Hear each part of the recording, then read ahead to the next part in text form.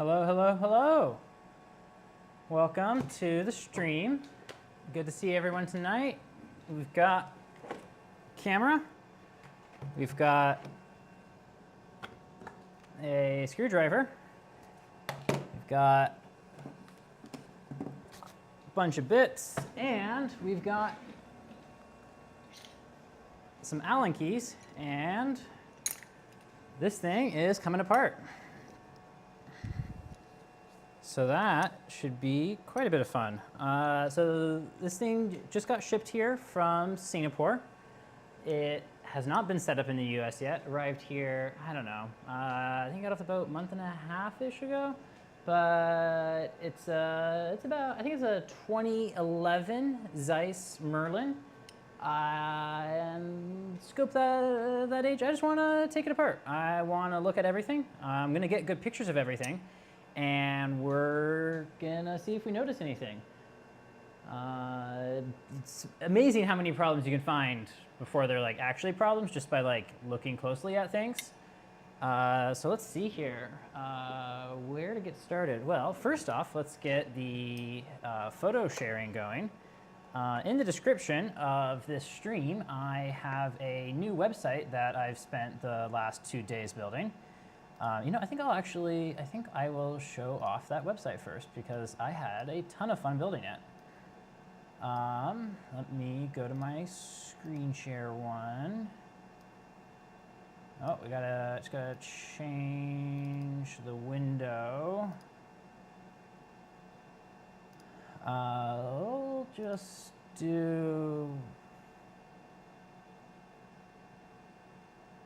let's do display capture. Yeah, that works. Cool. So we'll go to image stream, nanographs.io, and this is kind of cool. This is a static site. So what you're seeing here is, okay, it's not gonna let me do that. What we're seeing here is just HTML. It's pretty plain. And then I have scripts that generate the HTML for this page. So you can open up any of these pictures. I've got it set up so that we've got like reduced file size pictures that are displaying, so everything loads really quickly now. And then if you click any of the download buttons, that downloads the full-size original files, which for some of what I do can get quite large. Like when I start putting up SEM pictures here, there is like 1/4 gigabyte SEM pictures I take, which I don't know how I'm going to pay for that bandwidth yet. That's going to be fun. So yeah, we've got image stream.nanographs.io if you want to follow along as I'm taking pictures. I'm using Capture One here to record everything, and then I have built a little live stream deployer that takes the pictures that I export from Capture One, and when I export a picture, it builds the static site and puts it up on the static site so that you all can see it.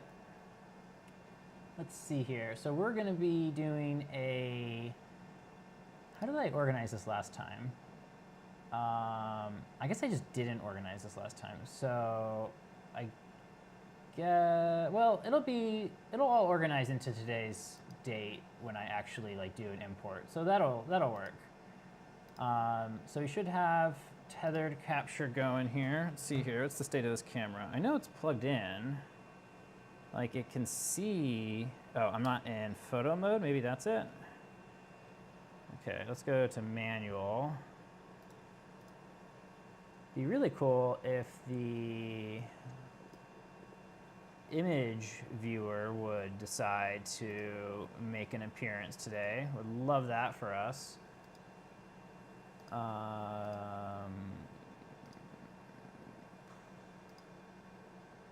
Oh, okay, that fixed it. Let's see here. Yeah, there we go. That's starting to look like something that's functional. I didn't really need the flash for that one.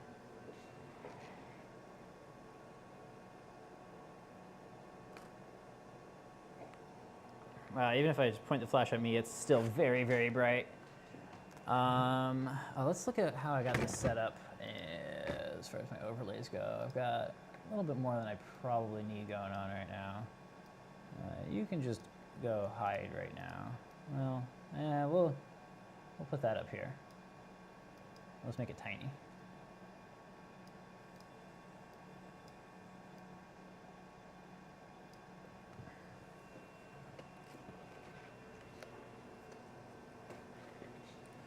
Okay, no flash. Let's try that out.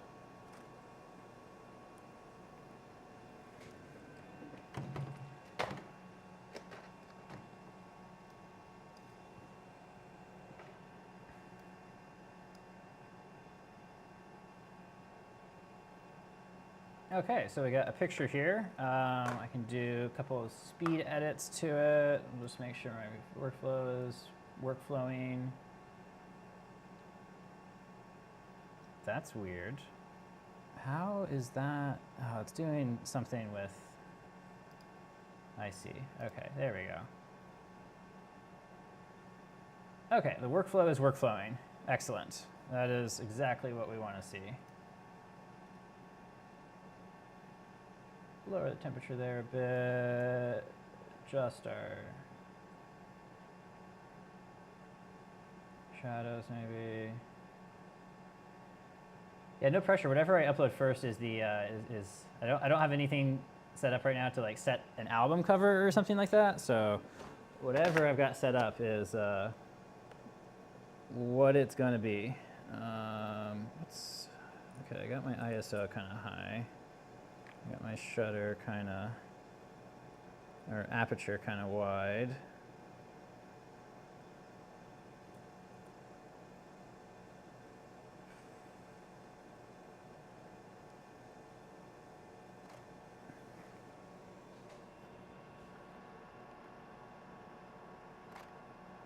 Good old photographer stretch here.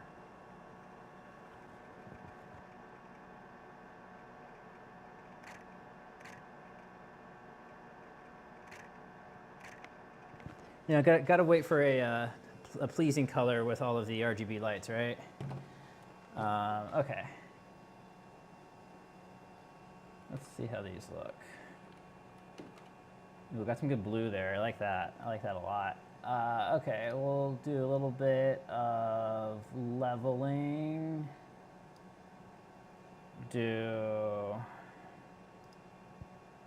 Let's see here. It's looking pretty good. So one thing I got to work on is figuring out how to set this workflow up so that I can batch edit better. So I need like good consistency between exposures, and then anything I edit will apply really well to a variety of them. Okay, so let's go ahead and export this. Hey, guess what? I get to do a new folder.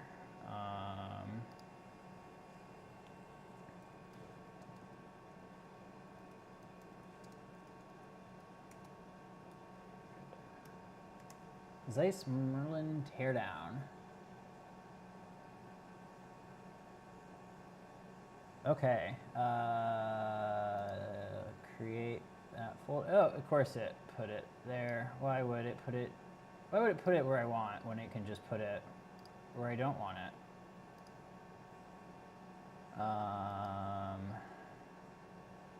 I guess move to trash. Well, I gotta open up a different Finder window to move that. That's fun.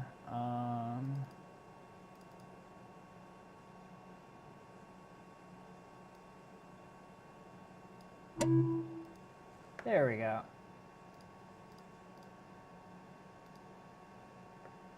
Okay, so if I bring my handy dandy live stream deployer over here, when I, theoretically, when I export this image, it's gonna see that I have a new image here, which it does. So I'll go ahead and build and deploy the site. I'm using Netlify for the site, which is, Netlify is really cool. I just found it, but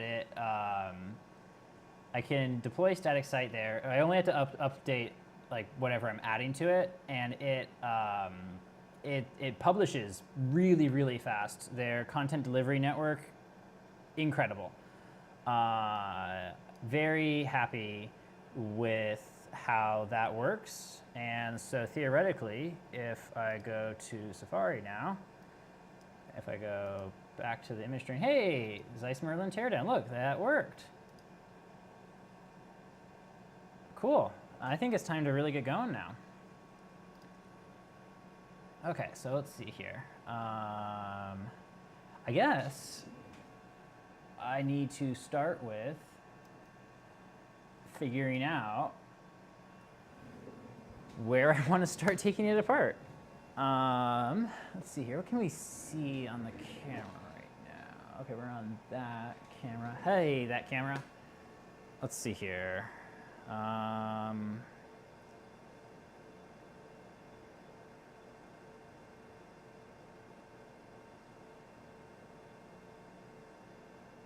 I think we'll start up top. Yeah, I haven't taken off all the panels from up top here, so we'll start getting some pictures of how it is right now, and then we'll pull some panels off. We'll check out some pumps that are underneath it, and yeah, we'll go from there.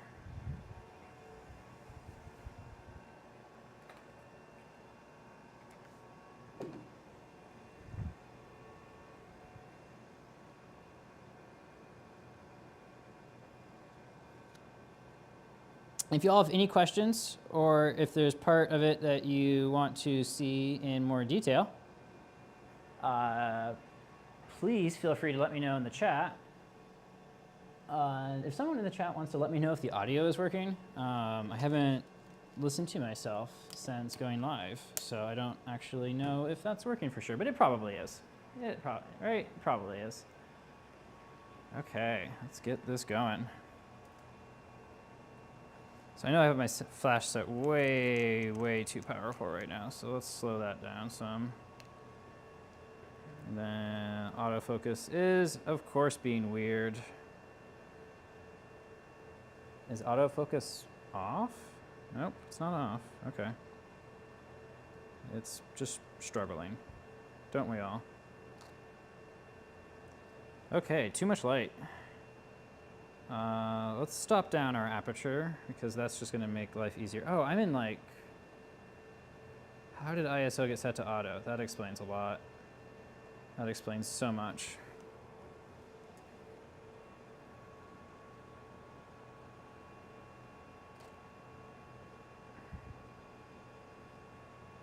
Two stopped down.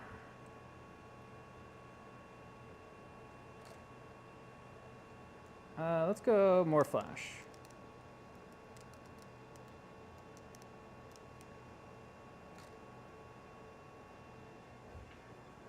Yeah, that's kind of starting to get somewhere. Here, I'll pull up a different window so that you all can see what I'm doing just slightly easier.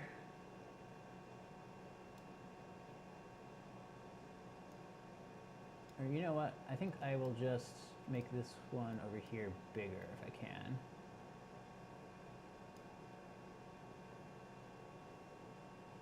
Yeah, that works, I think.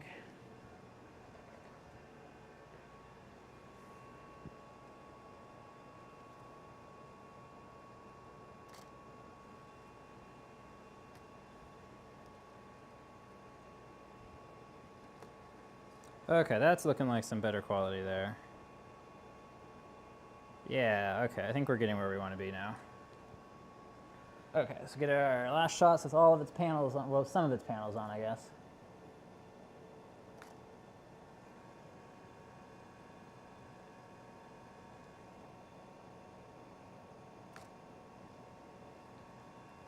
Distance really affects how powerful this flash is, because of how I have the diffusion set up on it, so that's something I'm going to have to kind of constantly be accounting for.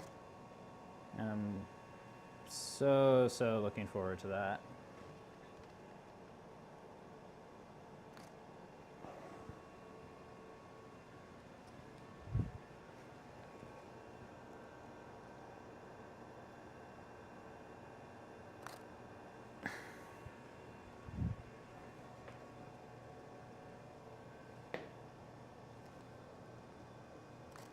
Like, I bet this one's overexposed.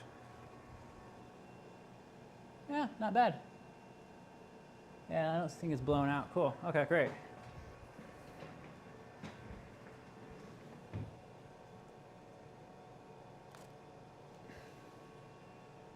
That one's blowing out.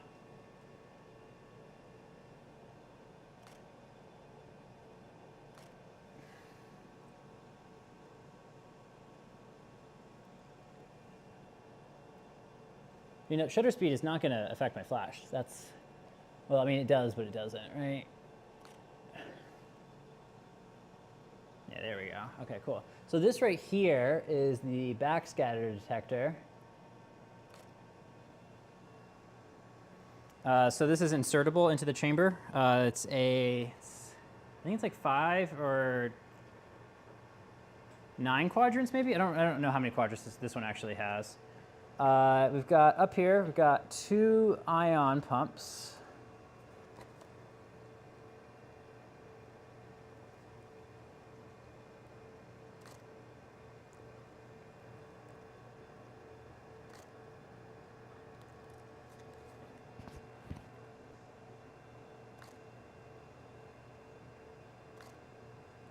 Yeah, there we go.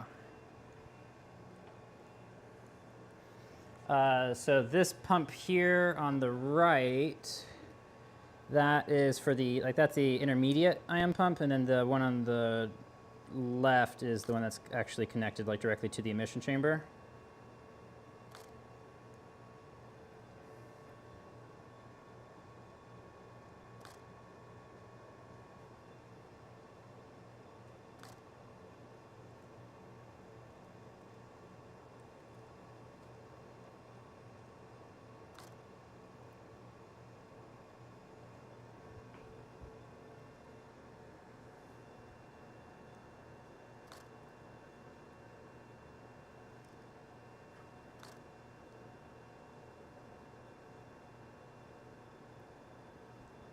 We'll do one without the flash, or with the less flash.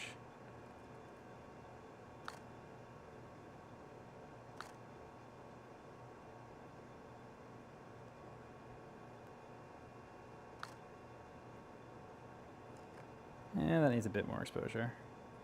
I don't want to be using aperture necessarily, because that's going to reduce what's in focus. Okay, cool. So that's what we got before taking any panels off.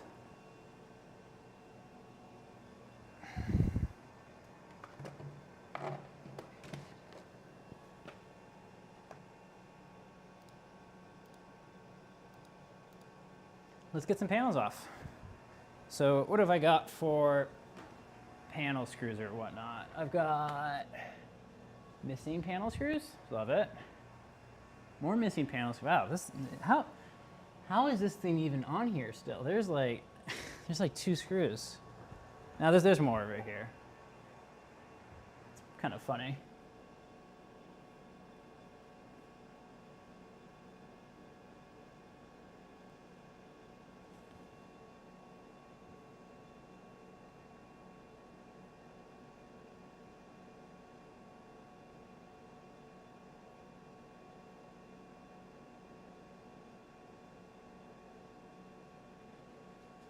Okay.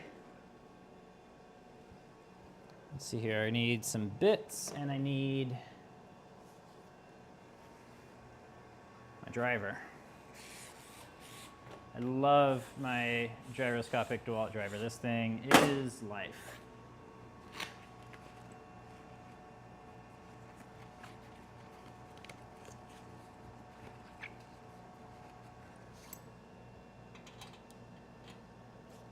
Not quite the right size. There we go.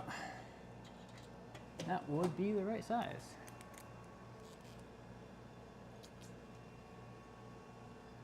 Oh, it's kind of weird. This is a big heavy piece. So okay, there's like some smaller pieces I can take off. Like if I want to like lighten it up, I could take like this panel off kind of separately.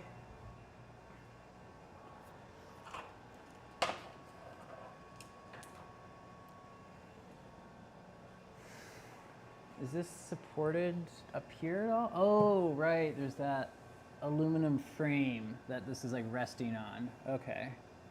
So these pieces of aluminum are separate from the rest of this enclosure. So theoretically, if I take the right things off, I'm going to be able to just slide this whole thing back.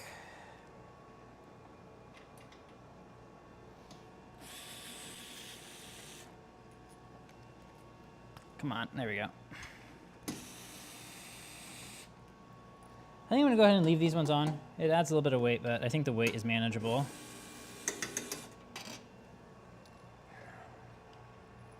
So theoretically, that's all I have to, what was that, 4 screws that were left in it?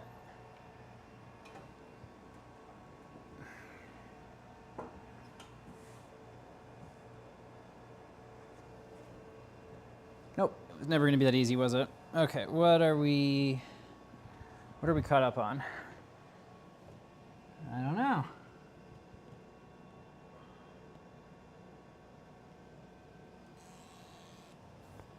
Is the bottom free? The bottom feels free, unless there's like something that goes up and into it.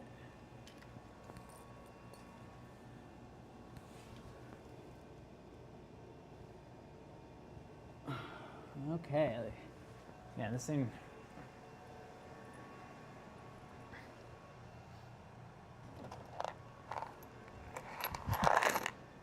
Oh, that's the load lock bin. I want. Well, I'll be right back. I'm gonna grab another bin. Bin to hold my screws.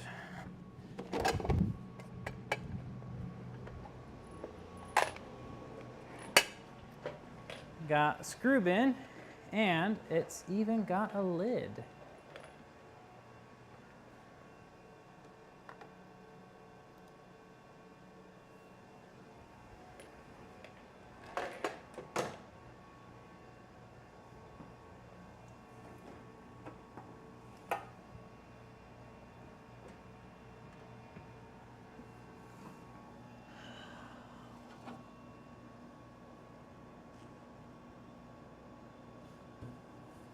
It must be one of these screws maybe that's holding it onto the aluminum.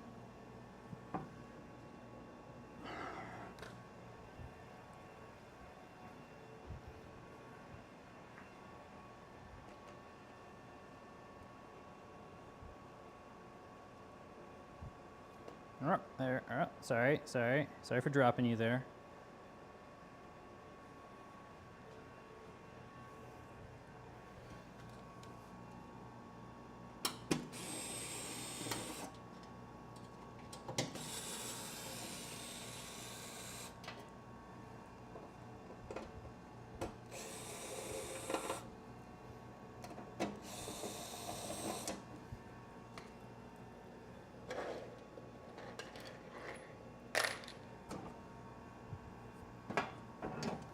Ah, it was that screw right there that was holding it on.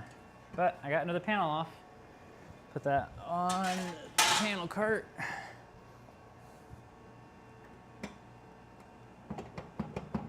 Well, that piece is pretty loose. Might as well just take that off too. It's only 2 screws, I think.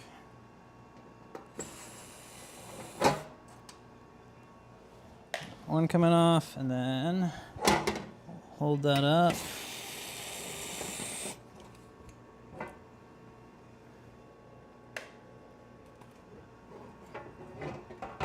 There we go.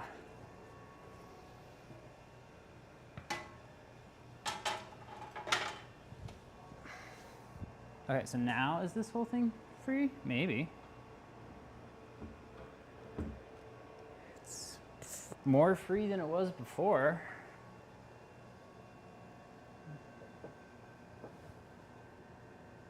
It feels like it's, is it just locked in up here? Oh, there's like a lip right there. There we go. Just that lip. Okay, I think it's free now. Okay, big lift.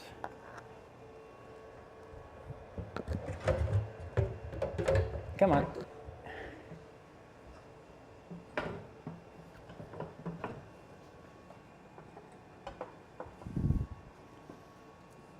Okay, just got my ground to disconnect. Ground is disconnected.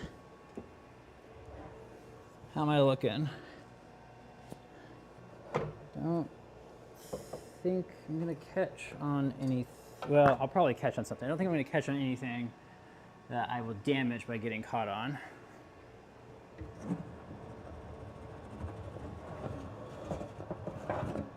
Well, wasn't that fun? Now I gotta figure out where to put it. I'm gonna set it somewhere that's almost certainly gonna be in the way later, but. Well, this aluminum support thing is pretty fun, isn't it? Let's go exploring. Let's go handheld here.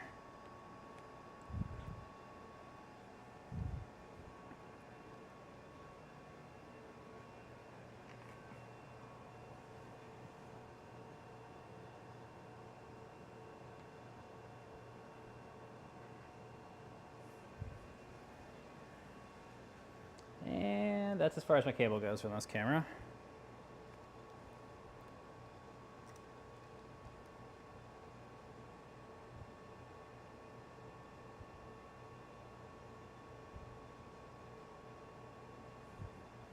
So this is one of the valves that you open when you want to pump down the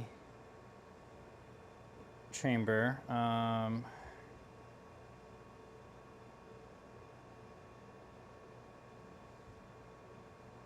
Wow, you really don't have a ton of autofocus control in video mode on this one, do you? Okay, interesting.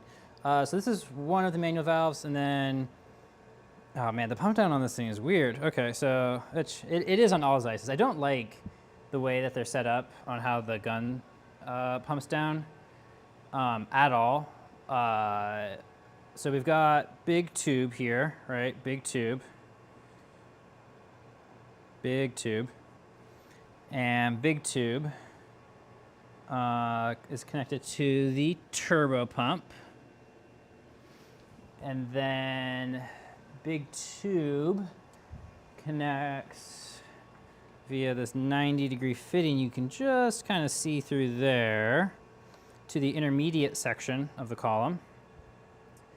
And then this part right here, that part there is the, I'm going to switch to a different camera because I'm running out of cable length here and I can't show you what I want to show you.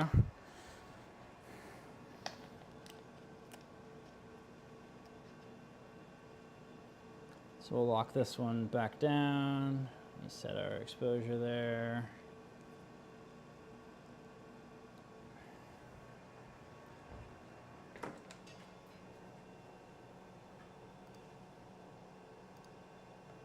There we go. Okay, so now we got iPhone camera, which we'll give iPhone camera lens a cleaning. There we go. Okay, so this right here is the column isolation valve. So it's a valve. It pushes in, and then it's got like an O-ring there. So it pushes in, and then once it pushes in, it kind of gets pushed up. And so that's what seals off the column when you vent the chamber. But then, and this is just weird. I don't know why they did it this way. So this black looking tube here, this is like a flexible stainless or like flexible steel pipe. You can kind of see what the pipe looks like right there a little bit. And it's got this heat shrink on it for vibration dampening reasons. It's like connected to the vacuum system next to that valve. And then it's got like a kind of terrible conductance like around this valve to actually try and like get pumping through this tube down. And then we go through this T, so we got another kind of weird conductance through there, and we open up that valve.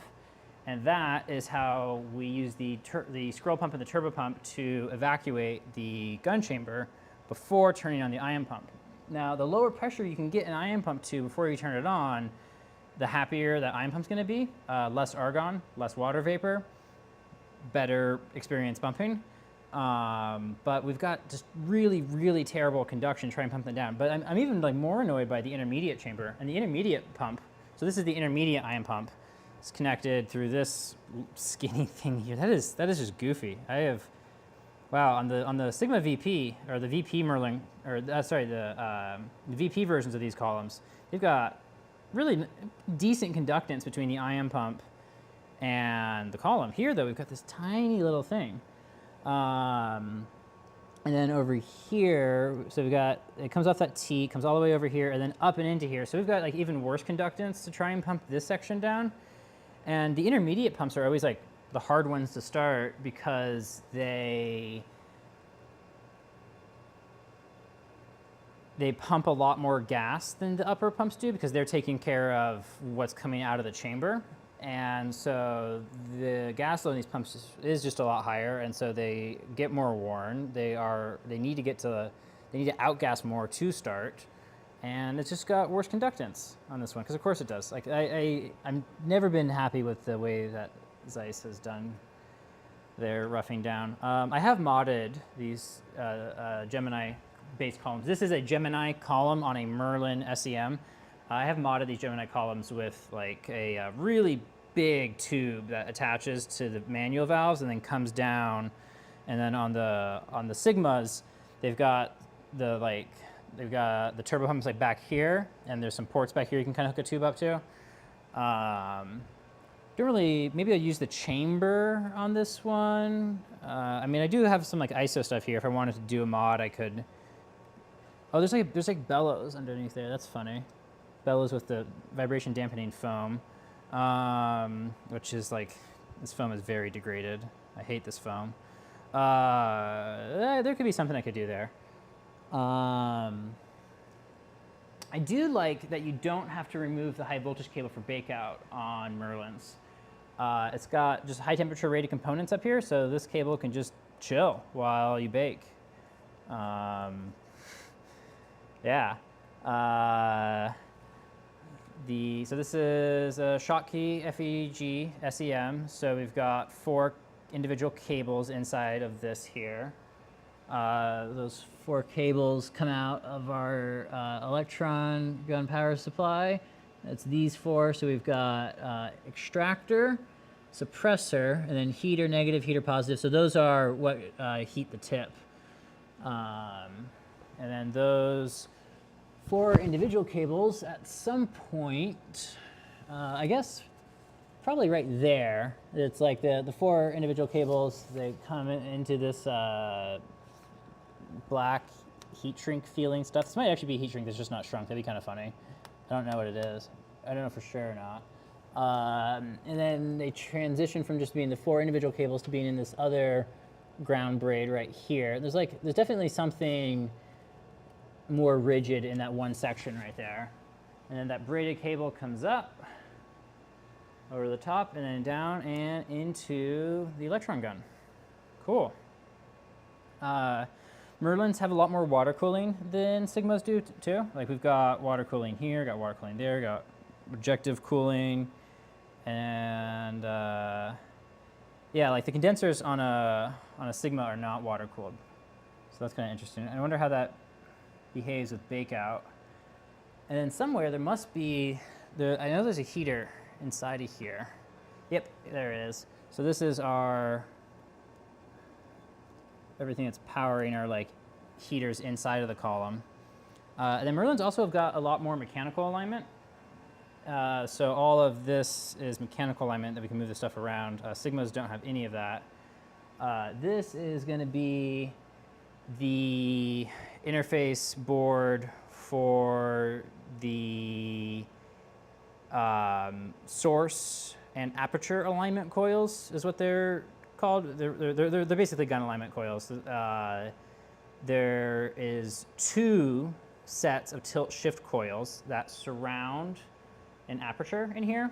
So we got like the aperture, and then we've got the upper tilt shift coil is like you got coil that's completely above the aperture. Then you have one that's in the middle of the aperture, and that's the gun alignment coils or the source alignment coils. And then the aperture alignment coils, which the aperture is referring to is actually the ejective aperture, is also tilt shift pair, so it's got upper or lower, but its upper is wound on top of, or kind of around the lower of the gun alignment coil. So then it's upper here and it's lower like right below it.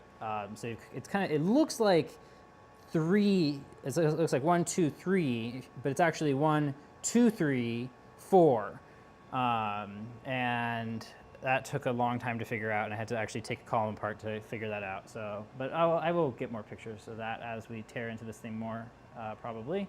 Although we're not opening up the column tonight. That's not the plan. So yeah, let's see here. What else can we see here? The column isolation valve is pneumatically driven, but it's got a limits, or it's got switches on it so that it knows what position it's in. That's what that cable is. This right here is the scan coils, but I always think this is kind of funny on these. The scan coils are really just like look at these 4 wires right here. There's like unshielded wires hanging out. Like that's the scan coils, and they're just hanging out there. Like what are you doing? You don't want to like have some shielding or something? Like have you no decency? I'm making a joke, but like I don't know. It hasn't seemed to be. I wouldn't have designed it like that, but what do I know? And then yeah, it's just there. They're just hanging out. Like, what are you doing? So that's funny. I always think that's funny.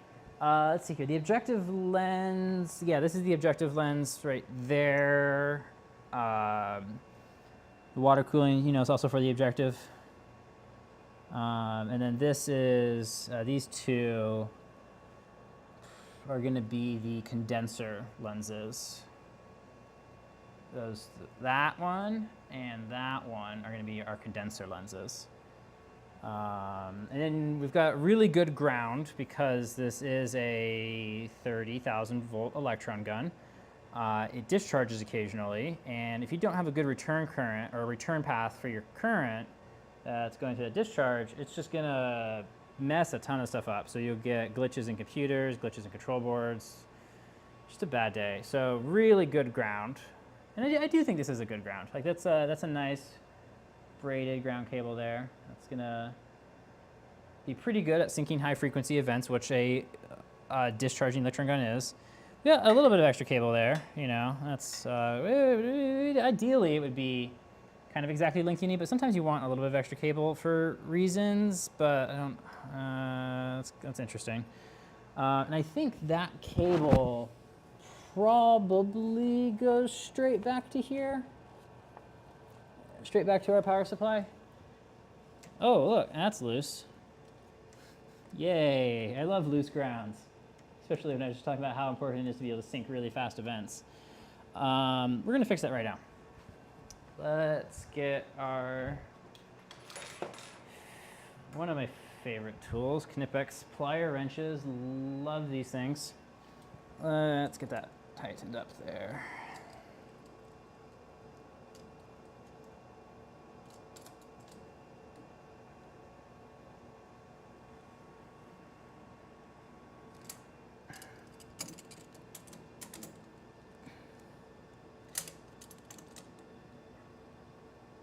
Has cameras on tripod, prefers to just try to hold phone while also holding cable in place. Okay, there we go.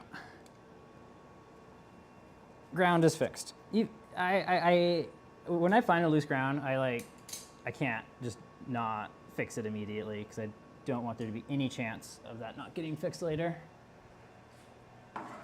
Okay, I think we'll switch back to taking some pictures here.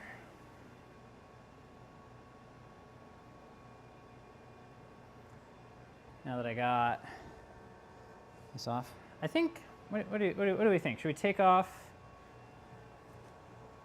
the aluminum frame? Oh, should we take this off? Part of me wants to, part of me doesn't. I don't know. I think we'll leave that on for now. Well, if I want to take this off, then I definitely got to take that stuff off.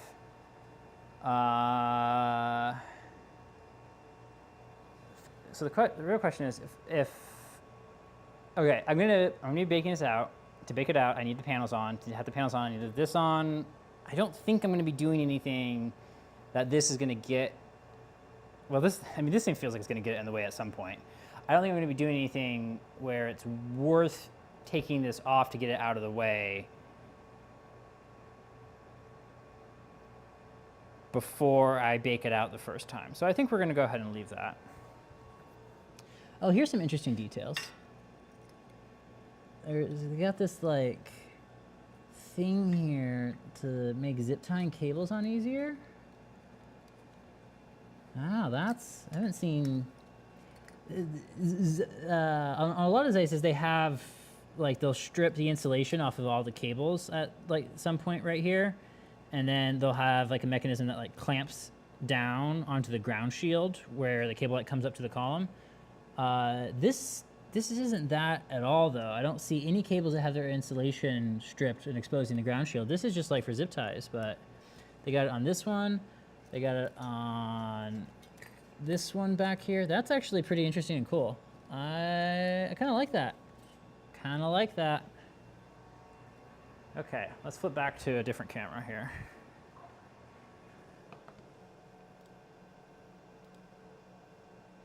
Hello. How are we doing?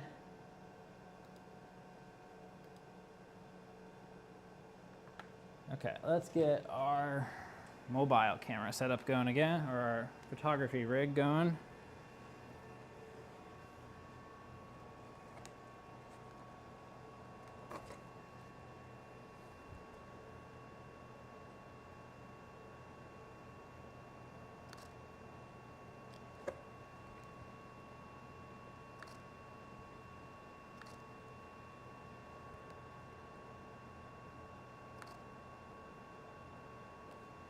A little bit overexposed there. I think we'll just drop the power on the flash.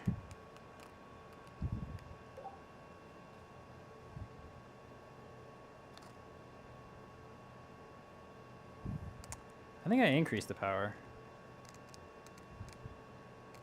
You know what? I'll go ahead and increase the power and increase the aperture, speed the shutter up some.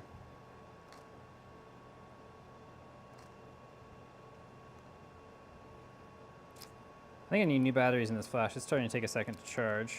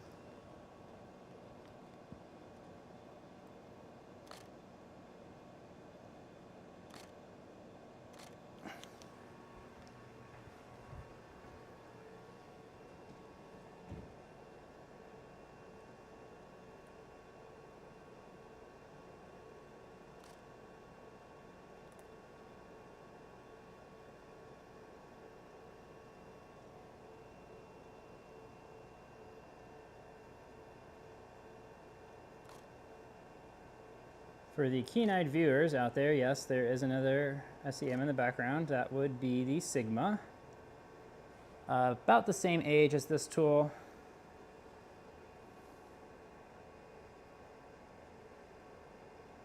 I'll do some non-flash ones real quick.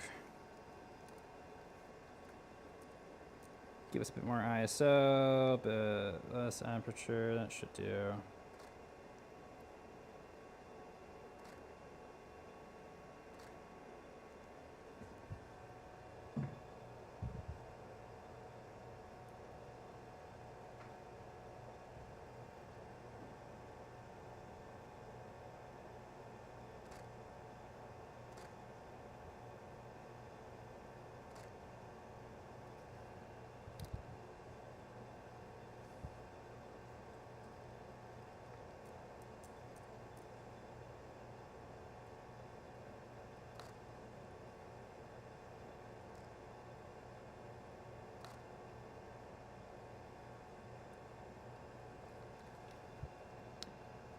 You know, I do like the room lighting a lot, so I'm going to set my flash real low. And then we'll just go just to like 1.5 stops under exposed.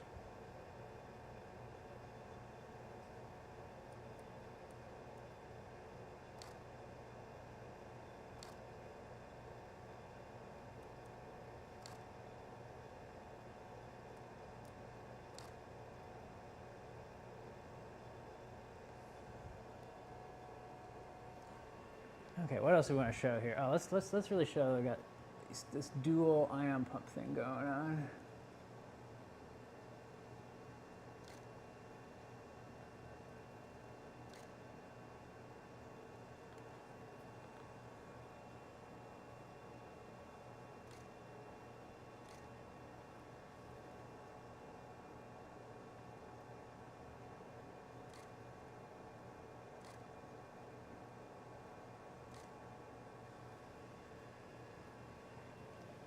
Yeah, let's.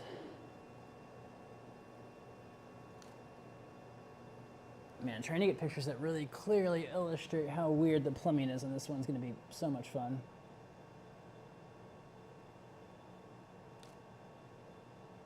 Okay, we're going to need really high depth of field for this. So we'll stop our aperture, give us some ISO.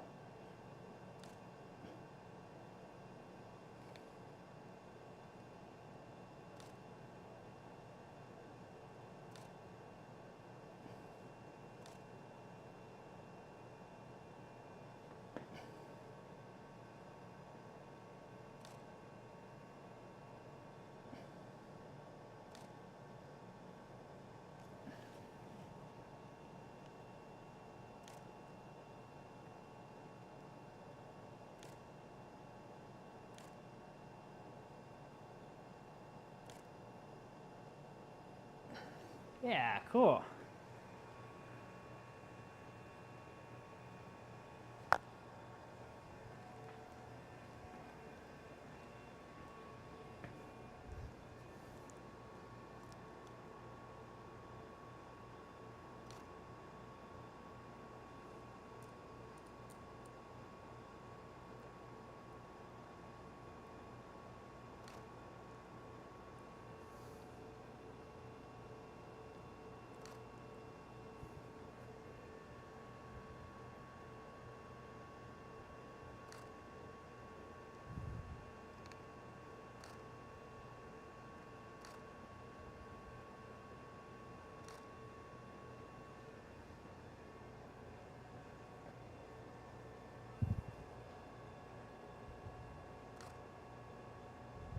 Again, if anyone has any part of the scope they want to see in more detail, you know, let me know. I will absolutely go into as much detail as anyone wants about any part of this thing.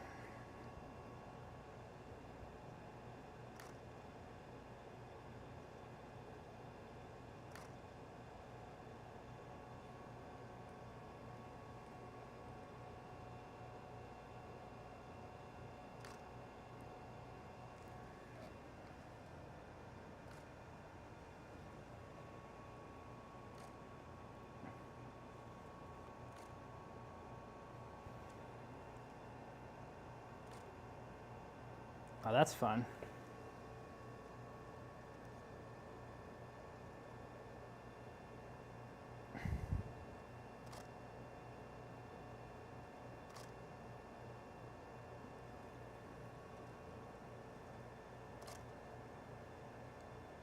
Got that dramatic lighting going on.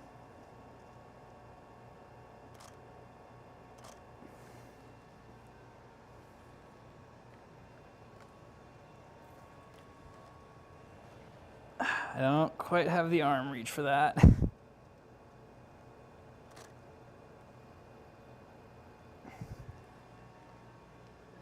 let's see if we can show this Weird column isolation valve plumbing thing with this tube coming out of it with terrible conductance. And like, Zeiss maintains microscopes under service contract, so you think they would want ion pumps to like last a long time, so they would spend less money on them?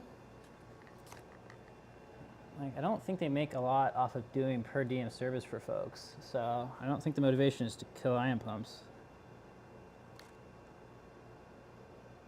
Oh, that showed it pretty clearly. Oh, come on, focus. You can do it. Come on. Wow.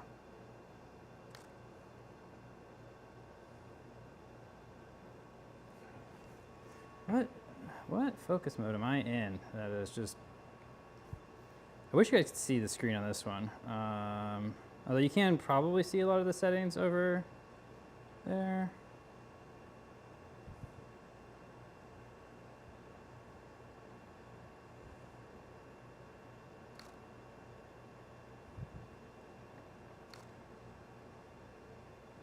Wow, I felt like it was doing so well for a while there.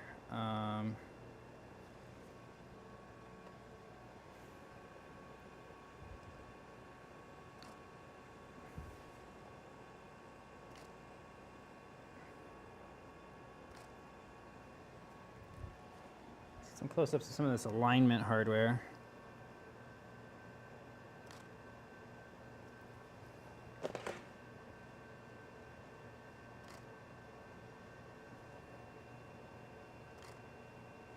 This is actually a macro lens. I should be using that.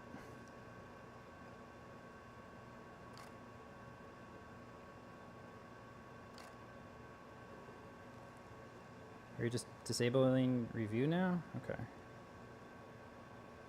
So we'll give stop our aperture down some more.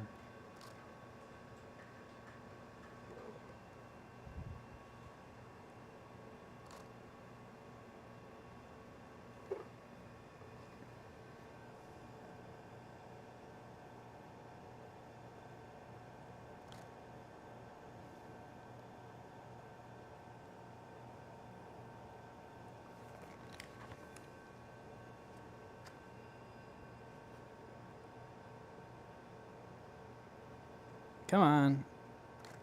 Yeah, there we go.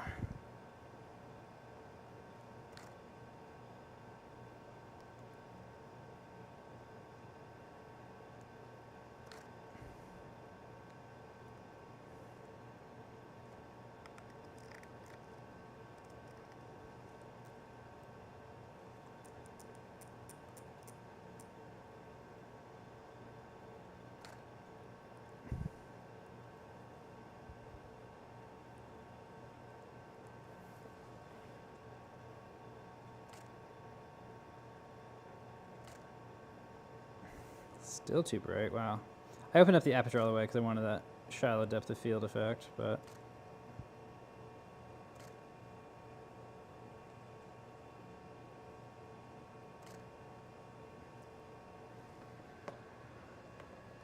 Yeah, and then so the, it's nice, so we got these screws here on this side, right? So that takes care of one side.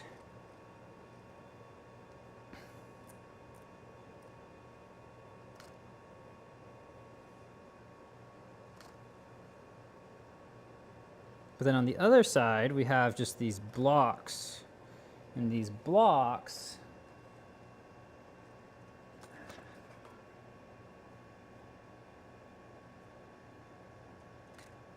have springs in them that just like push on the column so that you don't have to be like, chasing both sides with the Allen keys. There's definitely a situation where there's pros and cons. And I am so close to just doing manual focus.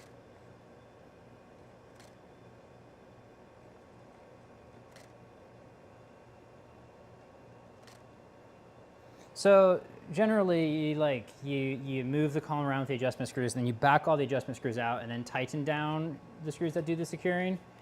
You can't really do that when you have one side that's a spring because you can't readily disengage the spring. Oh, you can kind of see the little pin there. I really got to put my flash all the way inside the microscope.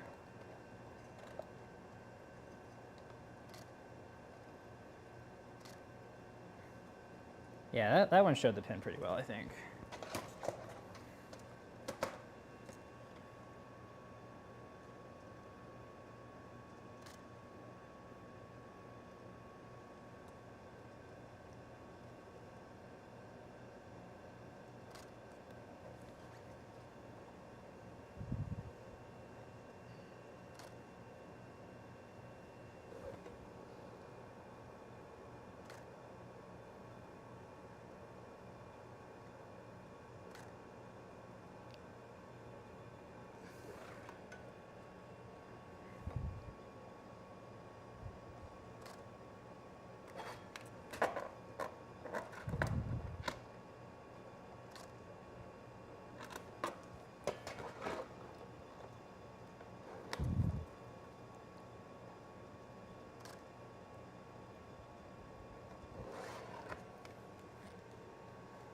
Okay, what else have we got to show on the alignment? So yeah, so we could see the alignment bolts or screws on this side, but then there's also alignment screws that are just right in here.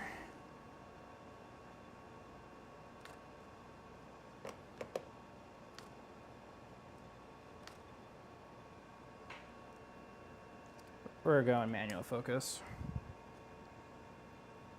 Done playing games.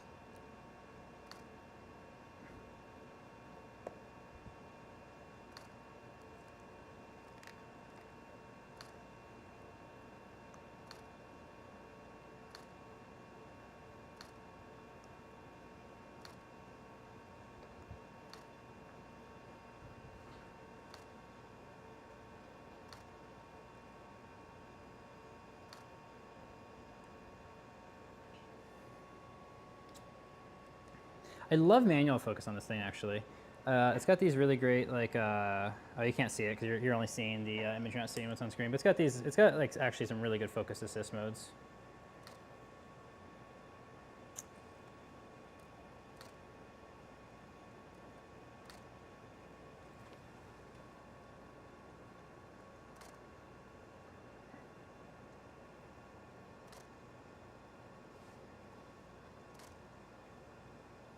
Yeah, that's fun. Big fan of that.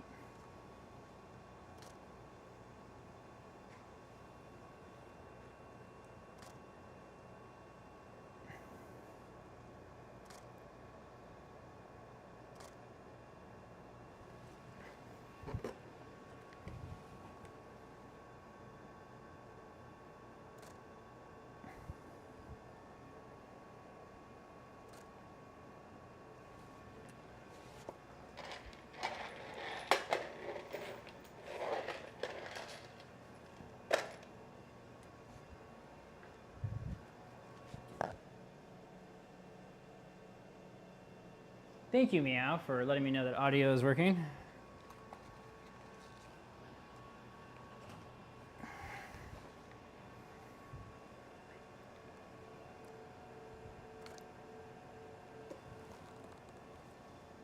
Oh, I'm all tangled up here. Looks like I lost one of my cameras. Okay, I'll have to check the battery on that.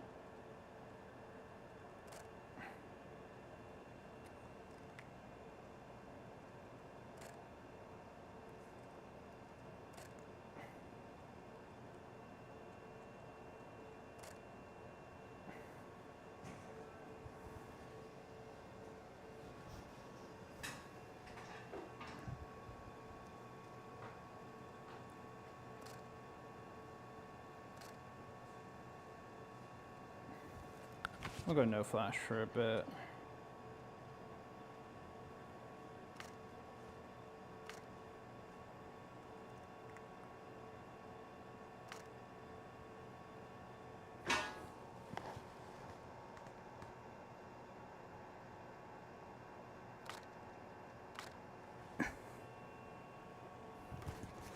Okay.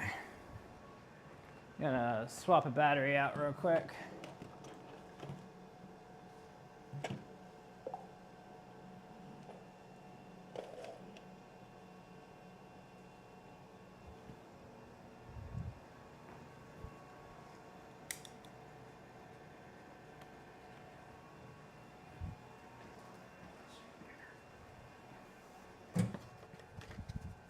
Okay, battery swap.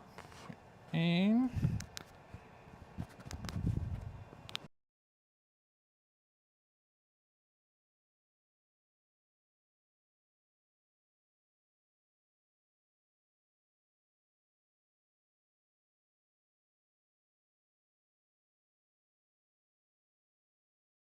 Okay, there we go.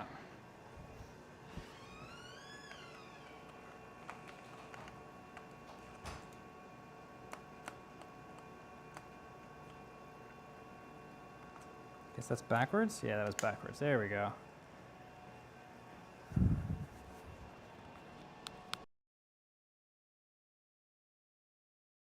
Okay, so that one should be coming back. but is it gonna, hey, it pops up automatically. Okay, cool, we're back. And we're back.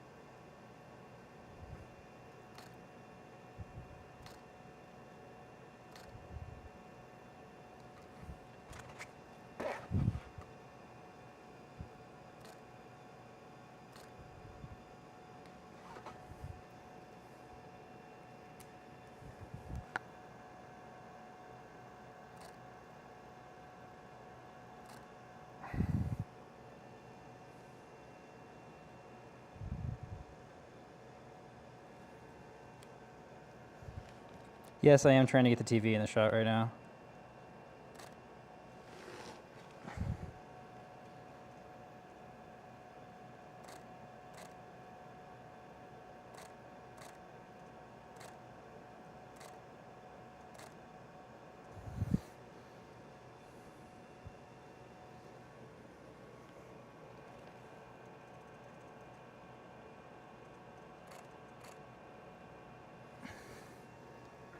Okay, let's go through and edit and post some of what I just captured there.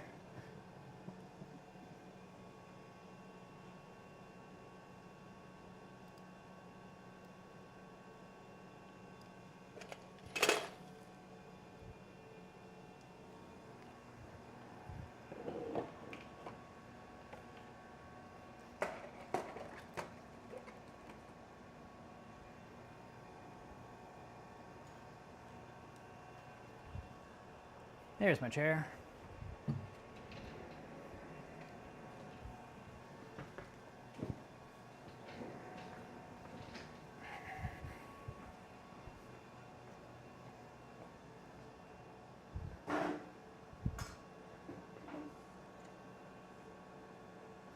Anyone got any questions or parts of the scope they want to see more of? Please feel free to let me know.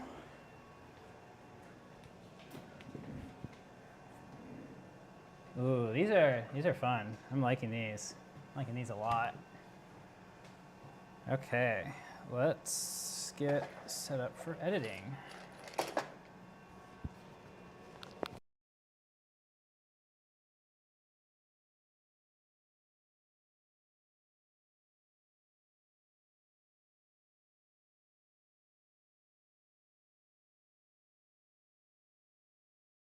Okay.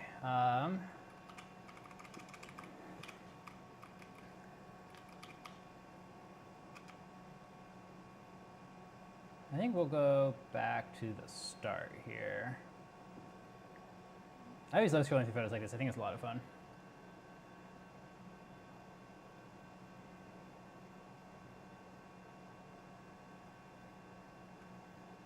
Ah, overexposed.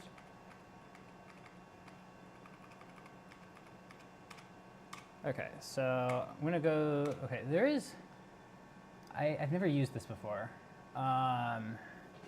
There's this mode that groups similar images together.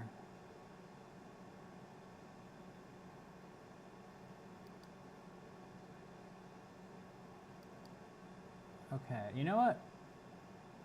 Let's try it.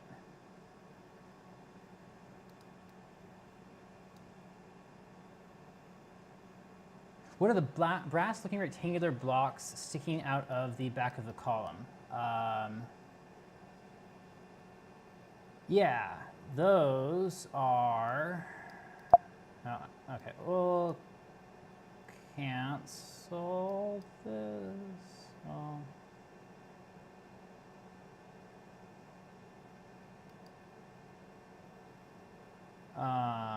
Okay, brass-looking blocks. Brass-looking blocks. Okay.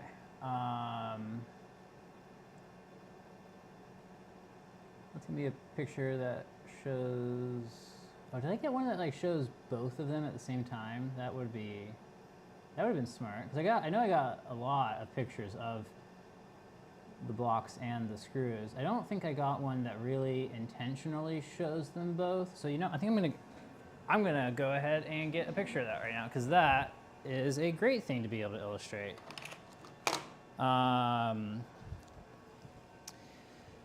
So the column on this microscope needs to be mechanically aligned. The threaded screws that you see on the front are the mechanical alignment screws. And on mini microscopes, you get mechanical alignment screws on the front and on the back. On this microscope, for whatever reason, instead of screws on the back, we got springs on the back. Okay, so it's just trying to go into photocopying mode. It's not.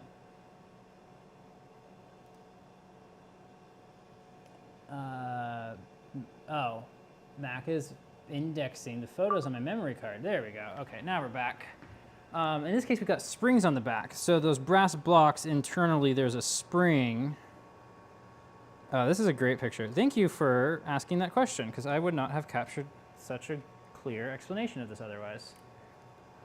In the brass block, there's a spring that pushes like back on the column, so that because if you just move it one direction, you can't move it back. That's challenging, we'll say.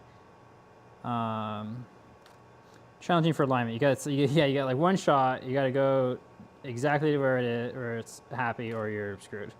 No, so those brass blocks just like have a spring inside, and they push the column back after you've adjusted it.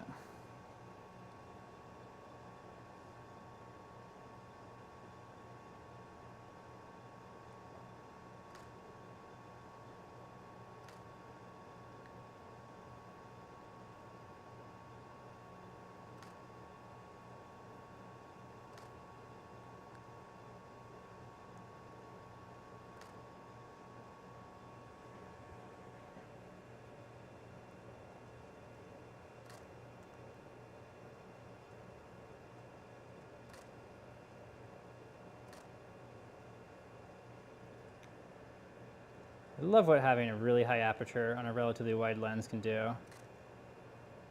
Yeah, that's good stuff there.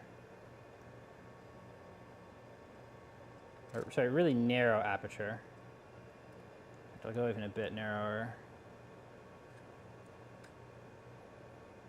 And then I also love having a camera that just does not care when it's operating at high ISO and just gives you as much information with so little noise. So I'm at ISO 1600 and I don't care. I could be at 6400 and I would, I could see the noise, I could notice it, but it's nothing like any DSLR I've ever had before.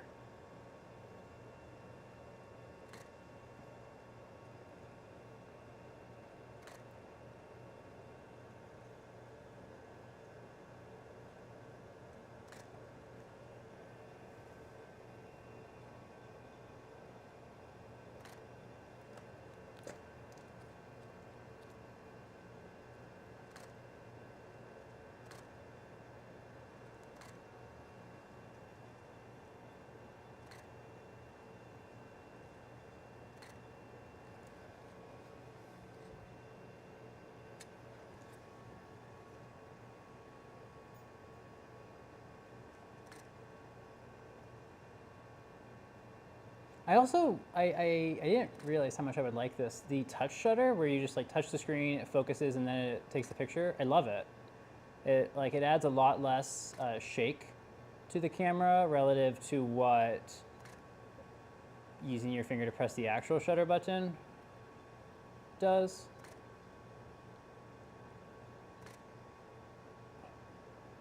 So for like low light work outside, long exposure. I love doing handheld long exposure with this thing, and the touching the screen to take the picture.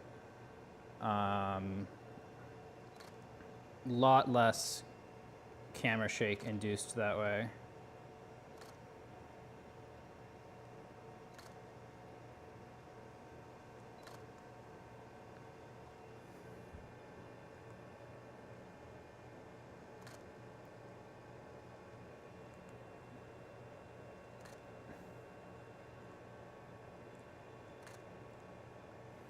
And there is the brass block on this side too. It's just that on this side, the adjustment screws are kind of buried by the cover for the circuit board here. There's just a circuit board in this box.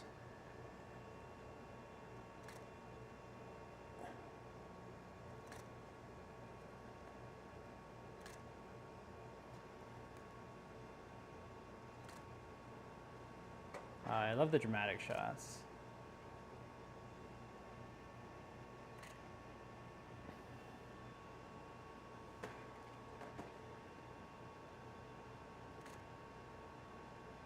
Is this an art project or a microscope documentation? I don't know. Probably both.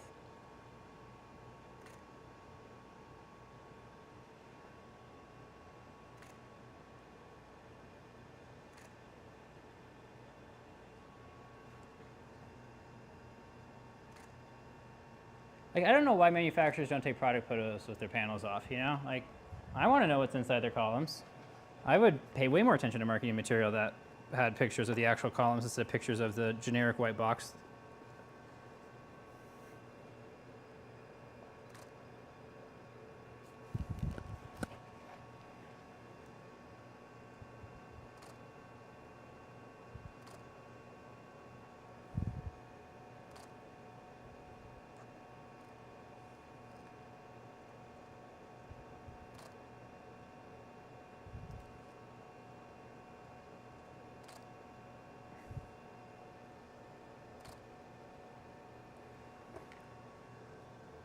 Nice, that's fun. That's a lot of fun.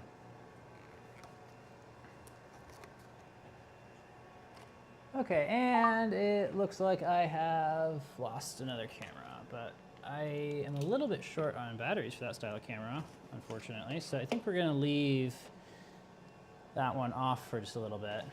Yeah, it really is interesting mechanical alignment design. I like it though. Well, maybe. We'll see how it feels.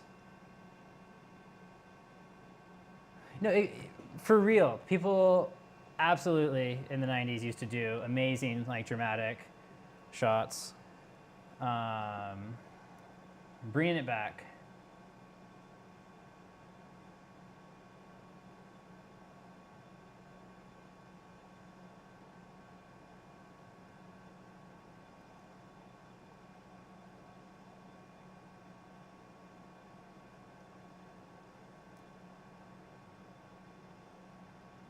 So I've got this set up so that a lot of the, and this is just a default in Capture One, a lot of the keys on like the left side of the keyboard are assigned to different like editing controls. So I can just hold down one of those controls, and then I've got my wheel here, and I just spin my wheel and do all of my edits.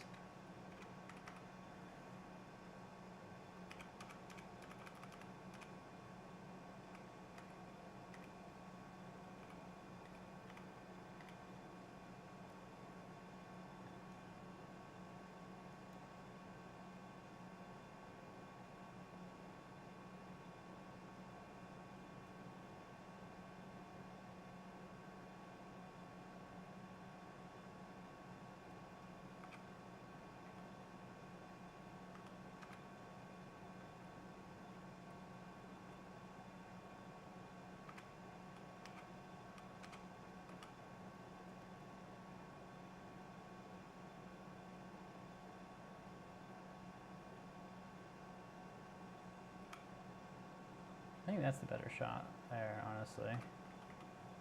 Yeah, so we'll go back to the start probably, because I want to kind of publish these in order I took them, maybe? I don't know. I almost need like a one person shooting, one person editing. That would get these online a lot faster, or like during the stream, because or I could just not edit. But I mean, I'm shooting raw, and like editing is very powerful. So I like to edit, you know.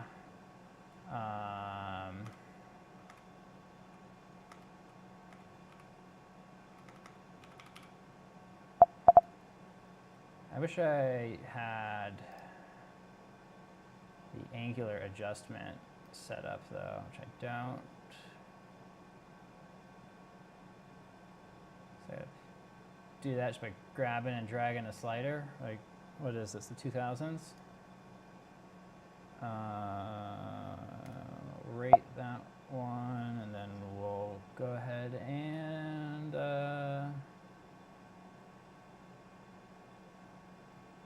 I mean, actually, I already published that one, but it'll get published again, I guess. Yeah, we'll do this one too, because this one's not colored.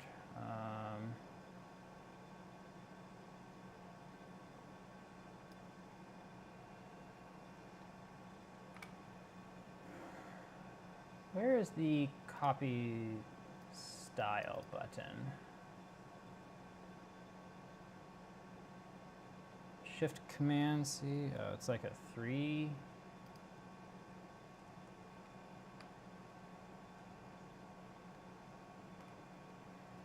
Okay, that is entirely an unacceptable keyboard shortcut.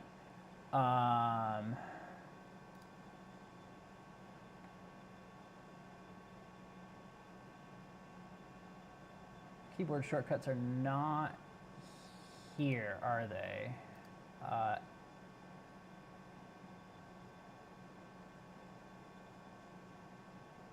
Where are keyboard shortcuts? Edit keyboard shortcuts.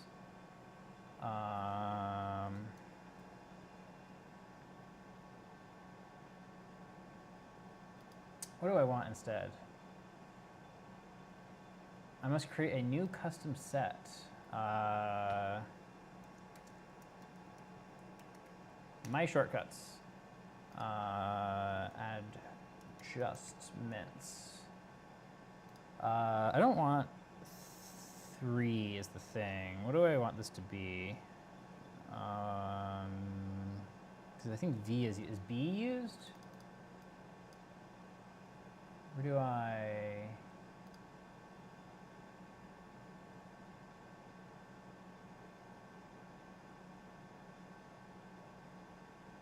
B is used by AI select? Well, okay, that's fine. N is used by apply normalization. And another command, and will be reassigned. That's fine. I'm kind of curious what apply normalization is. I guess we'll flip back to the default set.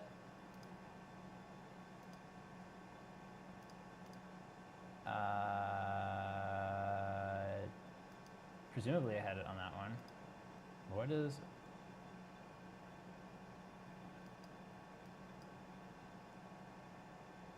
Oh, it's a tool of some kind. Pick normalize color, apply normalization. Okay,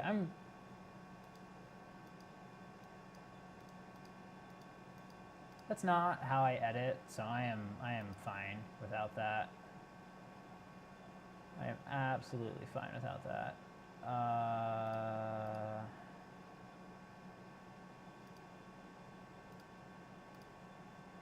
Ooh, I bet.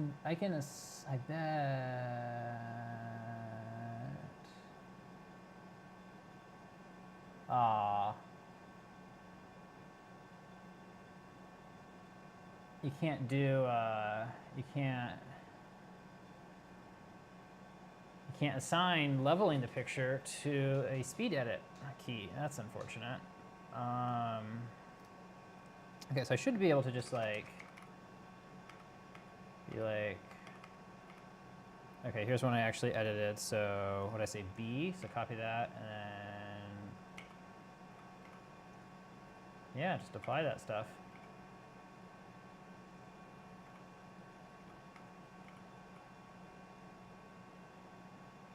Are these going to be my best edits? No. Am I going to get these done quickly while on stream? Yes.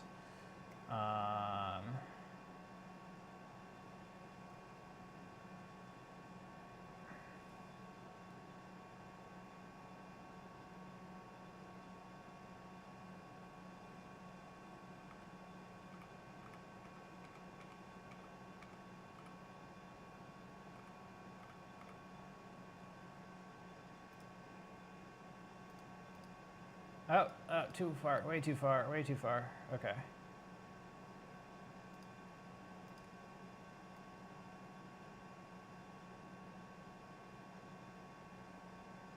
Oh man, I'm so tempted to do the key. Yeah, you know what? Screw it, we're doing keystoning.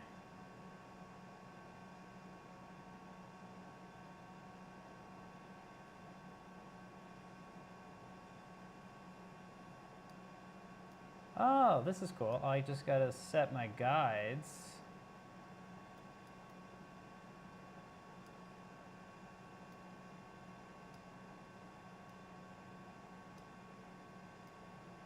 And then somehow I apply. I wonder how I apply my guides.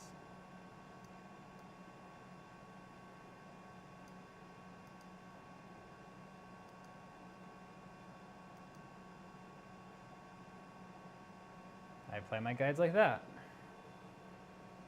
Cool.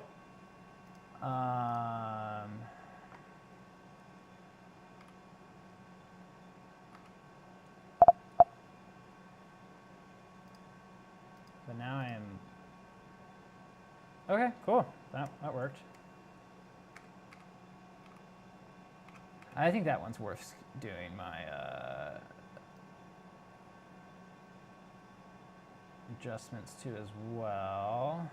I mean, I'm making some assumptions about how straight this panel is, but it should be fine.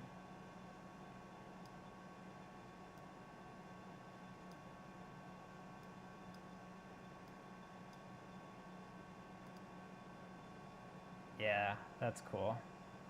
Oh, here we go, here we go. This is what's gonna really sell it, right? Doing the vertical too.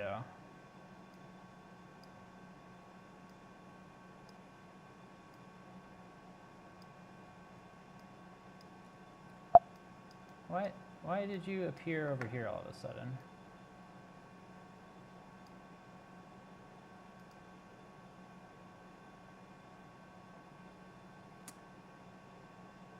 I think it got confused. That was kind of funny.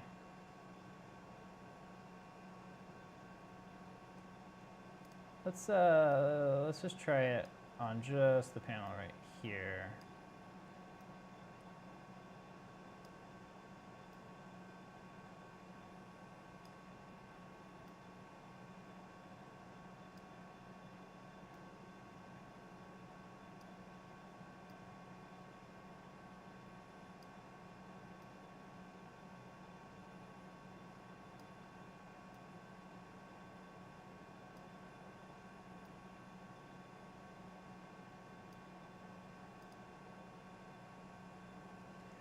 Why did that do that?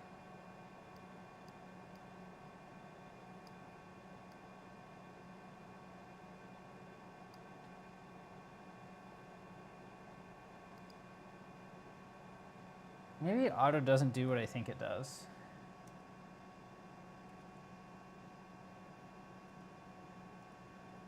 Okay, that's enough of that. Let's keep going here.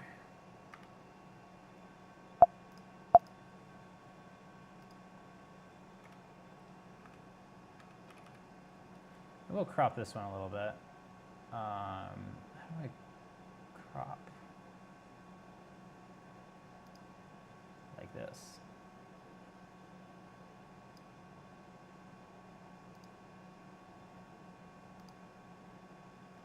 Yeah, and then let's cool it down a little bit. Let's bump the shadows.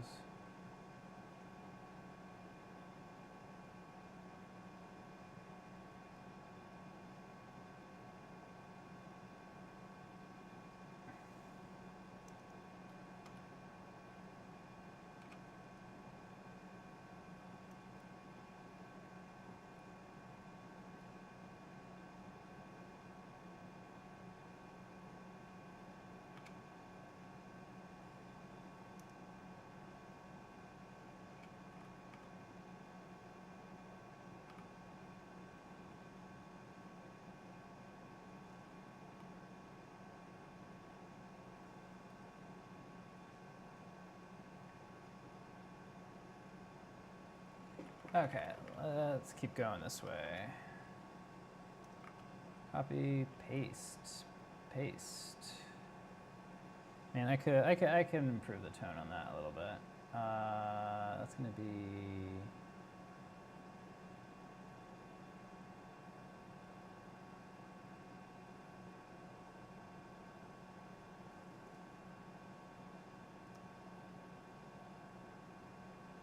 Yeah, there we go.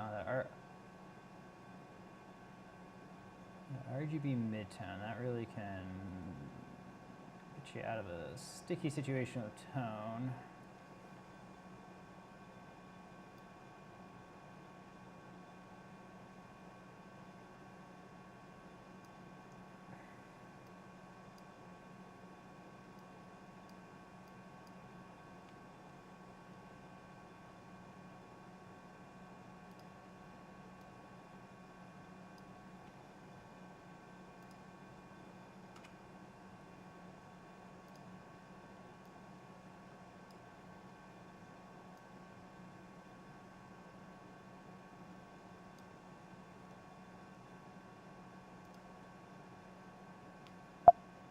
No, that was a mistake.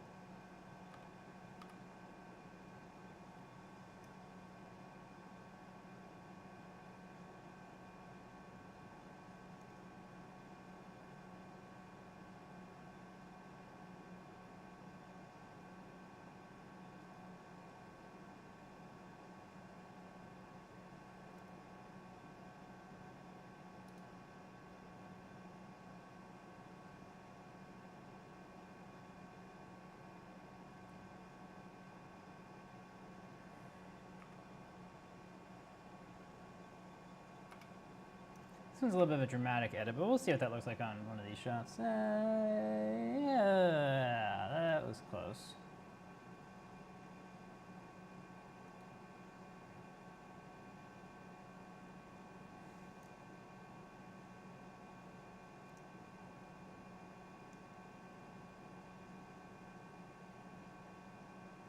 I think that is just a little bit overexposed is probably the issue there.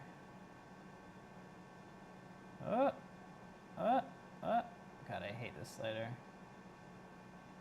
Just let me use my scroll wheel like I do for everything else.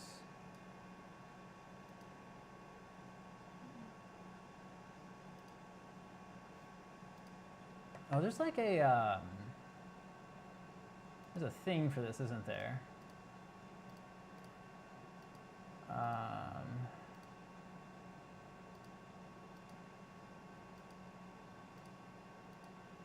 Yeah, it's this one.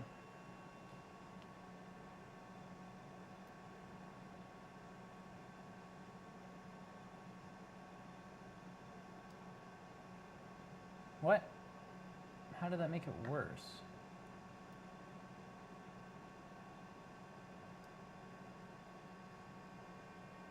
Okay, there we go. Okay, a little bit too much on the highlights there.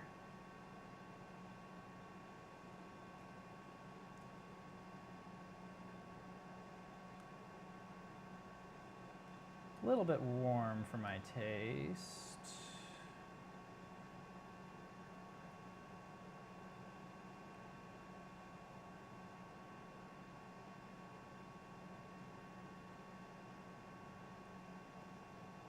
Too cold, too cold.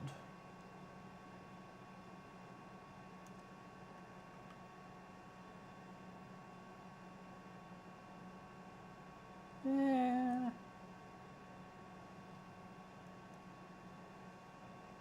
Too much of something.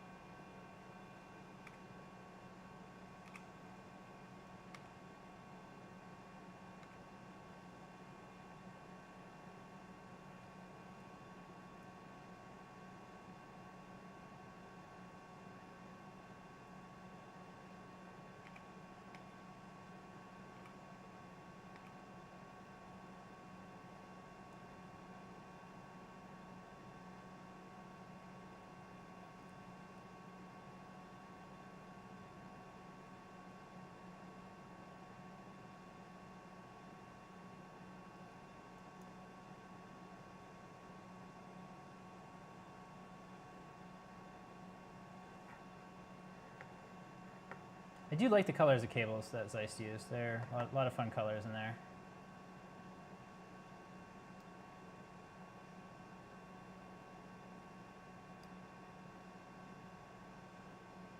Nice. Okay, cool.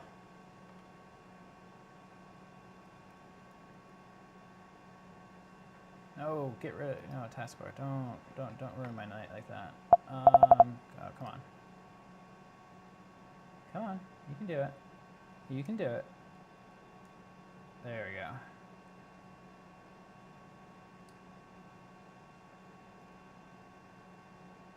Yeah, I love the dynamic range on that camera. That is amazing.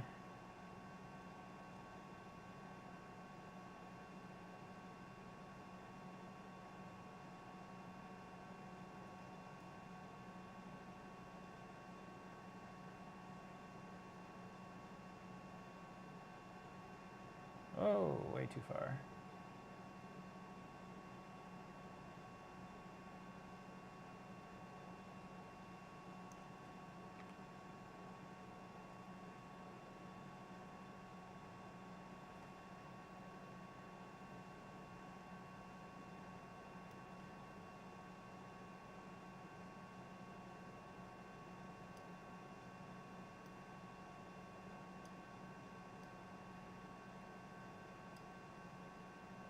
Why does it keep going the same direction?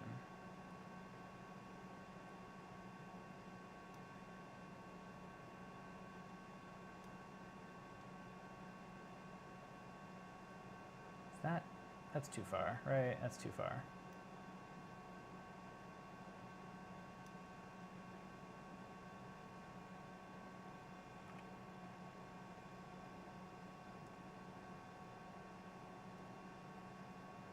You can see all my floor polishing pads in the background there. That's fun.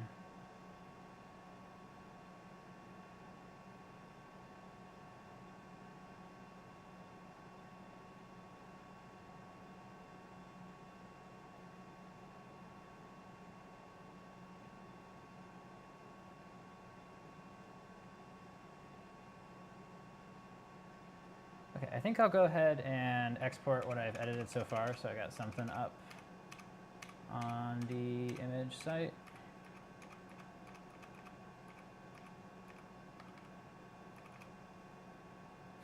You know what? Screw it. I'll just do them all. It's fun.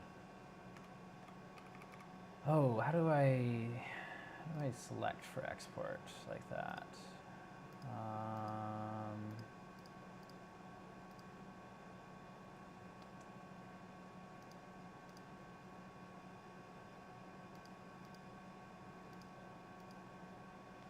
I do it like this. I see.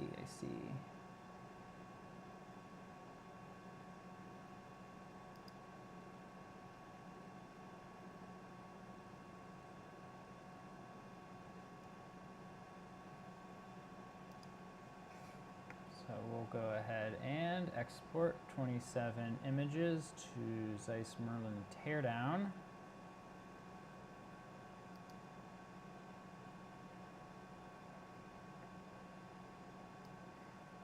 Exporting. We'll see if how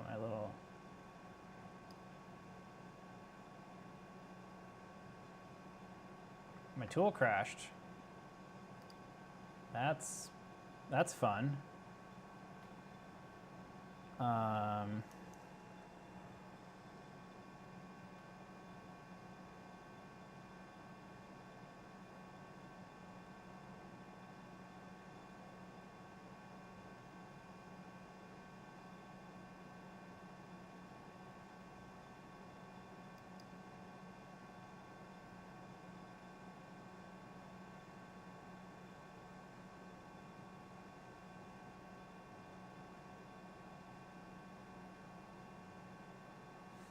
Oh, I have a QT threading issue. Cool.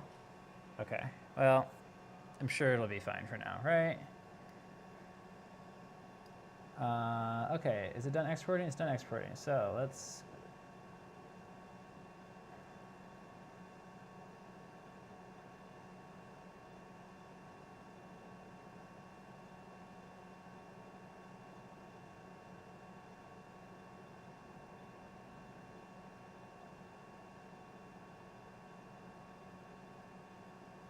Okay, I'm gonna fix the tool first, I guess. It should be fine. Build and deploy site.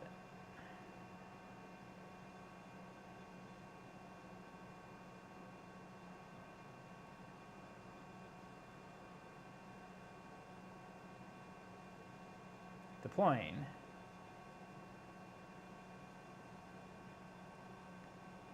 Uploading.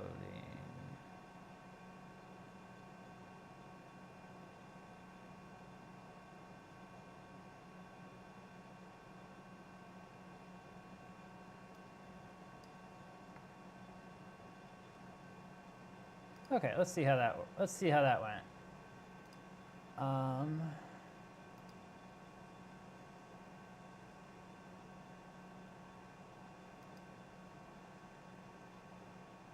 Yeah.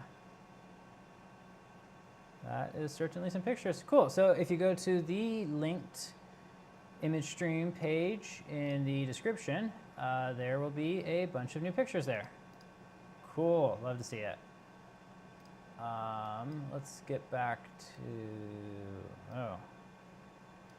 Where is everyone? Where is everything? Oh no.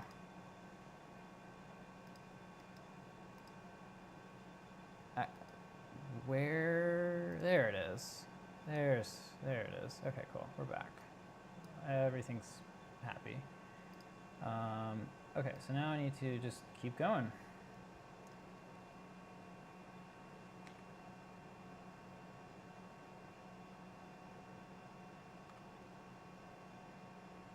I need to mark that this is where I am starting somehow. I'll rate this one.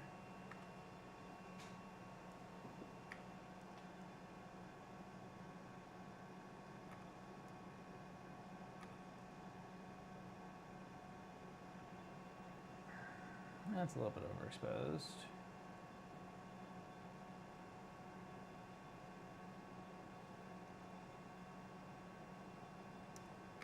Copy, paste. And we can straighten that one a little bit. That could be...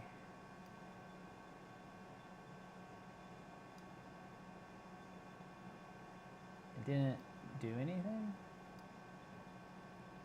That did something. Yeah, there we go.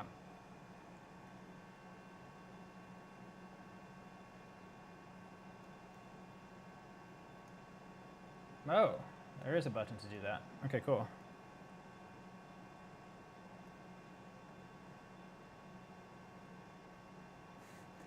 Oh, did I not fix that? Darn. Okay. It is still Zeiss Merlin first stream. Okay. We will fix that for the next batch of export.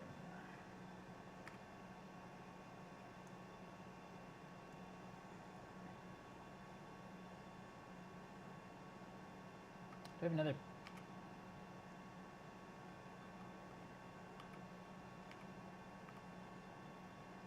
What is the deal with this one?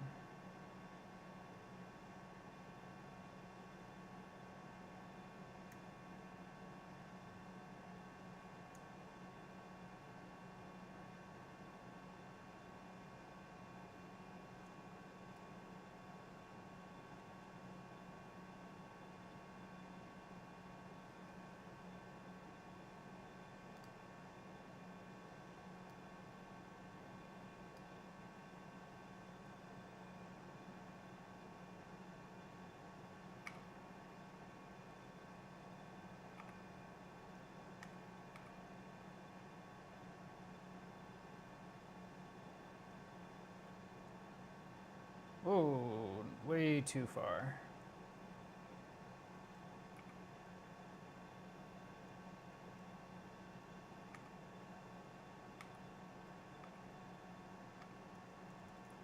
Come on.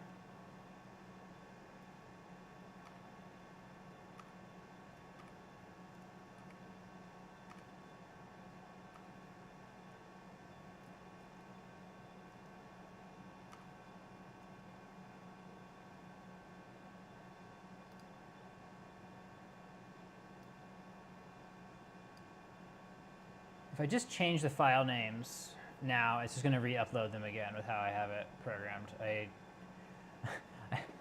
Managing them after I've uploaded them is still something I need to develop more.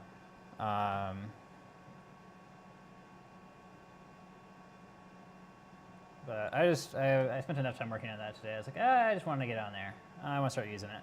It's good enough to use, so I'll go for it. And it is. It's kind of working. And it'd be working really well if it wasn't for the human in the loop, I guess.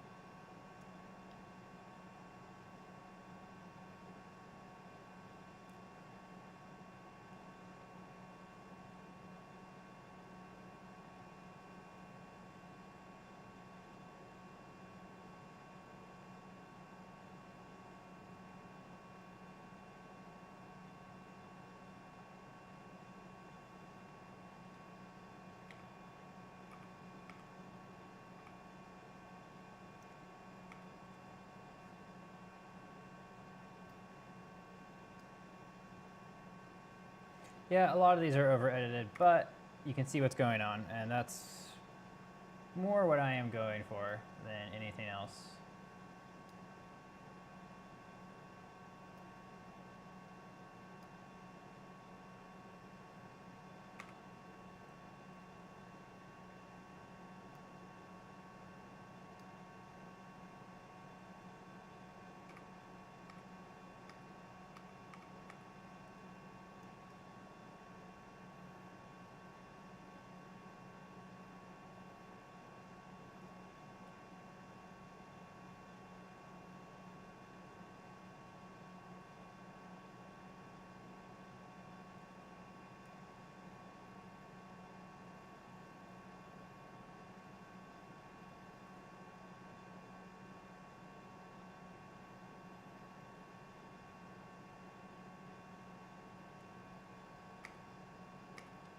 These are fun. I like these.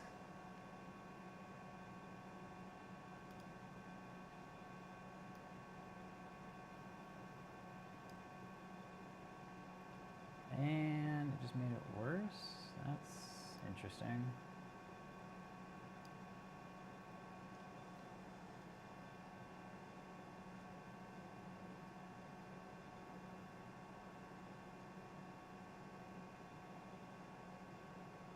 You know, we'll leave this one as dramatic.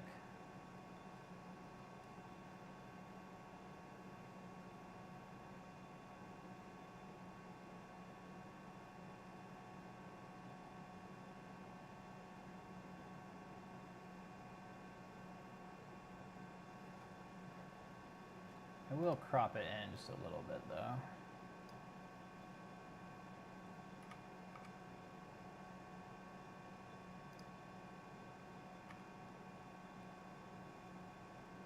This one I'll go ahead and bump my shadows up quite a bit more.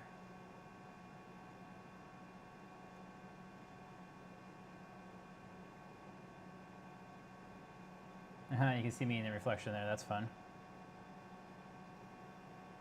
Yeah, seriously, why does marketing not think that shiny metal is more appealing? Like the number of times I've like finally gotten like panels off some particular model of microscope, I'm like, that's what's in here? Like you should be showing this off.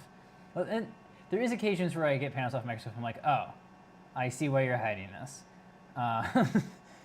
And those have all been on e-beam lithography machines actually. And you get the panels off and you're like, wait, this tool made by Wraith, this is actually just a Zeiss column.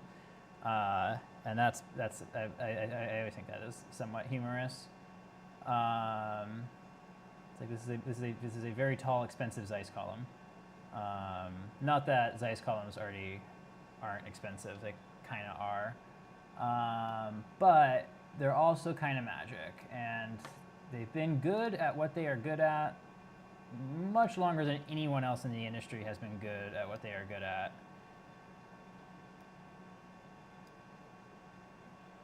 Too far. And too far, too far. Jeez, I not got the hang of this tool yet.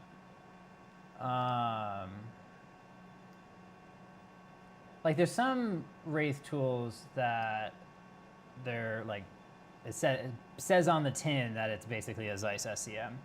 And there's other Wraith tools that do not, but I don't think that Zeiss, to my knowledge, there are columns that Wraith is the only one that buys them from Zeiss. And like it makes sense to like kind of use your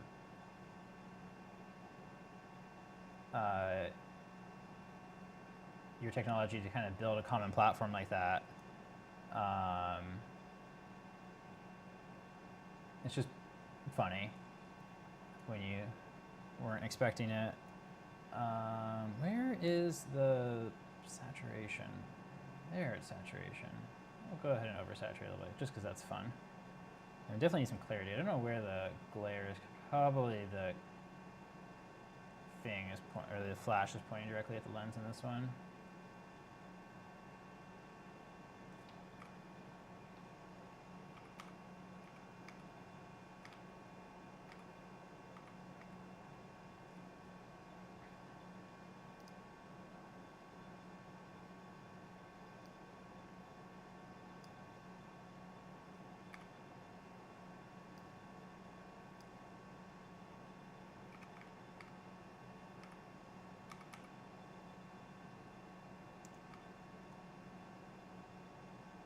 Too much.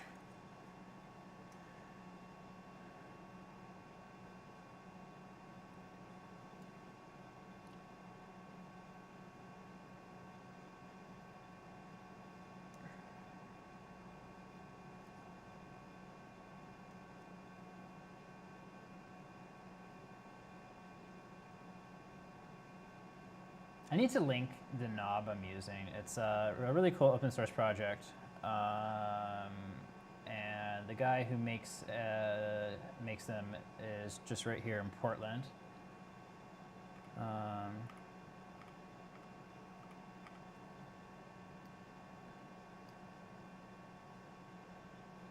Too much.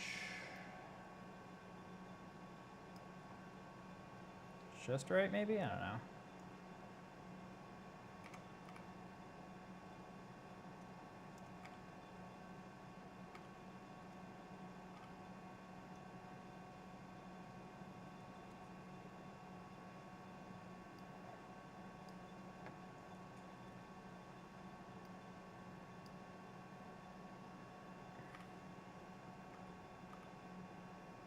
Let's really see what, okay, let's see what we can, what detail we can get back from this picture, just because I'm curious.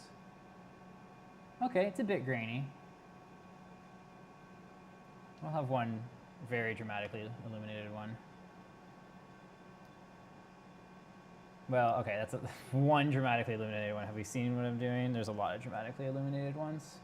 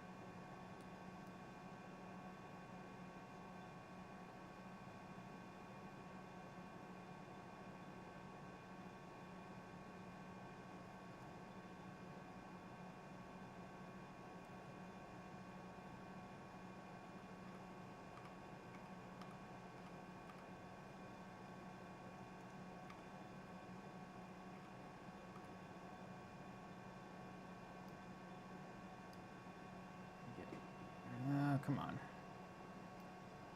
That? Yeah, there we go. Did I paste adjustments already? I did, interesting. Oh, I copied adjustments, I see.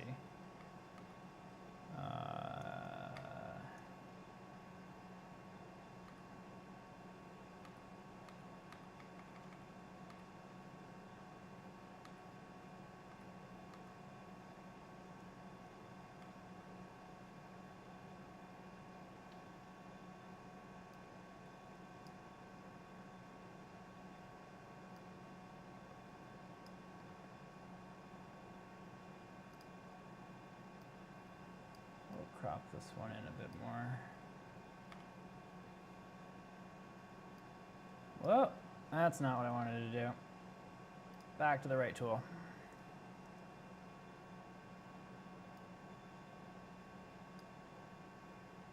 Okay, we'll go ahead and I think, well, we'll just finish out these ones.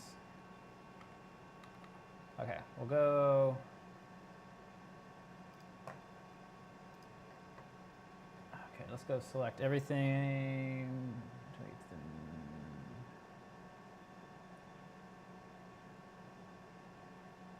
Okay, where did I stop? I know I marked it, so that's good. Okay, let's get all these exported, and I'm going to change the name this time.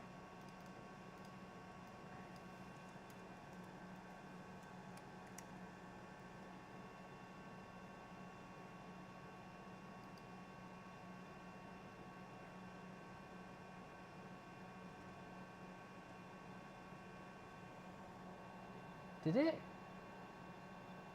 It crashed again.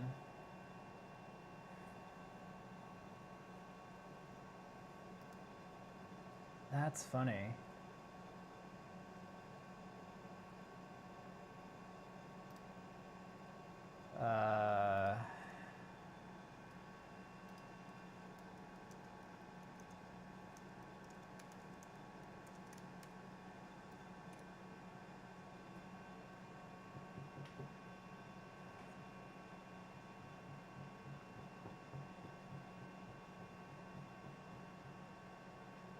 Okay, those are all exported now, but my tool crashed again. I don't know why it crashed again.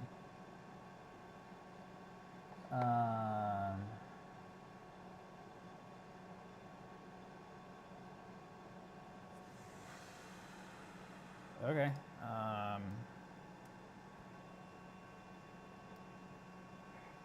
Boop.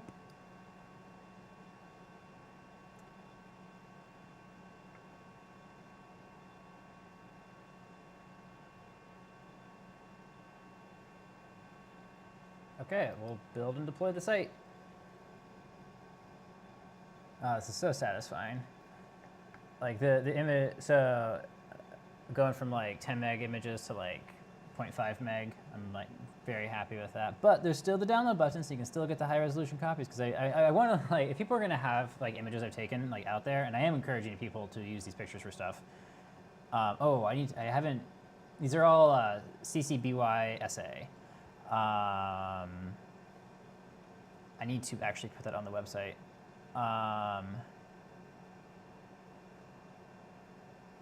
Okay, cool. Deployment complete. Let's check out what we got.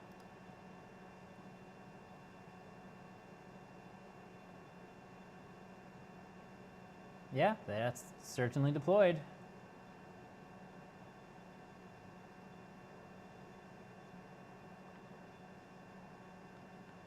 Cool.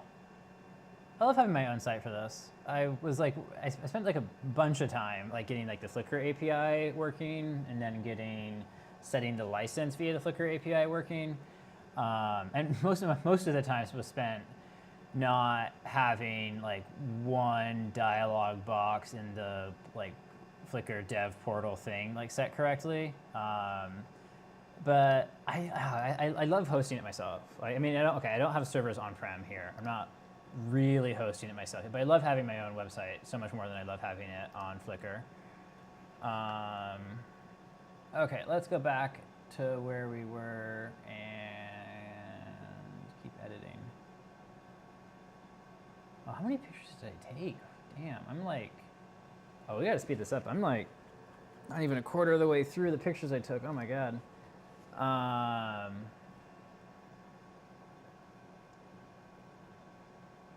Damn, okay, that's fun though.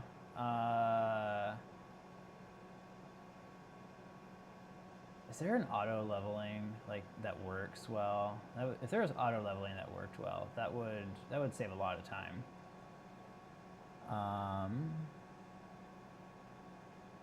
Auto adjust rotation on flip. That's not what I want. I want auto straighten.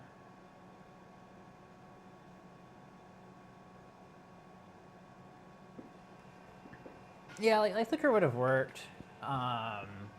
Their API was weird. Like you can't set the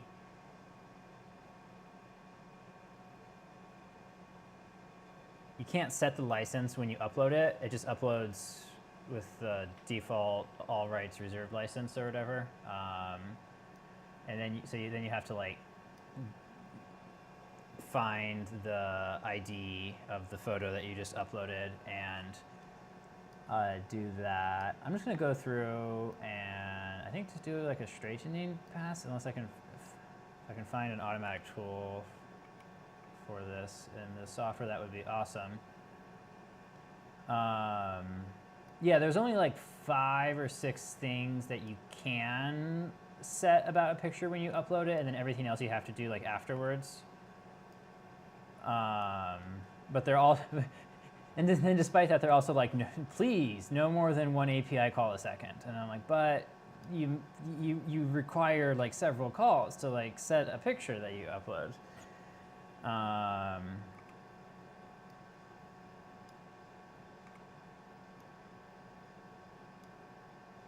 So that was fun. Luckily, I did pay for Flickr Pro when I was like setting all that stuff up, but luckily I only pay. I don't think I paid for a year. Hopefully I didn't pay for a year because I'm not using it anymore. I mean, if like a lot more people were downloading my photos, I might start to regret that decision. We'll find out because like I'm kind of on the hook for bandwidth now, so that'll be fun. Oh, that's a good picture. I like that picture a lot. God, I just wish I could use my wheel. Why can't I use my wheel? That's very annoying.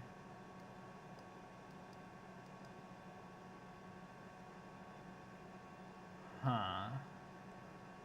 Maybe there's something I can do.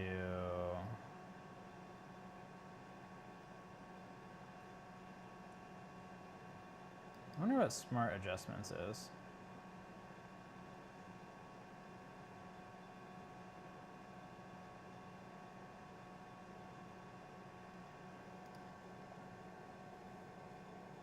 Just let me use my scroll wheel, please, please. I don't feel like I am asking for very much here.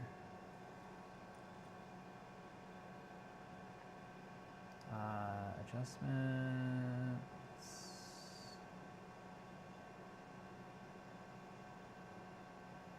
The blue thing mounted to the chamber at an angle is indeed a plasma cleaner. It's a, oh God, I can picture the name, I just can't remember. Vactron, there we go. Which one is this? I know it says on the control box. I don't know if it says what model it is on this part. Yeah, okay, this is a, well, none of that is, what model is it? Match. Oh, because yeah, that is the matching network. That's like the part, it's not the model. Come on, people. I mean, it's a slightly newer one because it's got like the blue enclosure on it. There's like 3 valves in there. There's a throttle valve and then an on-off valve for that throttle valve, and then I think there's just another on-off valve, and you can like mix gases. You can use atmosphere or use some other gas you feed. And then it's got one of the like MKS 902 pressure sensors, which are great. Yeah, they help. And the Vectrons work as well as like any other plasma cleaner. And maybe it's like the latest and greatest is like fancy now or something. But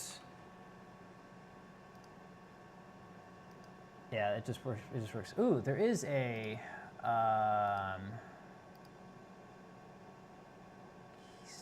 rotation.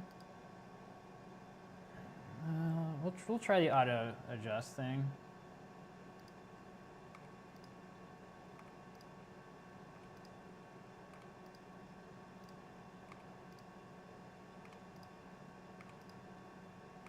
It is helping.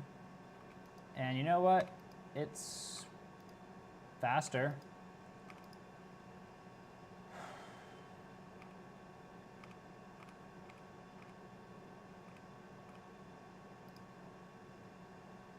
And that was the opposite of what I wanted.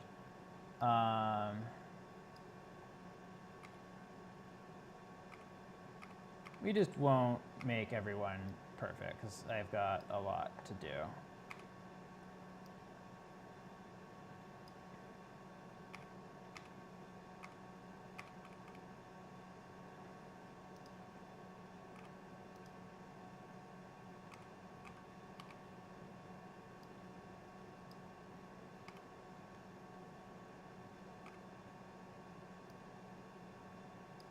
I guess I just need to get good when I'm taking the pictures and not be letting them be out of level at all.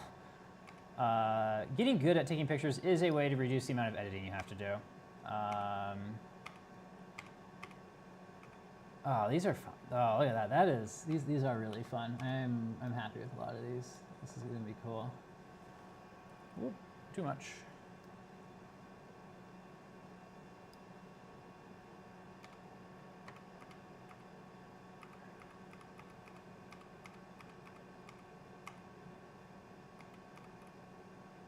I love the high depth of field from that 35mm lens. Like when you get it stopped down, it's so good.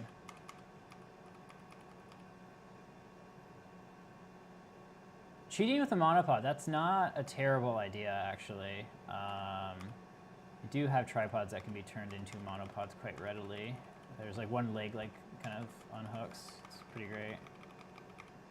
Man, I struggled so hard to get a picture like of these screws in these holes. I should just take the cover. I should just take the cover off like that. Why didn't I just take the cover off? Yeah, it doesn't even. It's not. I don't even like take the connectors out. Take the cover off. Okay, I just need to take the cover off.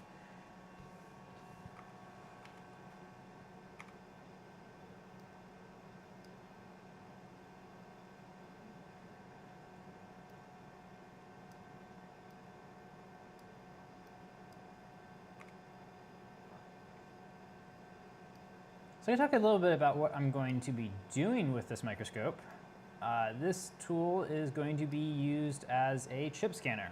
So we're going to take chips, we're going to delayer the chip, and then we are going to take very high resolution pictures of the entire chip. We're aiming for like a 1 nanometer pixel pitch, so we can be doing some like pretty modern node stuff with it. So we're going to zoom in, take pictures, move the stage, take more pictures, do some autofocus, do some autostigmation, hopefully not have to do too much more automatic adjustment. I'm hoping these microscopes are going to prove to be stable enough to do a really good job at that without having to write a bunch of complicated automatic stuff. We'll be using the open beam interface for image acquisition because that means that we'll have a substantially easier time doing stuff like writing our own autofocus algorithms. I'm not saying I can write a stellar autofocus algorithm to start with. What I can do, though, is make an environment in which it's easier to write your own autofocus algorithm. And so if what we have doesn't work, it will actually be fixable instead of being stuck with whatever the microscope is capable of out of the box. The serial port on these microscopes is actually like really great for automation. I am very well, okay. There's a little bit of stuff I wish was like slightly easier to use about the stage. Like you got to be so careful when you're controlling the stage on this because you have to send all 5 axes or 6 axes every command. So you have to compute what your Z currently is, and just leave it. Like don't accidentally touch the Z axis or don't accidentally move the Z axis. But it's not as easy as just not accidentally poking at it. You have to very actively read what it is and then set it. And if you do that wrong, you can just crash the stage into the pole piece. I do, however, appreciate that with the interface they give you over the RS-232 port, it is powerful enough to break the microscope and damage the electron gun. And like, and that's a good thing, kind of. Like, there's a lot of interfaces that are like not very powerful, and you're like, I can't use this for shit. This is not really one of those. It is a little bit slow. It's like 9600 baud.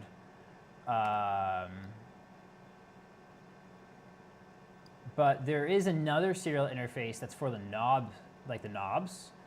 So 9600 baud for like standard automation tasks is completely adequate for how fast you're usually acquiring data. But if you're gonna do stuff like implement your own autofocus algorithms, I'm not sure yet if that's going to be as fast as I want it to be.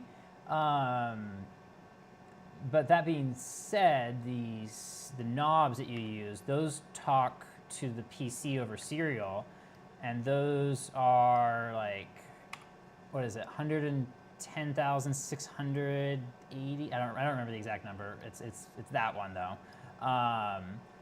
Like 100,000 something baud, and that's very fast. And the knobs are very responsive. So just pretending to be the knobs might be a viable way of doing autofocus. And like I will say, the Zeiss knobs feel really good. They feel very responsive. Like Thermo Fisher knobs, I don't know if they still are today, but for the longest time, Thermo knobs were only 9600 baud, and like they don't feel as good as these ones. And I don't know for sure that 9600 baud is like the reason that they don't feel as good, but because there's some like other slightly weird stuff that was done with they call it the MUI, the manual user interface. There was some other slightly weird stuff that was done with it that might be why the knobs don't feel as good. And there's definitely stuff on like the software side that's like there's so many layers of abstraction between you and the lenses in that microscope that I can't just blame everything on just like the knobs.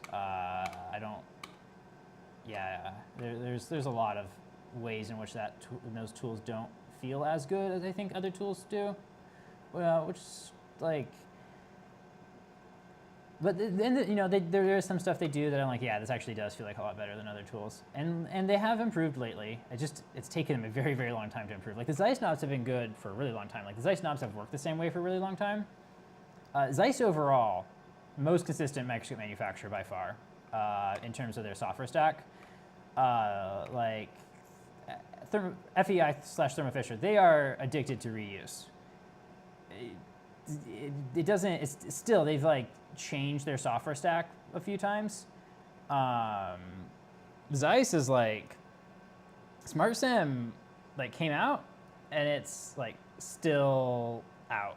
It's still Smart Sim. It's been Smart Sim. Smart Sim is the software that the Zeiss runs on since like 1995, like at least.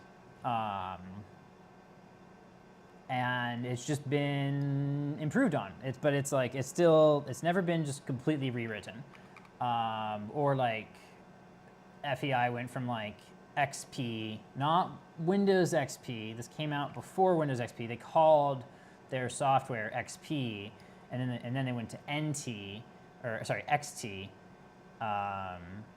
instead of XP, as like XT is their second gen software. But it uses like a lot of the same components, but it's also still like kind of different. Yeah, so the PC or the serial port is for the knobs and automation. The serial port is on the computer. For the joystick to control the stage, the joystick is CAN bus. Oh, cool! I finished editing or finished straightening everything. Okay, done with straightening. The joystick attaches directly to the microscope and is CAN bus, which I think is interesting. It is the knobs also attach directly to the microscope, but for like stupid reasons.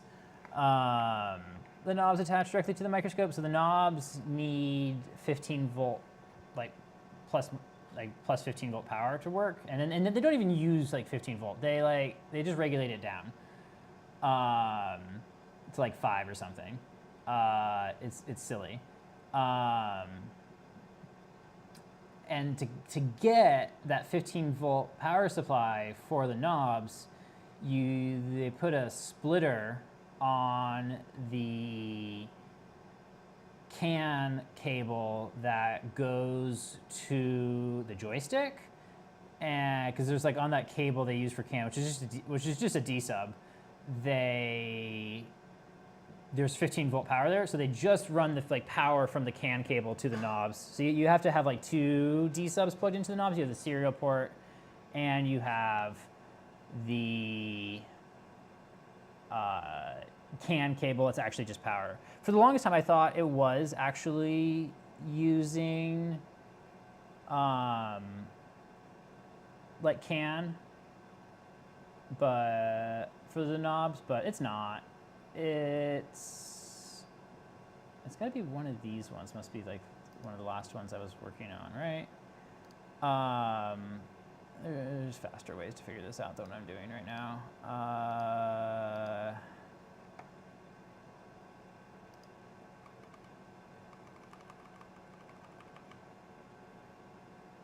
First place that I've actually, there we go. Yep, that's the one I left off on. Okay, so here's where we're starting. Yeah, so I was like, wait, the knobs talk to the computer over serial and talk to the microscope directly over CAN? And it's like, no, the knobs talk to the microscope over serial and they just get power from CAN, as far as I can tell. And maybe it's different on this one. I haven't plugged the Merlin in yet. That's at least how it works on the Sigma.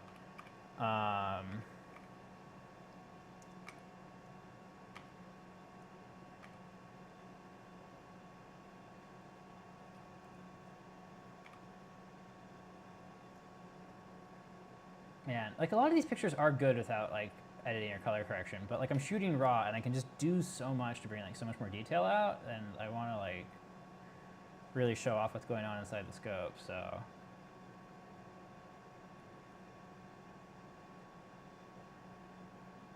here I am spending a lot of time editing all these.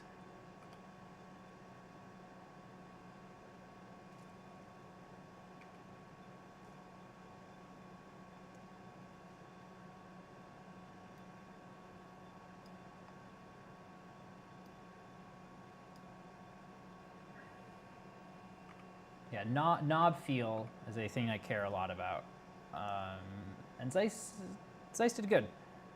Zeiss did good at knob feel.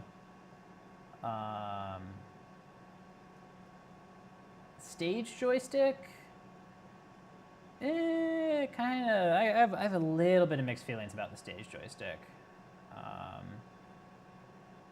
There's certainly things they could have done better on that, but. The point-to-click navigation works pretty well, where you like double-click on the image. I'd say that's probably more reliable on the Zeiss tools than I have seen on other microscopes. Okay, there we go. I need to write to Capture One and tell them they need to add rotation to speed editing. So the speed editing stuff is how I am using my knob. And without rotation, I can't add it, I don't think. You know what, this is worth a quick web search because it's so annoying. On this generation, okay, the Thermo Fisher scopes, you do automation over Ethernet, and it's terrible because it is decom, and you have to have just decom configured and going, and I hate it so much. I hate decom so much. I'm trying not to curse right now, but I really fucking want to. Fuck decom automation interfaces.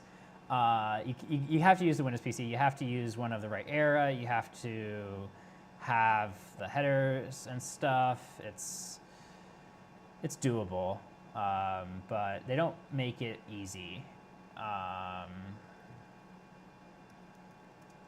Speed edit rotation. If there was like a, I don't know, like a TCP socket or something, like I would feel a lot less upset about that.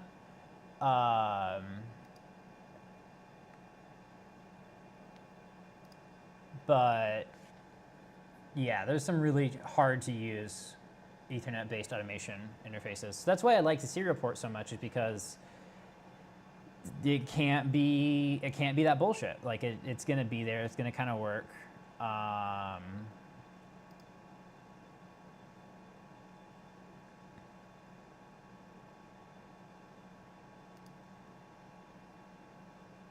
Capture one speed edit level image.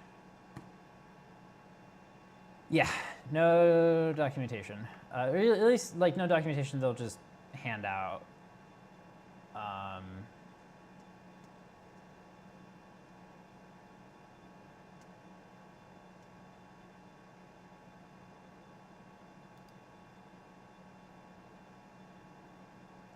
Oh, I didn't know that the speed editing stuff only came out in 2022.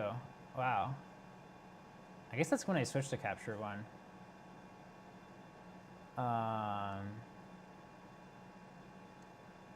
Because in Adobe there was like stuff, or Adobe Lightroom there was stuff that kind of works similarly. Come on. Let's see here, where was that? Edit keyboard shortcuts, speed edit keys. Like,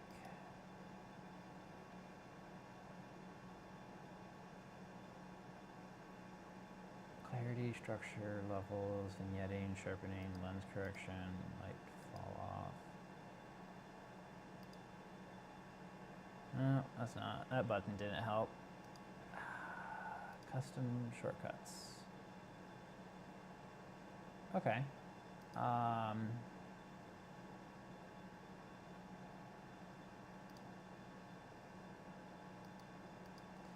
Oh, there's some stuff in here. Select command. Oh, that just deleted that completely. Okay. Open with, edit with, crop aspect ratio.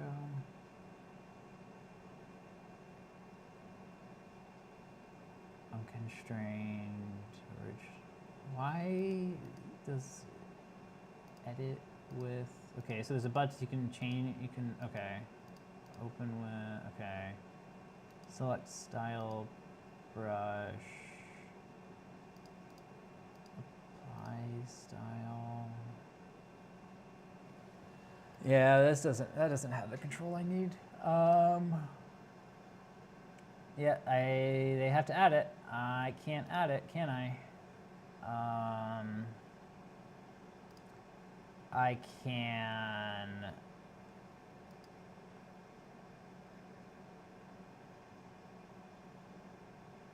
rotate freehand. I wonder what that does.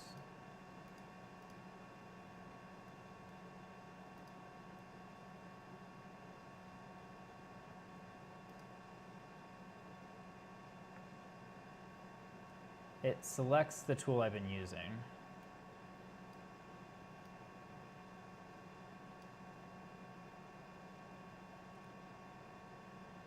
Love it. Oh yeah, there's no documentation on the CAN bus. I have not had a chance to explore the CAN bus. Most of the CAN bus is actually over optical fiber. If you go to, have I posted those pictures? I don't know if I posted pictures of the underneath. Yeah, okay, yeah. If you go back to the first stream folder, all of the red cables that you see, and there's some close-ups of the red cables too. All of the red cables are pairs of plastic or polymer-based optical fibers. And they're CAN bus for the most part. The ones coming out of the ion pump supplies are not CAN bus. Those are just pressure to frequency. So the higher the frequency is, the higher the pressure the ion pump is operating at is, and it's just pulsing that over that. It's not actually controlling the scope. It's not actually controlling those controllers via the optical fibers, but as far as I know, the rest of the optical fibers that you see, again, the red, are all CAN bus. And CAN over optical is a interesting concept for sure. It's yeah, Zeiss, like, so back in the Leo days, so it went, what was it before Leo? Was it Cambridge? I think it was Cambridge Instruments, and then Leo, and then Cambridge turned into Leo, and then Leo turned into Zeiss. That sounds right.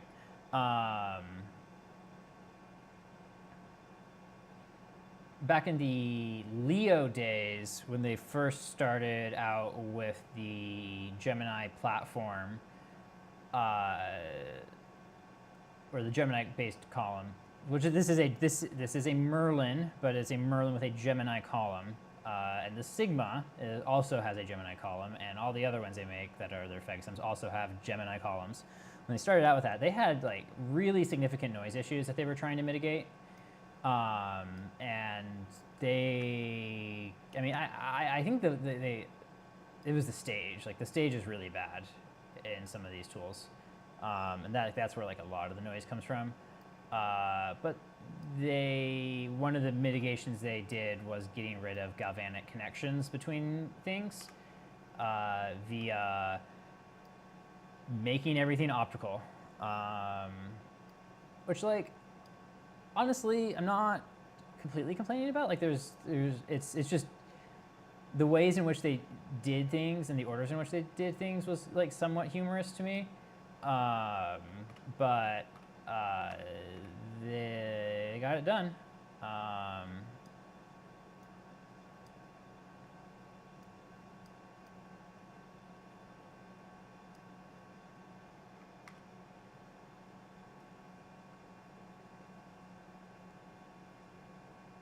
Yeah, this is fun having some of these more artistic, moody shots in there. If I want to, I can crank the black so we can see everything.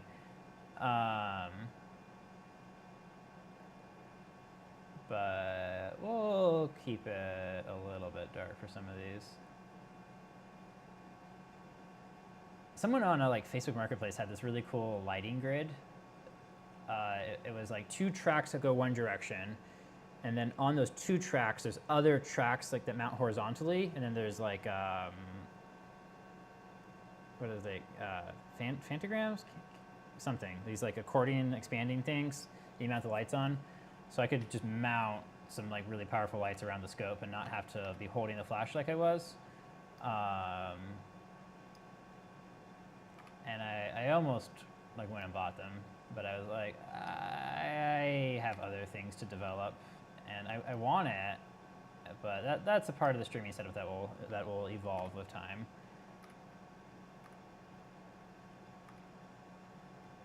Let's increase contrast on this one. I think that will help.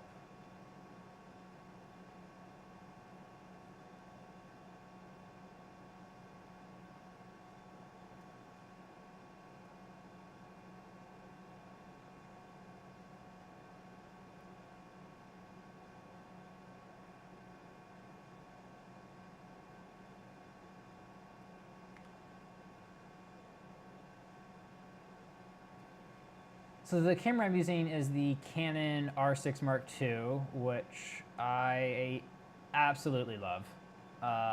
Low light performance is very impressive. It's a mirrorless camera. It has dual pixel AF. That works really well. I'm like, yeah, definitely gonna get me one of these because I just have them rented right now. And I'm like, yep, need one now. And then it's like, oh, Canon's teasing releasing or there's like the Canon rumors are like being like, oh, the R3 or the R6 Mark III is coming, and it's a stacked CMOS sensor. And I'm like, oh man, the dynamic range.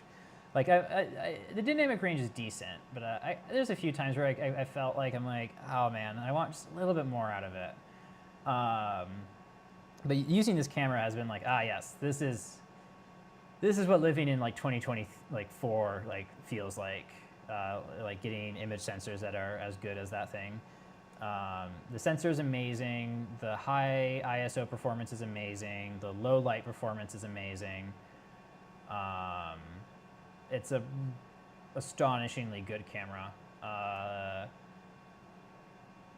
I love how good the stabilization is, and then you put a stabilized lens on it too, because it's got the stabilized sensor. You put the stabilized lens, and I was doing if I was like doing breath control, I could do like handheld 30-second exposures, and I could do 10 seconds a lot easier.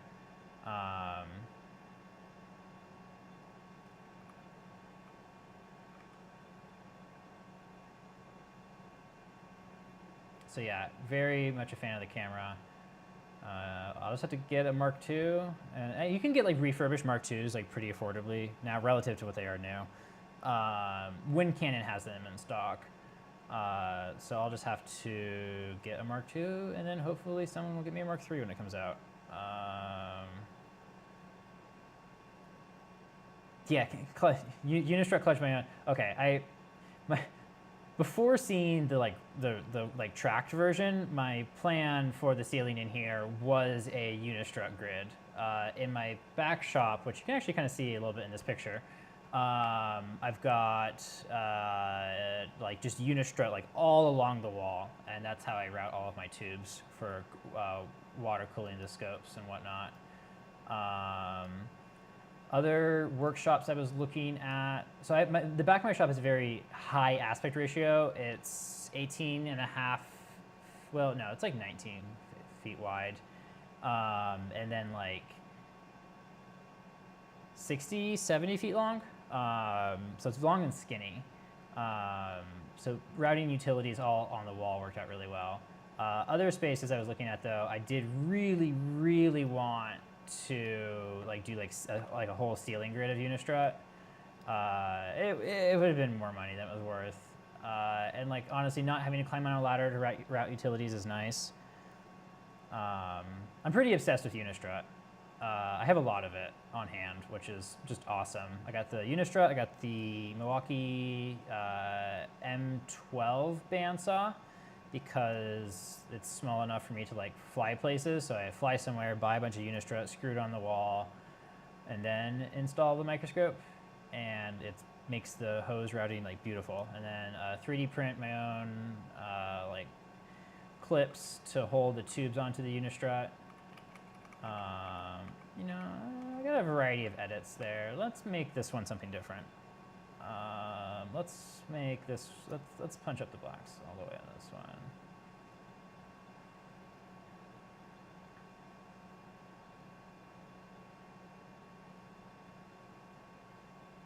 Yeah, that's fun.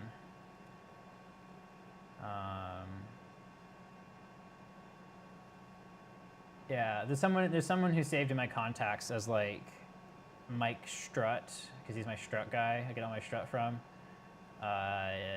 People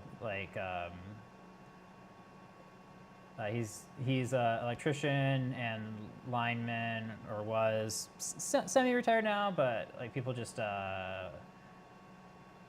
will sell or trade him scrap off of jobs they're on, and so he ends up with tons of surplus stuff like that. So I get all my Unistrut from him, and he's really cool. Yeah, I got my strut guy that I met on Craigslist. I got my Acrobin guy that I met on Craigslist.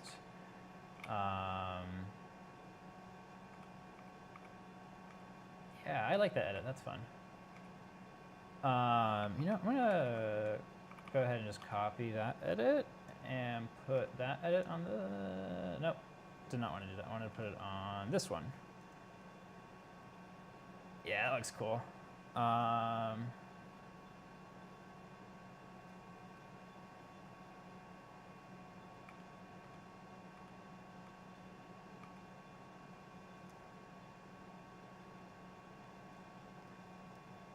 Yeah, it's like I got a parametric generator. It's actually in FreeCAD.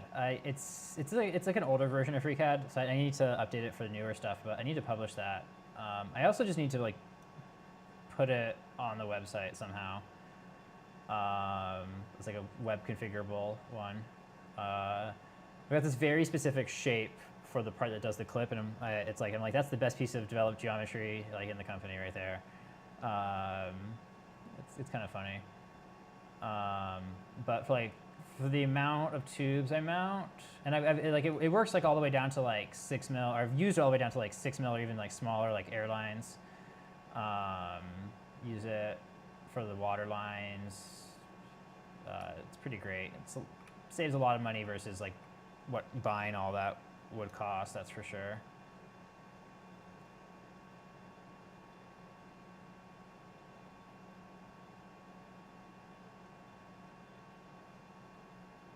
I think there's some stuff I could do in the camera. I need to play with some settings in the camera that would let me, or that would do a lot to reduce the editing workload I'm experiencing right now.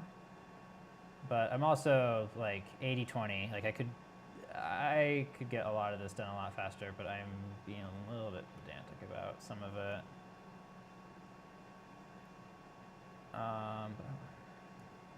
They're just cool tools. I want to show them off like this. This is fun. Let's see here.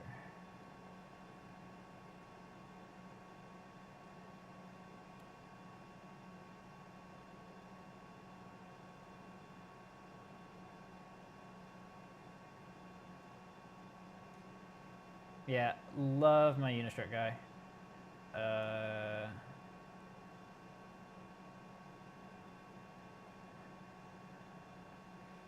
I like told I was at his workshop and I was telling him what I do, and he's like, "Oh, I've got like a microscope lens." I'm like, "Really? You have an electron microscope lens?" He's like, "Yeah, yeah." So he goes and shows me. It's like, no. You have like a NMR spectrometer." Like, "Oh, okay." And I think that thing ended up getting scrapped because it was like just like the windings from it, and it was a really old one, not a superconducting one. So yeah, he ends up with a lot of interesting stuff. I love how good Craigslist is out here. Craigslist is awesome out here. I mean, you still gotta check Marketplace for stuff. Like, it's the Marketplace rot is real.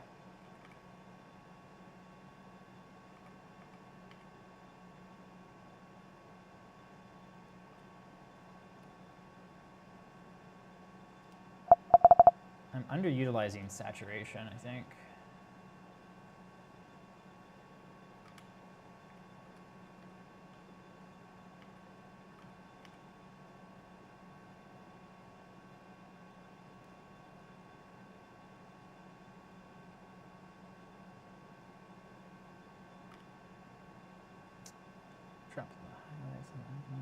I'm a little bit disappointed that there's the silicon heater bands on this one. I don't like microscopes that use like silicon heater pads because like I'm pretty confident that stuff gets hot enough to outgas some somewhat nasty stuff. Like I'll put it this way, you would never have a pet bird around one of these microscopes when they're being baked out with all these silicon heater bands.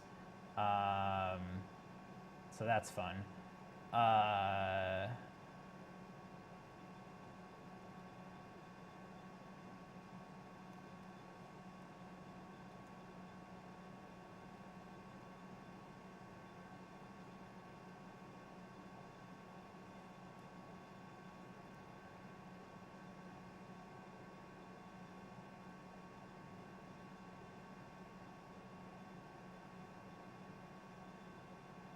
Yeah, no, and like, man, don't get me started on Marketplace. Like, you search for something and you can't not see things that don't have your search term in it, and it's awful, and I hate it.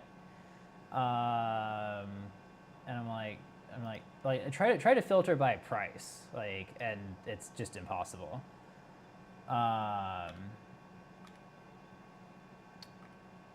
Yeah, so the gun chamber will be opened up. It needs to be opened up because it needs a new source. I know the source was basically end of life when it was deinstalled.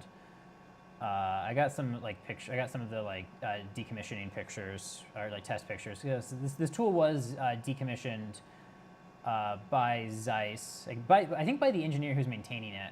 This tool was AMD before I got it. Why? What happened? That happened. Okay, I see.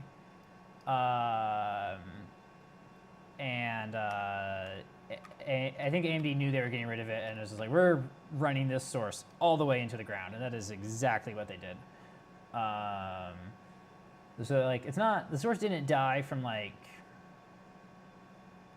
completely failing, like going open circuit or something, but the tip is very blunt, and I'm almost certain the zirconium reservoir is like completely empty. And I'll be able to check that out once I pull it when I pull the tip out. So yeah, the gun chamber will be being opened up. It's not being opened up tonight. It is going to, but yeah, I am planning on doing the tip exchange on stream, and taking a gamble here, mostly because I'm curious, honestly. Like, I got some like really kind of I'm like, how is it possible that this tip was this price? Like, it was so cheap for a tip. And I'm like, yeah, we'll try this tip out. It may or may not work. We'll find out. If it doesn't, we'll be buying a brand new one for it. So maybe doing it twice. And then, you know, I mean, I'm pretty sure they had pretty good engineers working on this tool at AMD. So I'm hopeful they didn't like contaminate the emission chamber or something. The Sigma right there, that one, oh god, the column is so dirty up top. So that is going to be completely stripped and ultrasonically cleaned and completely gone over. It's going to be quite a bit of work. I'm going to put the plasma cleaner where the emitter currently is. This is a joke, but I'll be turning it basically into a plasma fib.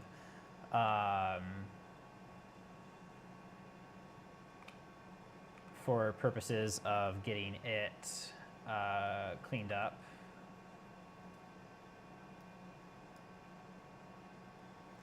So yeah, plasma cleaner on the emission chamber, like that, it does a lot of good, especially when you run it for like a really long time. I've done that to a Zeiss, and I made the vacuum like too good, like way too good, which is fine for it's not really such a thing as like too good of a vacuum. As far as I know, there's not such a thing as too good of a vacuum for a field emission tip like this. There is, however, such a thing as too good of a vacuum for the ion pump controller, because the ion pump controller doesn't register there being any current at all. And then when it doesn't register there being any current, it just, the ion pump controller reports, hey, current's at 0, because the pressure is just so good. And then the vacuum board is like, oh no, the pump must not be working correctly. Let me turn off now.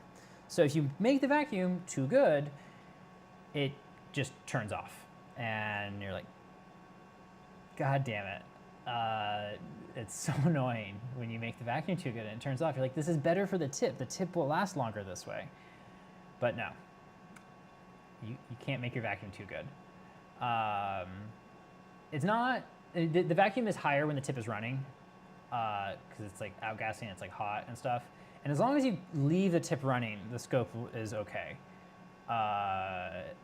But if you shut the gun off and you don't remember that you need to like turn a heater on or something, then yeah, it just turns off eventually, and then it turns off without you realizing it, and then it's off for like 2 or 3 days. I'm like, well, now I have to do a bake out again, and it's like, it's just stupid. It doesn't need to be that bad, but it is. And it's like, come on.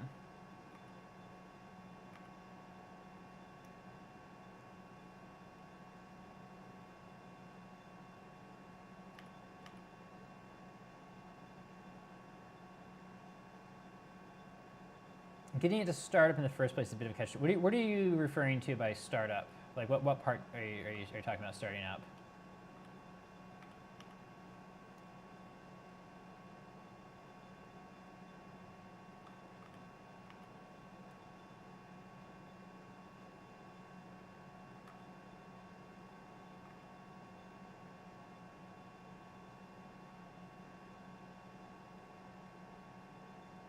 Oh, hours. I mean, the chamber plasma cleaners usually don't run for very long. They do it for like a few minutes, like when you pump down or something. You can run them longer. But yeah, I've run them for several hours in the emission chamber. But this was like, there was like fingerprints up there. Like, it was bad. It was really bad. It was like turned the beam on and then could like watch the apertures in that area like getting clogged by all the carbon being deposited on everything. It was like, whoa, this is really bad. So everything I could get off the column and out of there got ultrasonically cleaned really well, and then washed with deionized water and whatnot. Well, there was no whatnot. It was deionized water, so hopefully there was no whatnot. Hopefully it just was water. But there's a lot of parts that would have been exceptionally challenging to clean that way. And fortunately, those parts are also just like mostly like big flat surfaces. So for all of that stuff, just ended up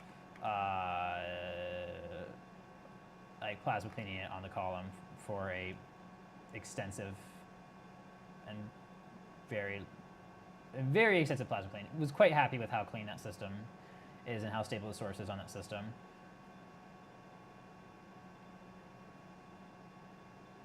And it was literally, there was like a thumbprint like right next to the, like on the like very round thing that the tip cartridge like actually like gets mounted into. There's just a thumbprint right there next to the tip. It's like, come on.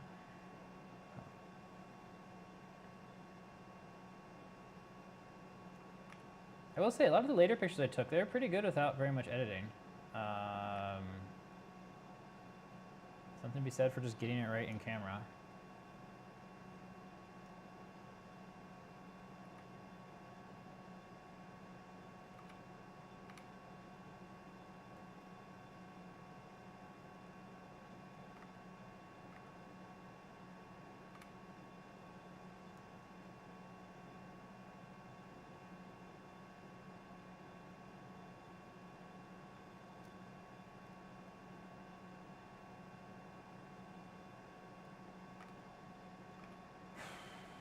These are, okay, here's where we got to some really fun ones.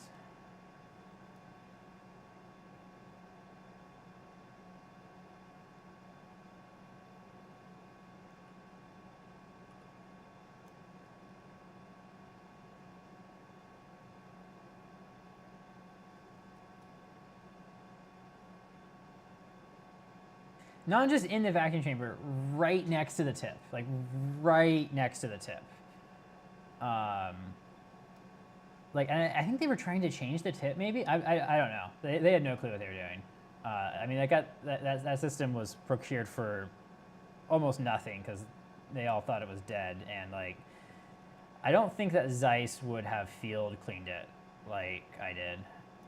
Some engineers at Zeiss would have, not a lot though. It was bad. It was really bad.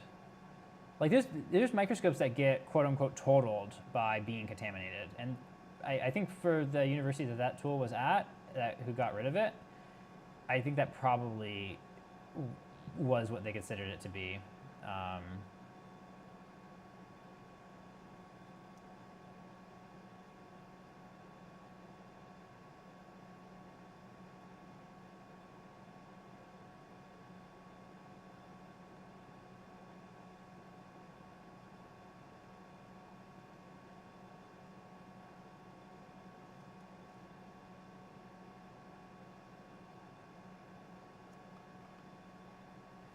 That's a fun one. Yeah, like it's like, okay, thumbprint in the vacuum chamber where the sample goes. That's not great, but the scope will still function like that. Like, it'll be okay. It'll, like, your apertures will get dirty faster. You'll get like a lot of carbon depositing on your sample. It'll take longer to pump down, but like, it's kind of okay.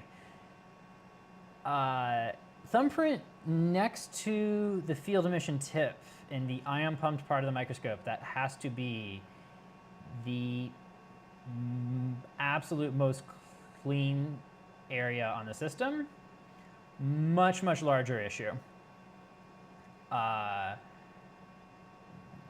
Like, complete showstopper in terms of being able to operate the microscope for anything longer than like 20 minutes. And after that 20 minutes, it's not like you could use for 20 minutes and then not. It was like you used it for 20 minutes and then the aperture is like clogged over because of the crap. It's like, oh, okay. This thing is done until being like fixed, like actually fixed. So that was fun.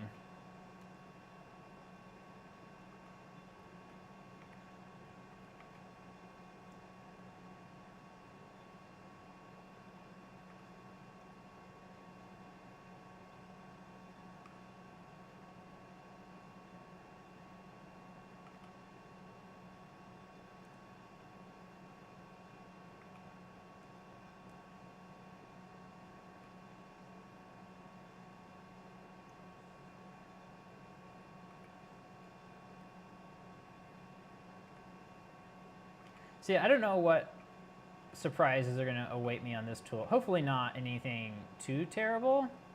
I mean, I got an inspection report on it. It was a functional tool when deinstalled.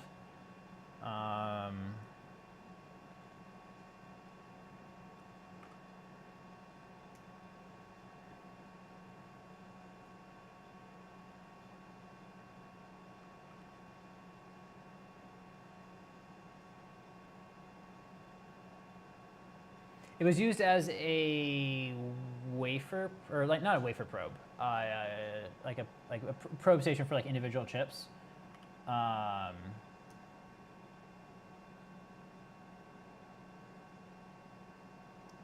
then it had like the like 8 piezo nanoprobes on a platter, and you actually load locked in and out the platter with the chip in the middle and all the probes. So you like set the probes up on the outside before putting it in. Pretty cool system it had on it. I was really hoping that it was going to come with that, and they're like, actually, we did not mean to say this was going to be included, so it got taken off. I was like, darn, I wanted 8 nanoprobes inside of this SEM to play with. That would have been great. But alas, they kept them.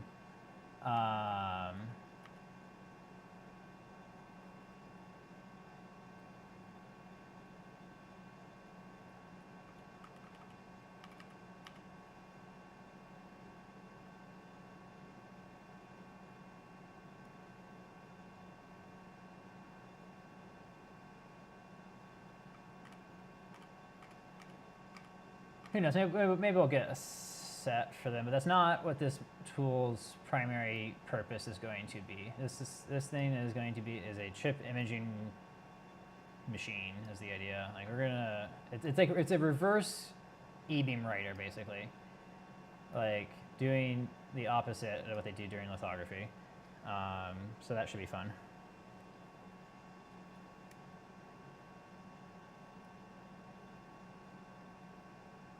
Hey, I got the like purple lighting, nice.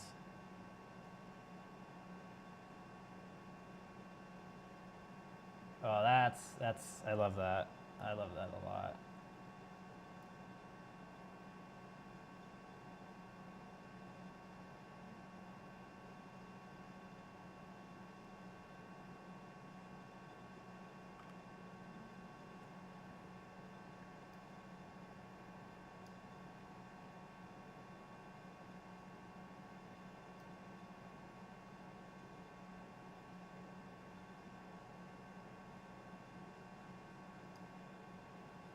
Nope, almost.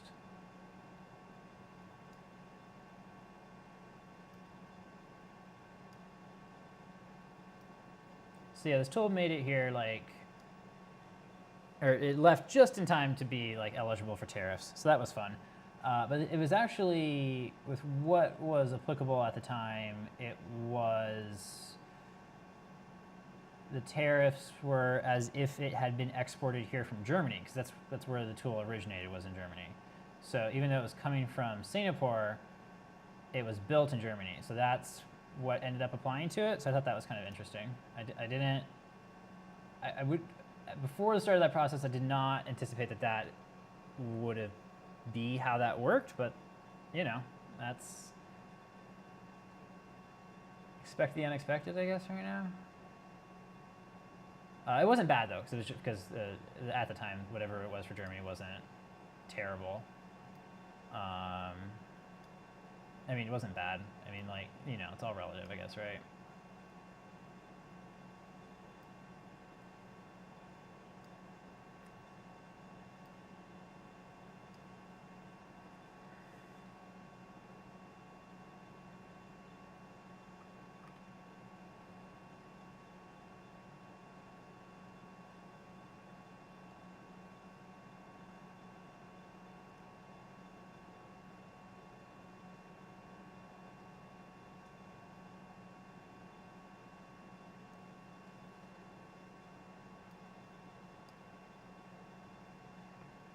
I've not dealt with importing very many machines. There's just so many machines in the U.S. Like the availability of machines here in the U.S. is seemingly a lot better than the availability of machines in a lot of other countries. This was like there was some pretty specific requirements that were kind of laid out for this one, and it was a good enough deal coming out of AMD that it was like, okay. Yeah. But yeah, usually,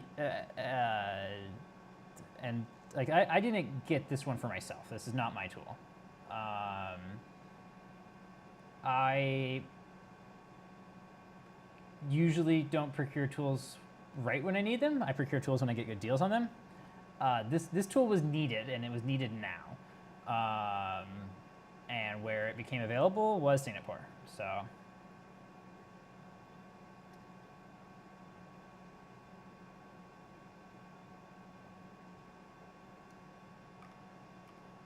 Yeah, speaking of good deals on tools, I'm being offered a free TEM right now, and I'm like, oh man, it's so much money to move those things. Like, the microscope might be free. The process of getting the microscope home is not free. And I already have like one free TEM in the back right now that I need to get all the way working still. And this one's a 200 kV TEM, so it's a tall boy, tall girl. It's a tall instrument, but it's one I really want. It has a better stage than the one I have right now.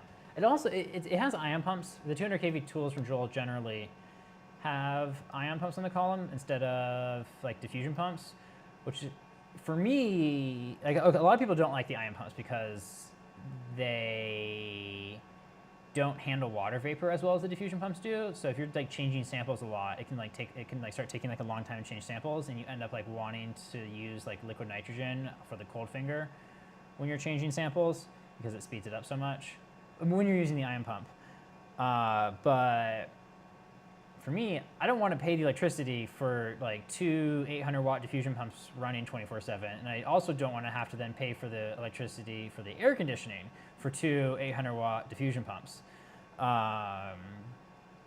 But TEMs really, really like staying under vacuum like 24/7. You don't want to be like turning the vacuum off in the column if you like don't absolutely have to.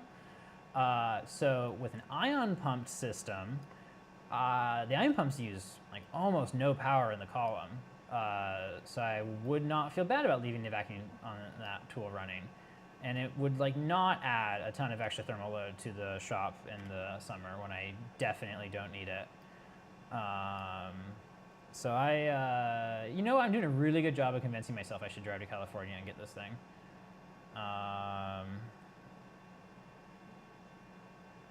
I mean, I shouldn't. Like, I should be working on this project right now. But I want it. I sure want it.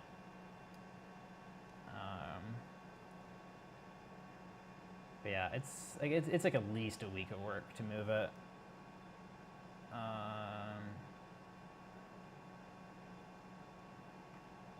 Yeah.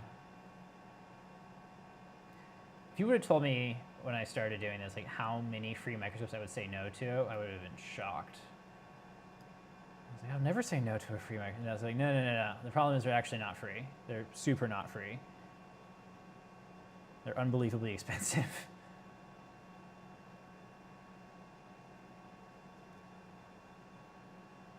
Even when they're free, they're unbelievably expensive. For the big tools, for the really big tools. You know, thermionics, you can get those things thrown in a truck in like a day. That's fine. Like when you have to build a crane to take apart the microscope, like that's when stuff's getting like pretty serious.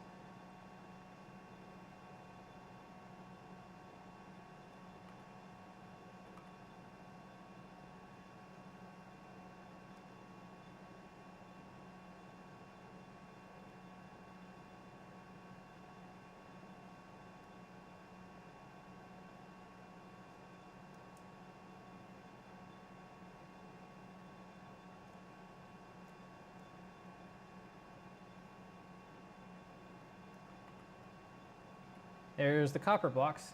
I know that this is the first picture of many. It's not even monetarily free. Like the logistics on those things cost money. Like diesel costs money. And it takes a lot of diesel to move a microscope. And then floor space. Floor space is also not free. I pay for every square foot. And yeah. I wish I had free floor space. Man, I'd have so many microscopes.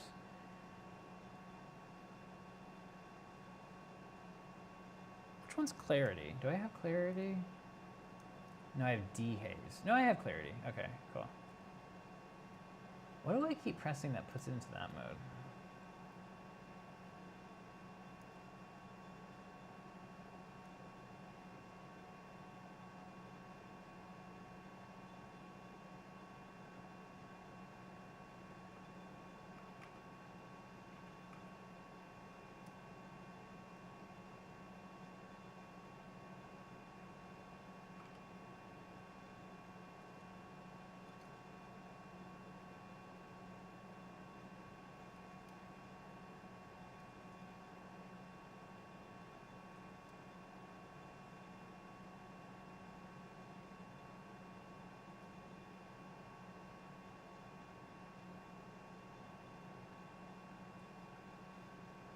So here, I'll find once I find a picture that shows it really well, I'll show you the like pin that the spring is attached to that moves in and out.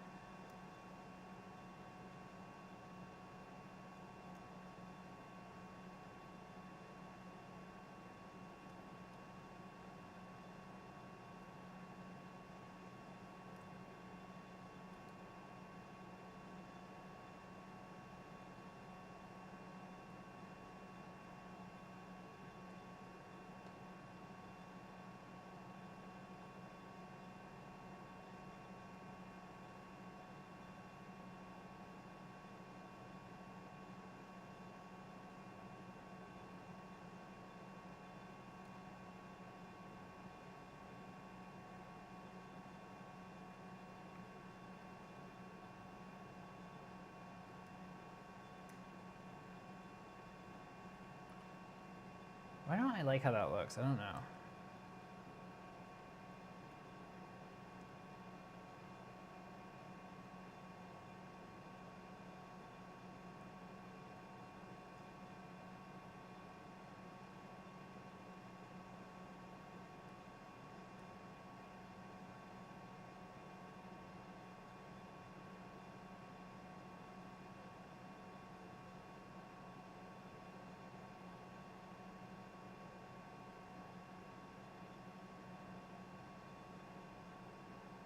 Okay, I like that better now a little bit.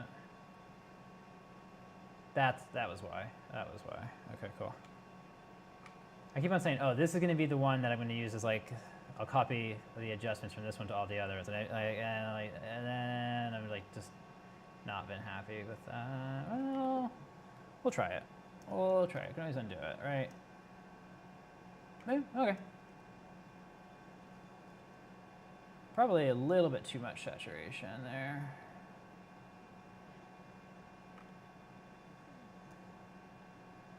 Here's the pin. Okay, so that, come on, zoom in.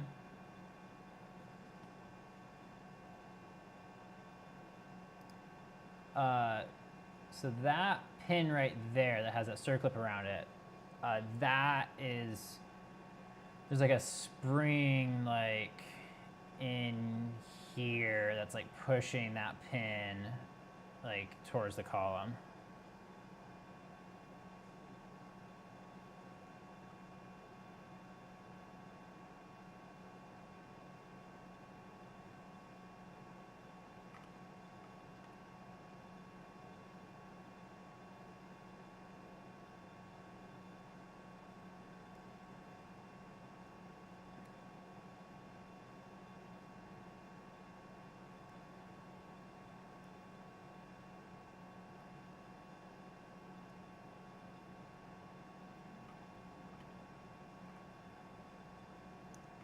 Copy, paste.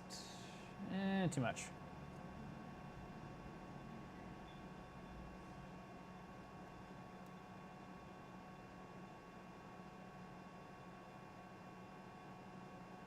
Okay, how are you all liking the format of this stream? Like taking pictures and then like reviewing them really closely and exploring the scope. I'm spending a lot more time editing than I thought I was going to when I set all this up. Although, like in hindsight, I am completely unsurprised by that. But at the same time, you know, it kind of gives us a chance to explore what's going on a bit more.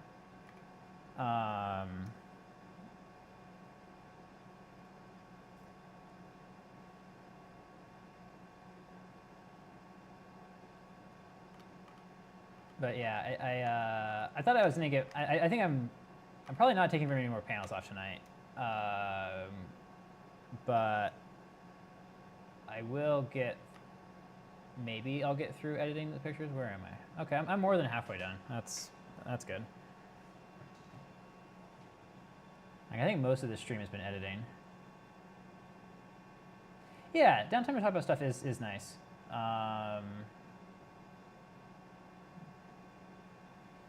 I put all this like time into like getting the like the capture like really fast. Like take a picture, get it on the computer immediately, be able to export the picture immediately and publish it. Like all of that's like really fast. And then it's like in the middle, there's this thing I didn't account for, which was editing. And editing was going to be a long time.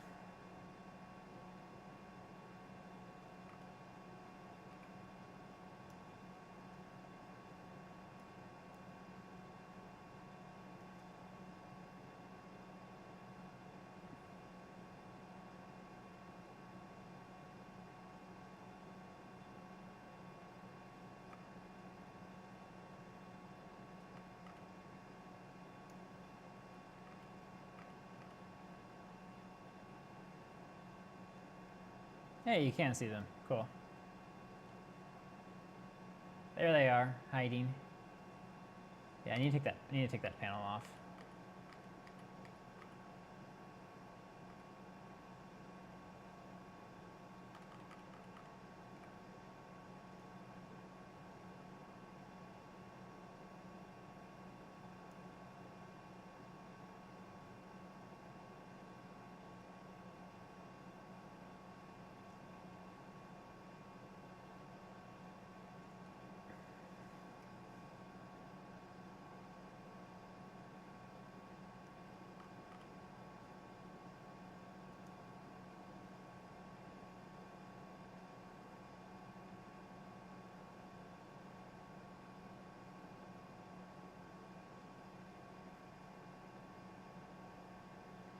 Uh, yeah, I mean, I think having the pictures will eventually make talking about the subject, or like we're getting some pretty detailed pictures here. So like in some ways, I feel like it makes it easier. But yeah, I see what you're saying.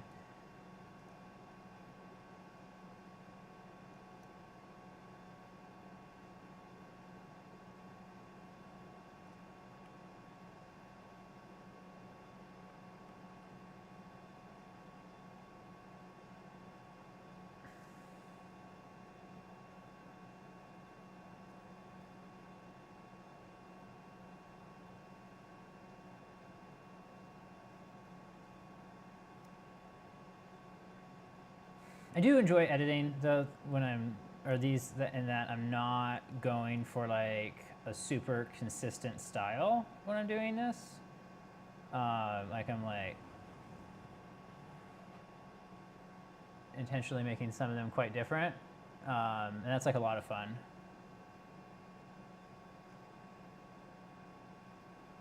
Um,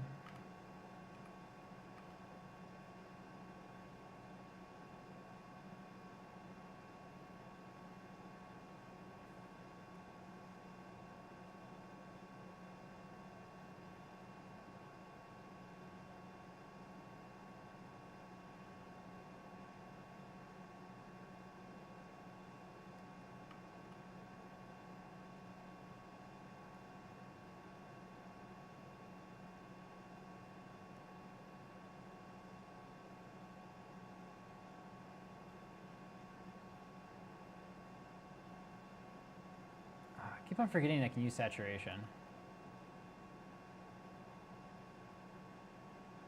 I love what it does to the red and the green.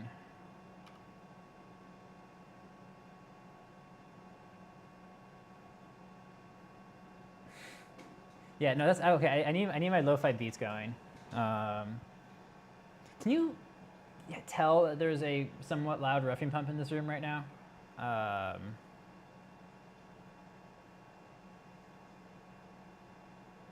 Out of curiosity, I know I got the like when I used to stream, I was using way worse microphones than I have now.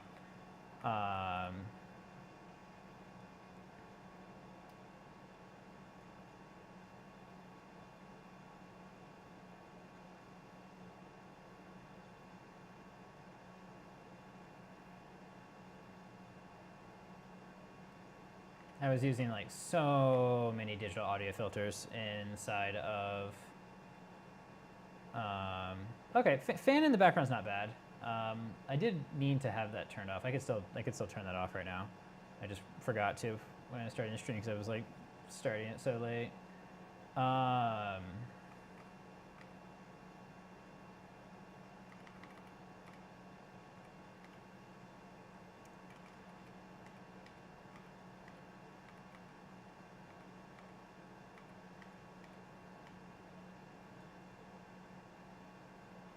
Nice. Look at that. I love the purple that came out in that one.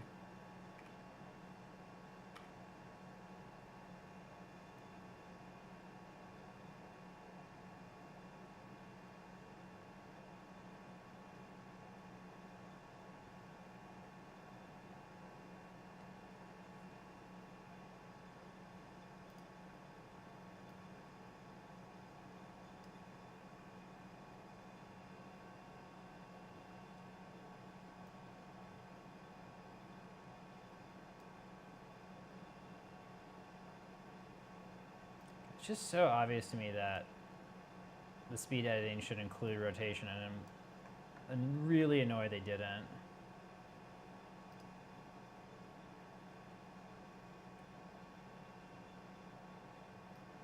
So I have two RGB like video light flat panels in the room right now, and I have both of them set to just like randomly cycle through colors. So when I'm taking pictures, if I just like take a few pictures in a row, I'll get like different colors to like play with. Like this one of the lights was like on green. You can see a little bit there.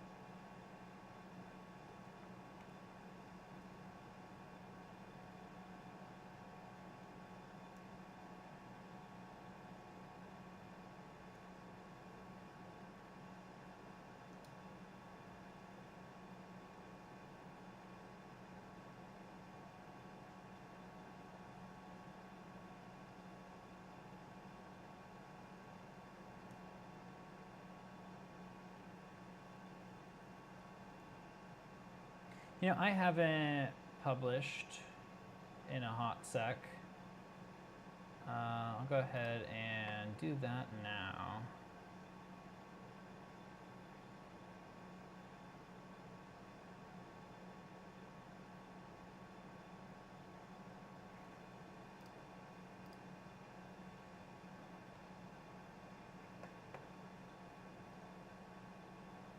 It's one of these ones, wasn't it?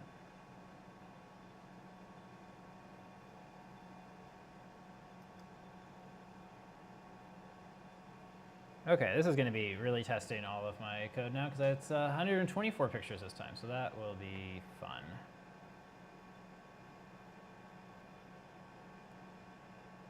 Okay, let's export.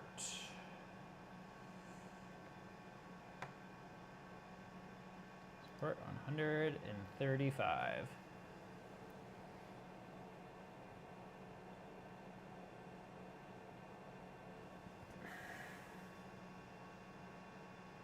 Oh, it appears that I have lost another camera. Okay, let me swap some batteries around.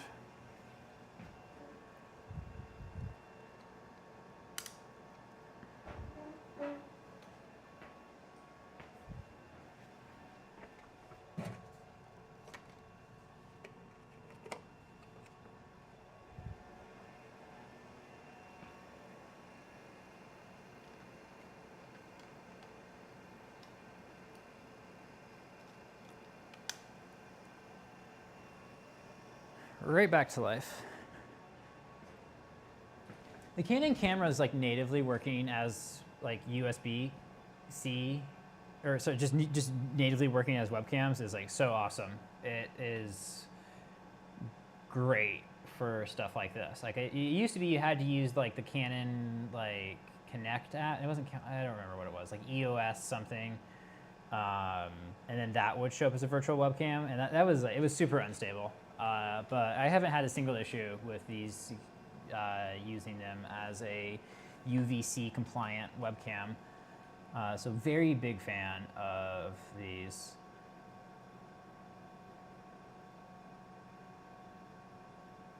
Da, da, da, da, da, da, da. Here, wow.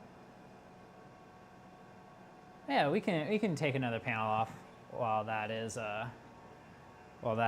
exporting. Should be fast, right?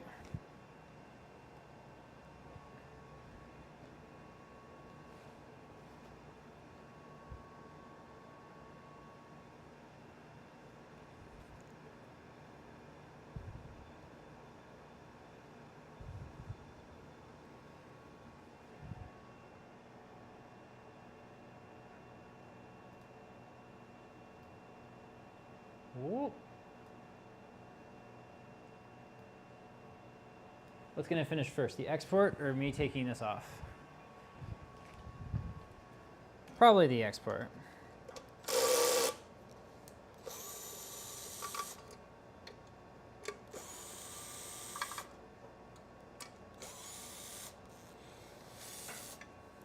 It is unfortunate that all the panels have to go back on for bake out because it actually needs them to get hot enough.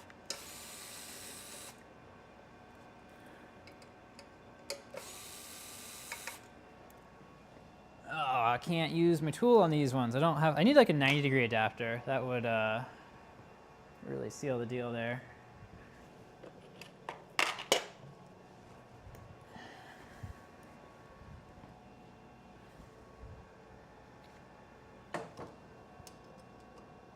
Oh, I guessed wrong.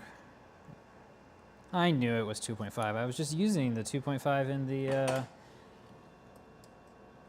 the driver.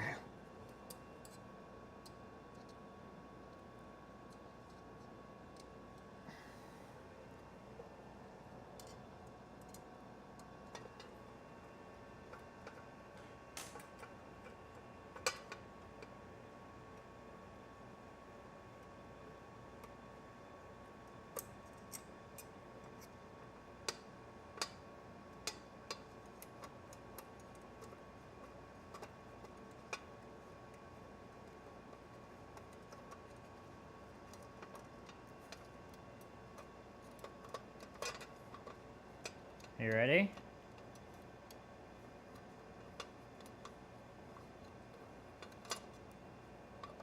Ta-da! Oh, that's slightly different than I was expecting, actually. Okay.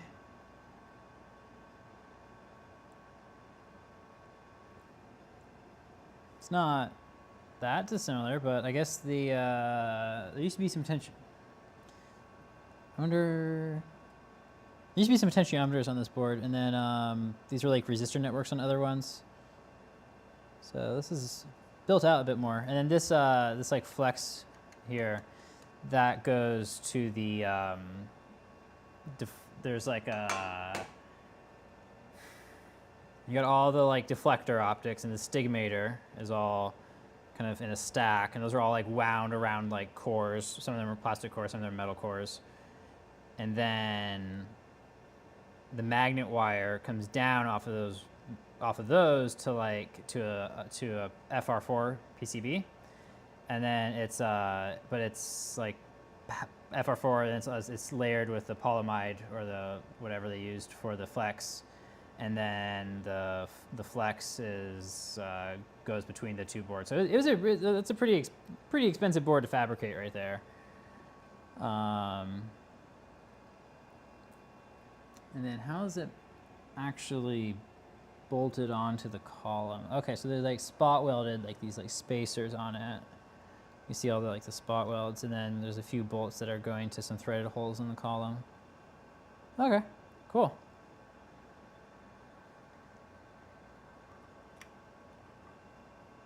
On the Sigma here, it's just like, it's just kind of hanging out. It's pretty funny. I think I'll leave this off for now. Yeah, but I'm gonna leave that one on because that's quite fragile right there, and I don't want to risk damaging that ever.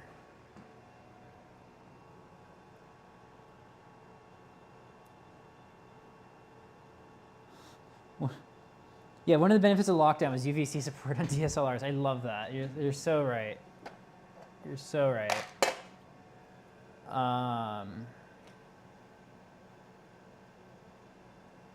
Bakeout time.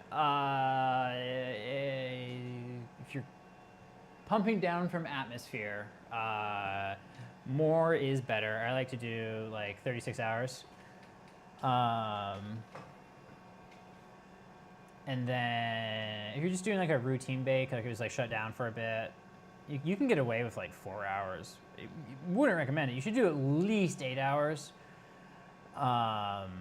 If you didn't vent, and you can get it down to a pressure that you can turn the gun on at and like not instantly kill it after only like I don't know, 4 hour bake. After only an 8 hour bake, you can just barely get it down to a pressure where you can start it up. But that is substantially shorter than is recommended. But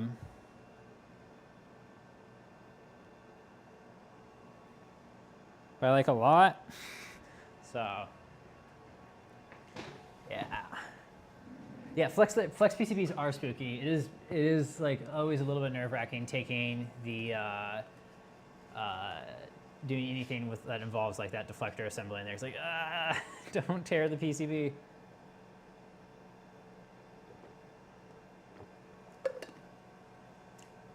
I was like at one of my aunt's houses with a projector, and it I don't remember what it was, but there was like some optical limit switch that was involved in the projector like homing itself, and it was dirty, so I had to open the projector up to clean it out, and then it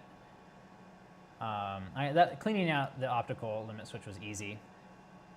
What was not easy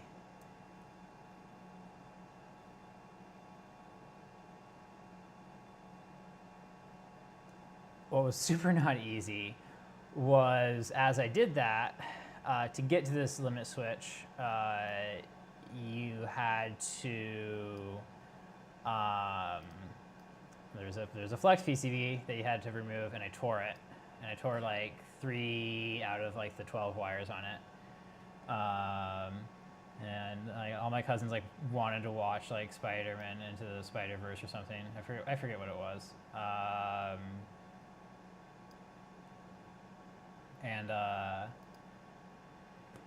Yeah, I was like, oh, I have to fix this projector before movie night's ruined. And I had like the TS80 soldering iron, so it was like that and some like small gauge wire. And I repaired the flex PCB. It was fun. My cousins got to learn what soldering was.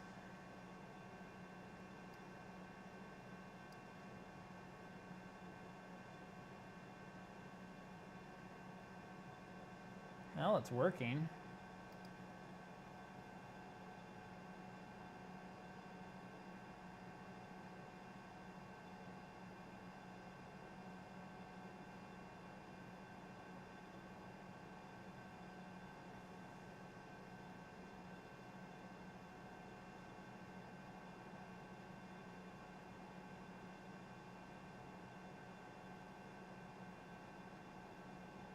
I'm shocked at how fast this is uploading.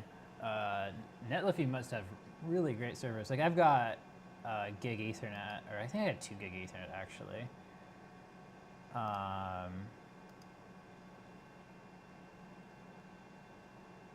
Yeah, it's uploading at 15 megabits a second. Okay, that's pretty respectable. I'm not complaining.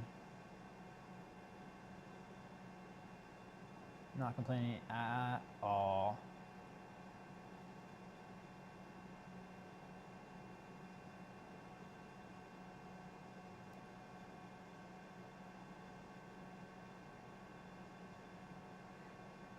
Deployment complete.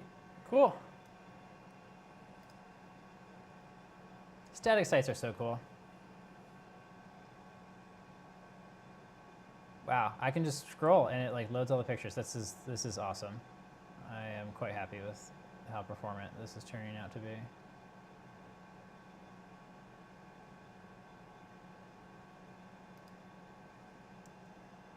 I can just hold an arrow key down and it like scrolls through everything. That is great.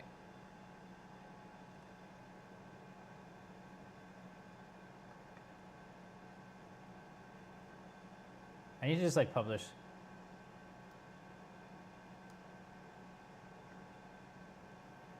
Okay, this will be the video that I published from this stream.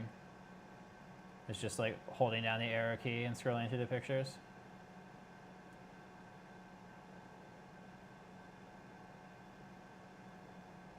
Yeah. Okay, it's worth spending the time on the edit. This is fun. I really like that one.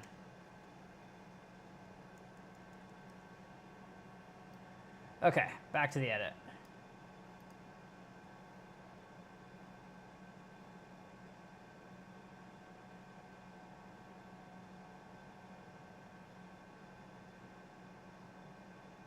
It is a 200 millimeter load lock. The load lock is currently sitting on a cart over there right now. That's why it's just like the VAT valve. I think I've got, I think it's 100 millimeter stage travel on this tool. So can't quite, like I could fit an 8-inch wafer, but I can't pan across an 8-inch wafer. There are it's really funny. It's the tools that, let me pull up a picture. What is that? Is that a Leo 1580? Oh man, I hope I remember the number. Leo FEG SEM.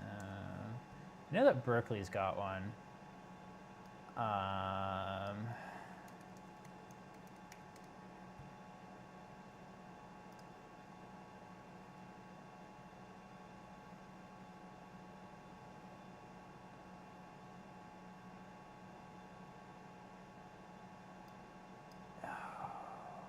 What is it? It's not a 1530. Is it a 1540?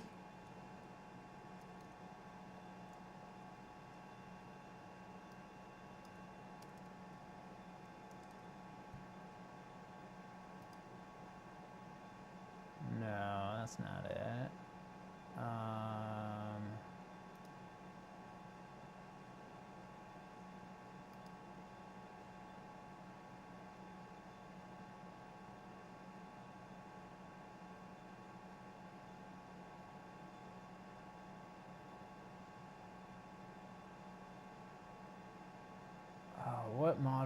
microscope, it's so funny how big it is.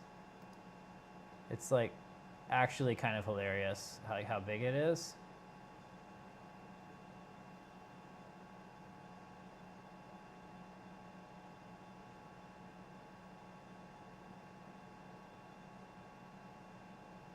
I mean, like, so it's hilarious how big it is, but it's also impressive how small it is. Like other 8-inch wafer scopes are substantially larger. Like the, say, A35 from FEI, DB835. Barney, it's a microscope in a Barney box is what's known as, a big purple box. Like those things are massive, and they're really annoying to work on. The Leo one, Leo now Zeiss, is just like really round.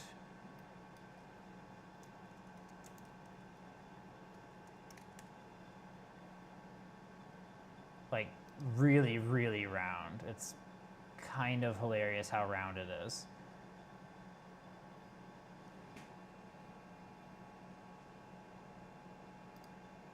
$1560, there we go. Leo 1560.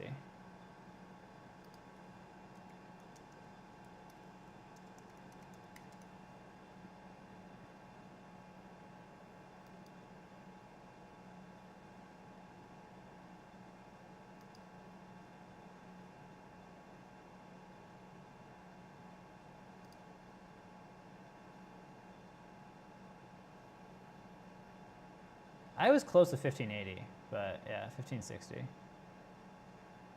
Where's a good picture of one? Why are all these pictures of these so bad? I guess I just have to go. I know I have pictures of these too. I need to go find those.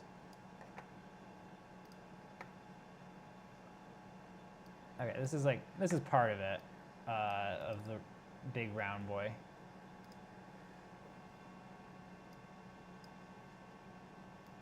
Like, it's just funny.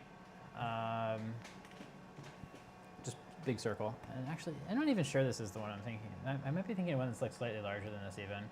Like I recall it being like almost comical.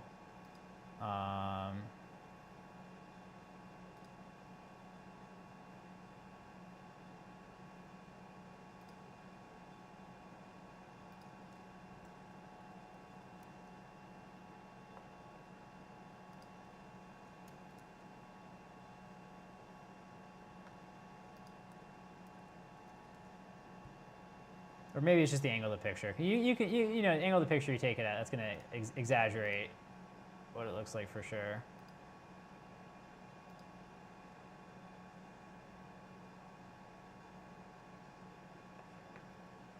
Okay. I think I got one more sprint to do editing pictures, and then I will be pretty much done with this set.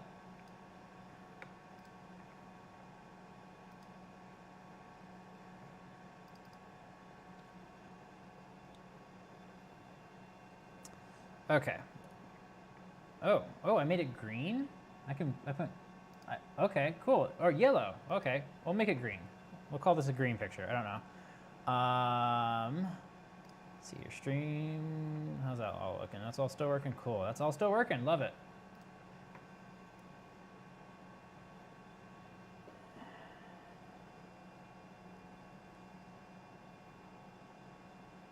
I'll just put a really blue one and then a really red one up too, you know, right? What am I looking at here?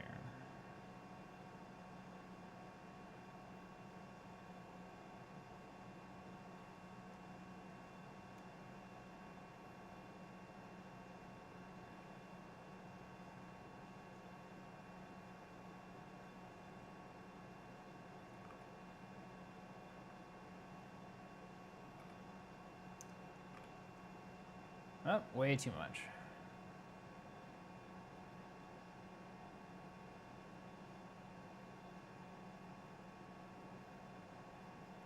So just a just to do a little bit of experimenting with what the auto stuff does.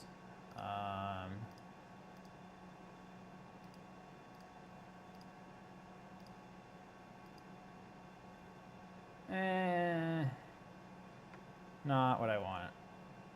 What if I set this as a reference? And then I go and I tell it to auto adjust. Okay, that.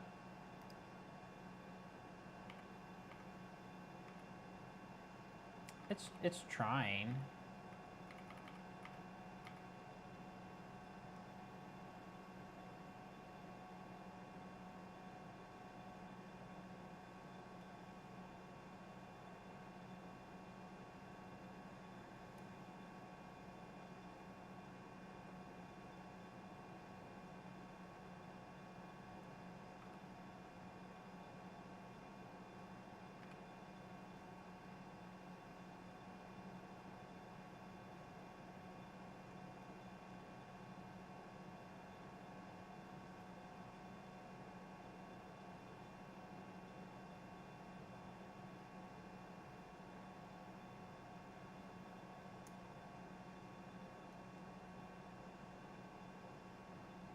I love my polished floor. Finally showing that off a little bit. Man, floor polish. I should have been doing live streams when I was doing all the insane amount of work I did to the floor in here. That would have been fun. I got time lapses of it though. I gotta get those published somewhere.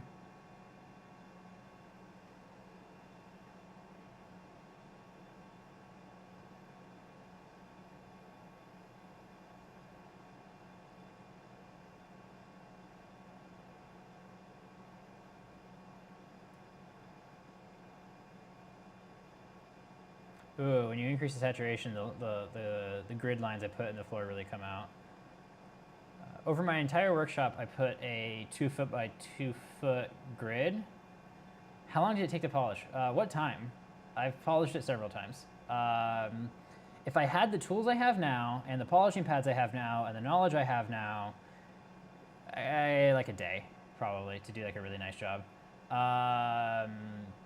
I messed around with not the right equipment and not the right process and a lot, so days, definitely days. But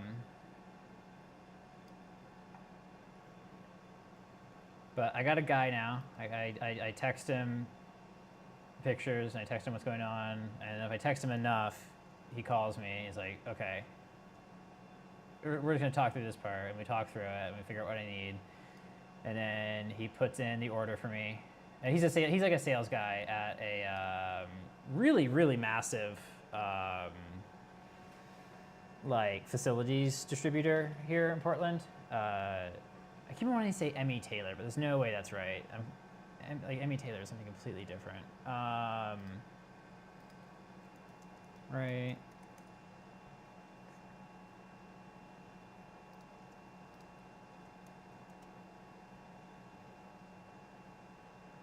Yeah, I don't even know where I got that.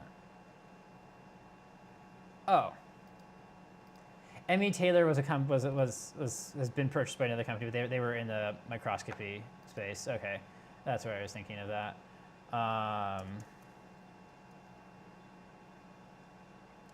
What are these guys?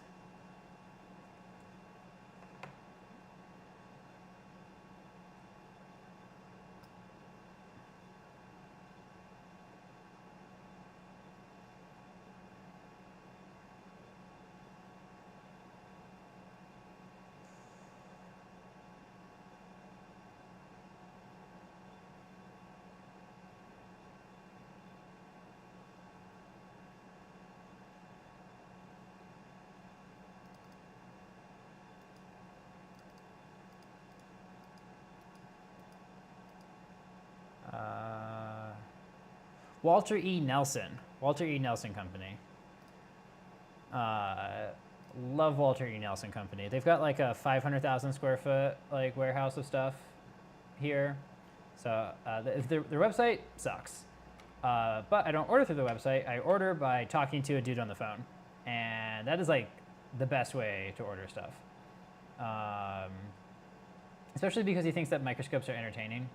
So I think he's willing to spend a lot more time on me than because of the amount. I'm not exactly their largest customer. Like they're shipping like multiple every day. They are shipping several semi trucks of toilet paper and paper towels.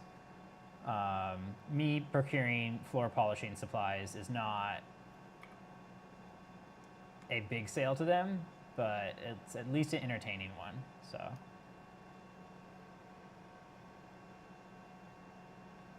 And when I say, and the semi trucks I'm talking about, like it's not like in total they're shipping several semi trucks. They have several customers for whom it's just constant semi trucks of toilet paper and paper towels.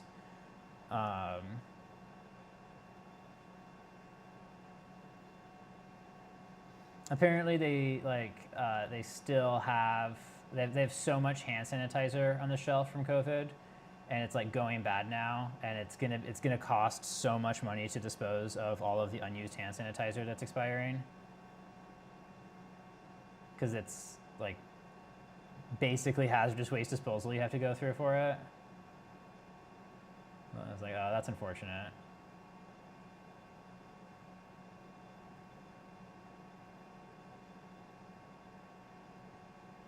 It was definitely one of those companies that did really, really well during the pandemic.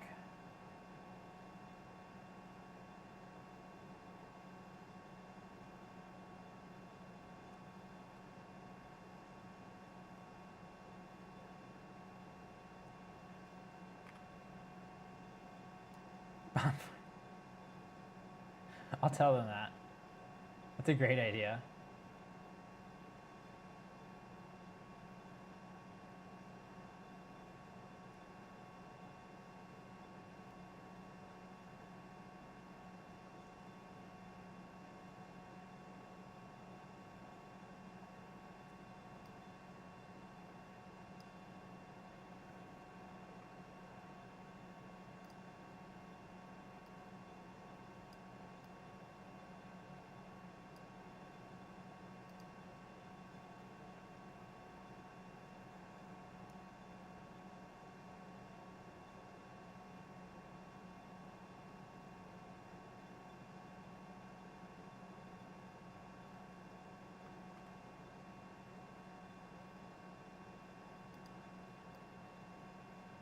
Man, I know I went through everything earlier and like did a bunch of straightening, but it's still so tempting.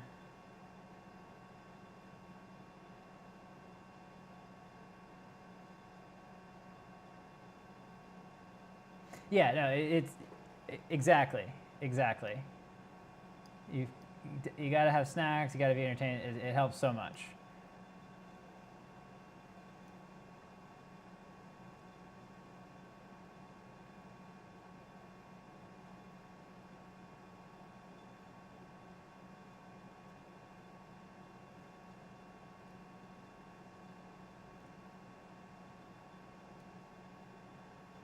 And you gotta be nice. That's the other really important thing. You gotta be nice.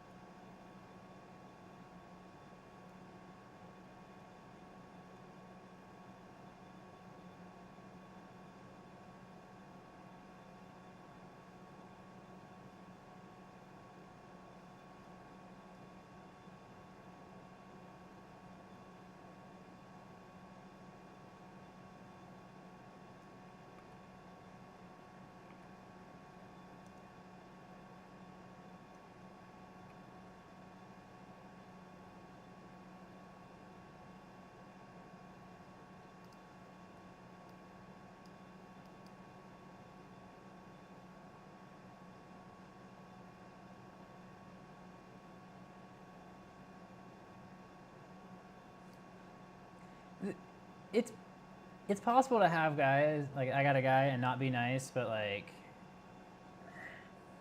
not you don't truly got a guy though. Like it's just not real, you know. Like they might think they do, but it's not the same.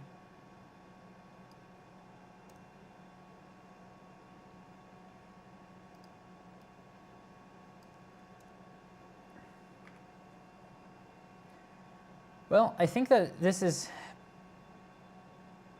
might be one of the most photographed SEMs on the internet now.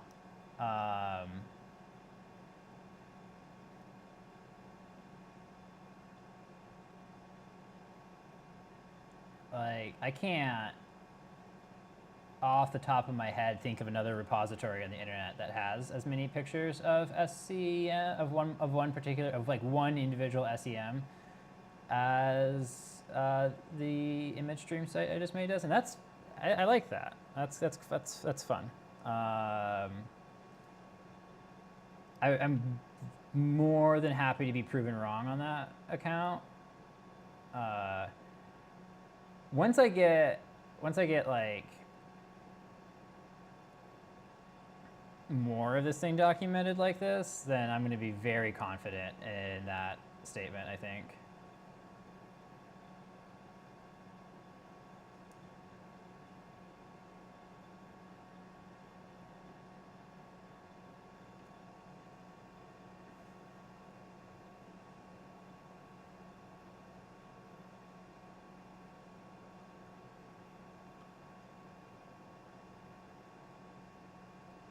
Yeah, I love going to labs that have snacks. Well, some of my like, yeah, not a fan of places that don't have snacks at all, especially when I'm there like really late, like struggling with their microscopes. Like, ugh, and you guys like don't have anything for me to snack on. Like, this is awful.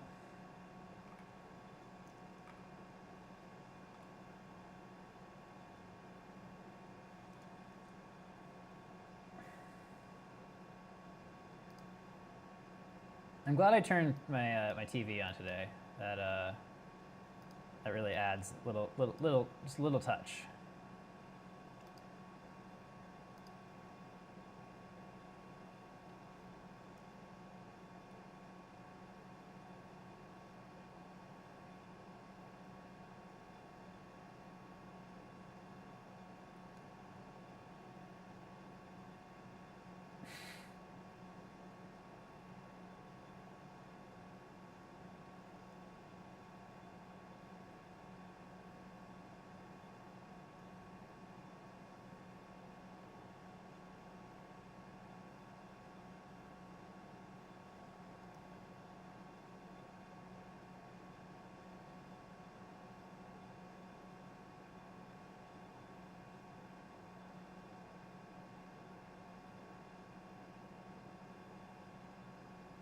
Yeah, I like the field lines logo a lot too. That's fun. It was I think that was originally like something that was done on a pen plotter actually, and then it was adapted for other uses, we'll say.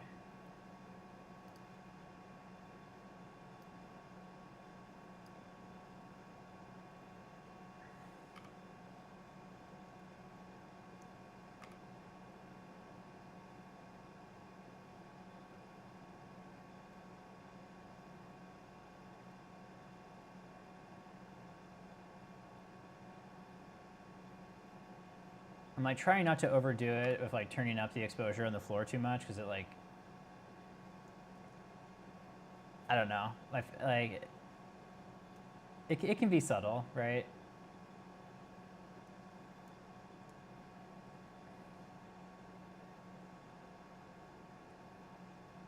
Oh, okay, there we go.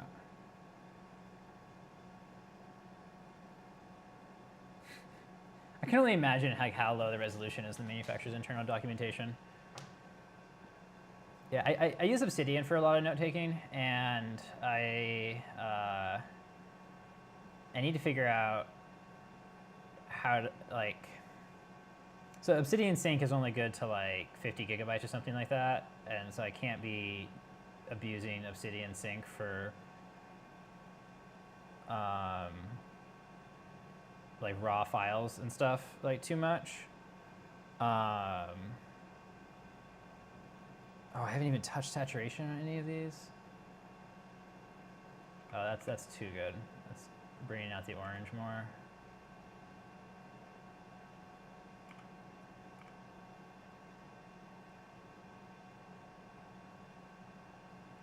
Oh, that's okay. I'm glad I went back and touched saturation.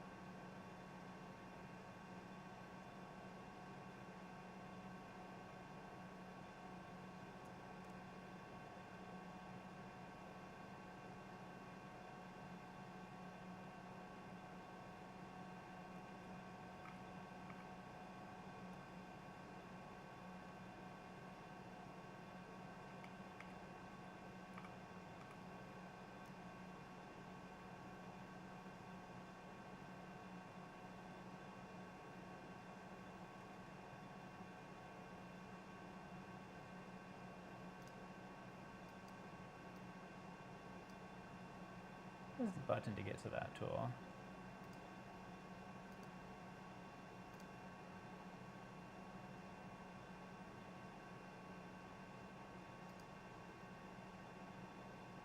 Doesn't give me tooltips if I hover? That's annoying.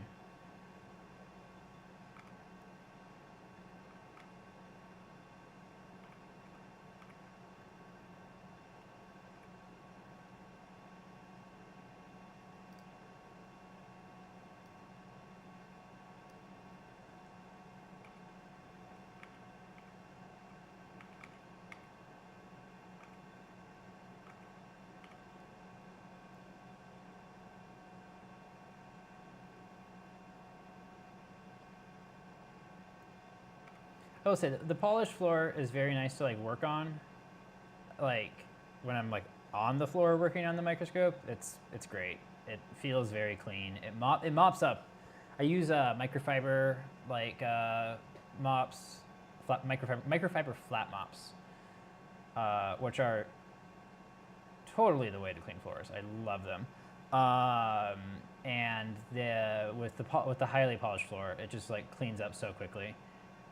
So to polish the floor, I got a 1500 RPM 20-inch like floor burnishing machine, floor polisher. I got that thing on Craigslist really cheap. I was really lucky. Like I realized I needed one. I got on Craigslist. I looked for one. It had just been posted. It was like 150 bucks. I got there and the dude was like, "Wow, you better be glad you replied so quickly because I've already gotten like four more people like interested in it." And so that one, everything about that one went like perfectly for me to be able to get it. And then my other favorite floor care tool is my iMop, which is a like you can just like look it up. iMop. It's got like two scrubbing heads. They're like each of them's like 10 inches in diameter, and it's like just floating on those two heads. And then it's got a pickup bar after that. So as you move along the floor, it like vacuums up all of the water off the floor, and like it like leaves the floor like dry after you go over it once. I've wanted one for the longest time, but never could find one.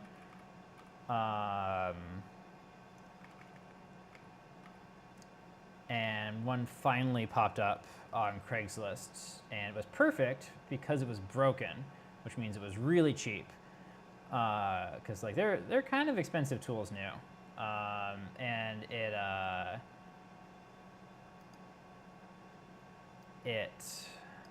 was the vacuum motor like wasn't spinning at all because I think basically like water got sucked up into it, and so the bearings were in kind of bad shape in the vacuum motor. But I just opened it up, and I haven't like actually fixed the bearings of the motor. I just turned the motor over a few times. Turned the motor. What am I talking about? Like an internal combustion engine. I just like spun it a little bit, and that like freed it up enough, and it's like worked ever since.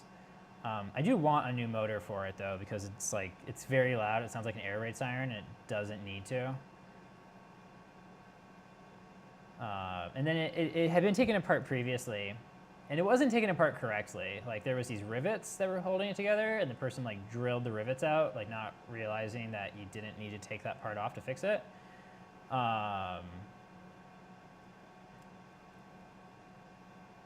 Or like the part you take the rivets out, and it doesn't do anything. It doesn't like take it apart in a way that gets you anywhere else. You like still have to take apart like other stuff.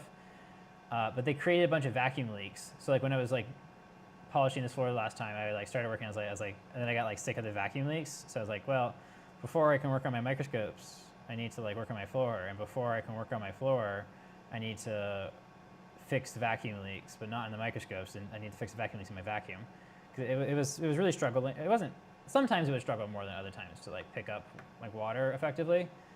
But so I just covered all of the areas that they like fucked up in E6000, and it's a little bit of a permanent solution when maybe it shouldn't be, but it works well now, and I am okay with that.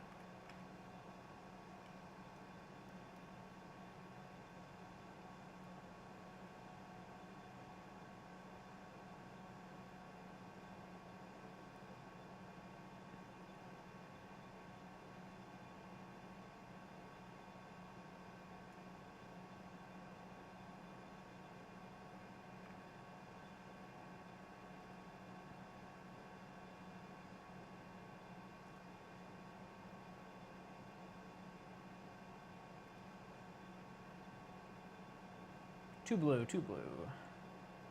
Too cold, too hot, right? Because like,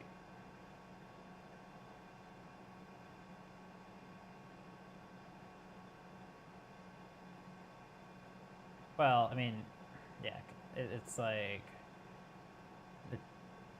you set it colder when you want it more blue. Oh man, I wish I used epoxy. I used a urethane floor polish. So this is like a maintainable polish. So epoxy floor, you put it down, and once it gets scratched, it's like kind of hard to fix the scratches. So with the type of floor finish I use, it's like made to be like recoated and made to be like burnished repeatedly.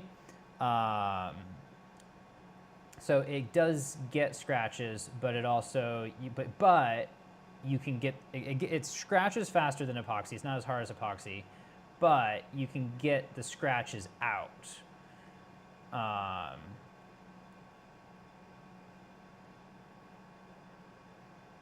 Yeah, so it is. So up here, it's chalk lines. So it's a black dye on the concrete, and then it's chalk lines on top of that, and then it's like sprayed the floor polish on it, or floor finish on it. The first layer I like sprayed on, which is not how you're supposed to apply. You're supposed to like mop it on using a microfiber finish mop.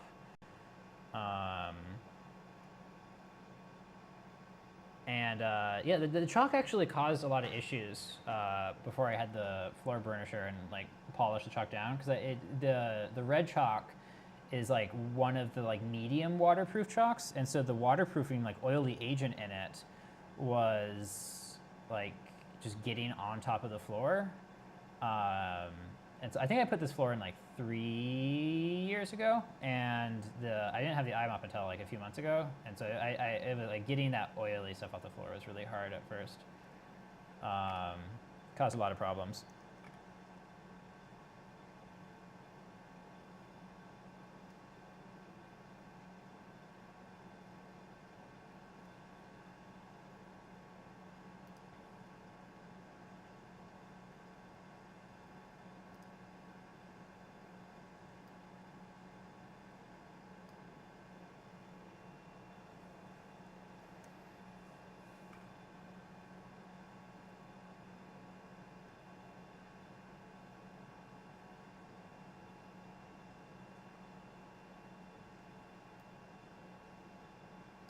Thanks, Snoopy.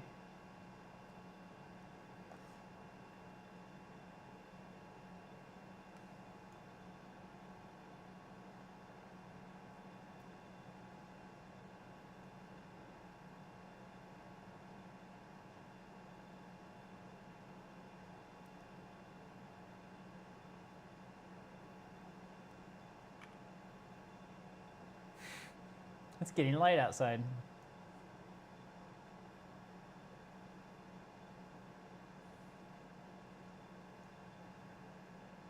God damn it, this took way longer than I thought it was going to get everything going today, but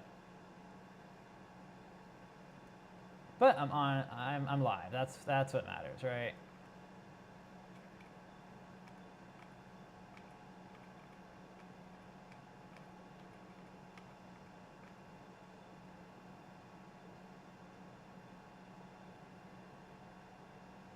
I'm live and I'm in the home stretch here.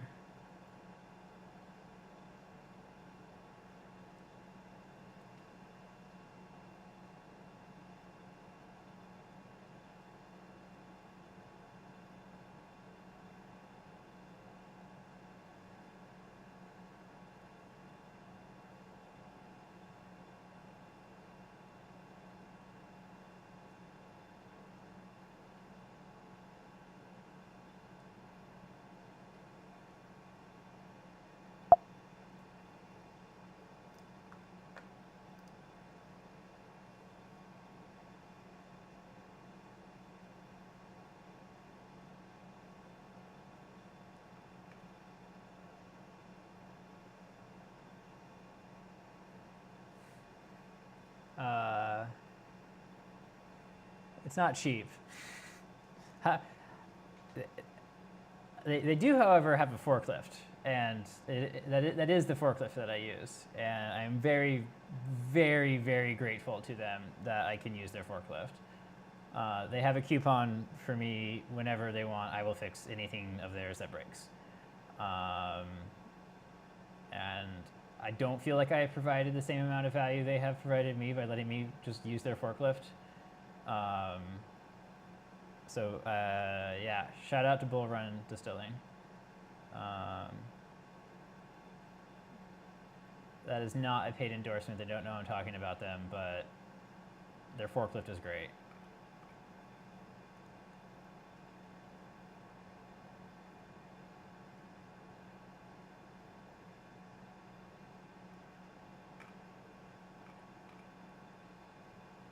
The forklift is also a little bit weird. It has a power shift, I think. I don't remember what they call the transmission. It's some weird transmission that you take your foot off the brake, it starts to kind of do something weird with the clutch, and then so you take your foot off the brake, and then it lurches forward.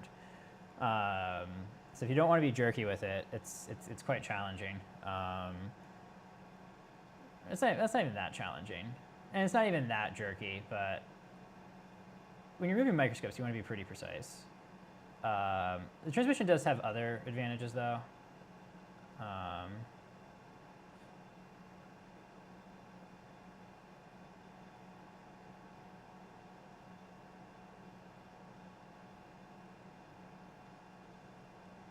It also helps them interesting because he got after using the forklift, the owner over there got to come play with some microscopes. So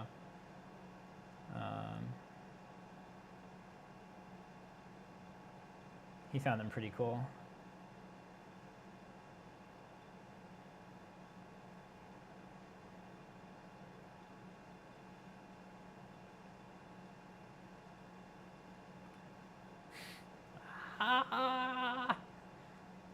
Oh, wow. Wow. Okay, I need to be doing exposed to the right more. Holy shit. That's amazing how much information it kept in the highlights there. That's fine. Wow. You can't even really tell how overblown this was. That's crazy. I mean, I can tell that the tone is like a little bit weird, but like I think I can fix that. If I was using like a bunch more editing controls and like taking a lot more time per picture, I could do more for something like this one, but I am not. This is not wedding photography. This is microscope photography.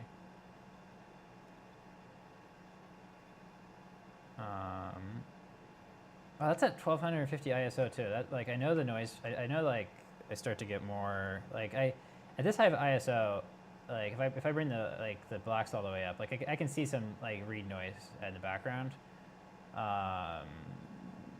Still not bad. It's not bad for 1250 ISO at all.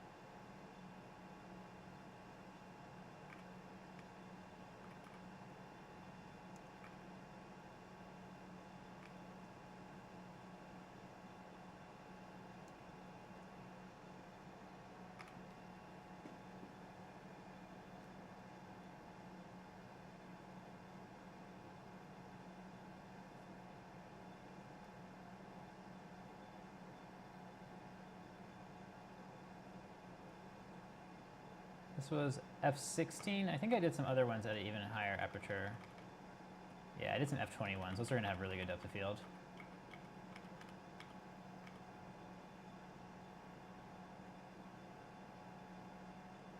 Oh, that one's good though. This one like pretty much nailed the focus on both sides. Cool. So yeah, you can really see the both alignment screws. These are the pictures I took because you asked about them, and I'm glad I took them. It was some context that I hadn't clearly captured in one image, and now it is. So thank you very much. I really appreciate when people ask questions. So let's see here.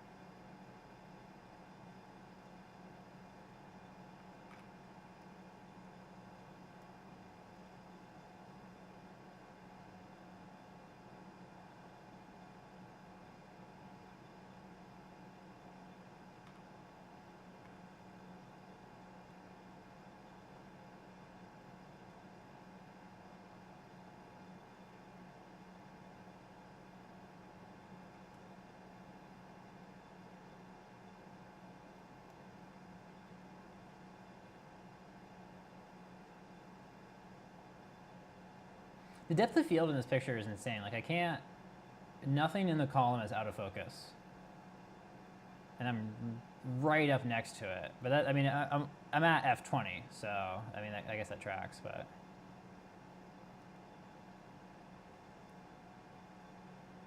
But I love the 35mm macro lens. It's not, so like Canon has the L lenses, which are like the fancy ones. This isn't even an L series lens. And it's incredible what it does. I don't think they have a 35mm macro prime L lens. Maybe they do.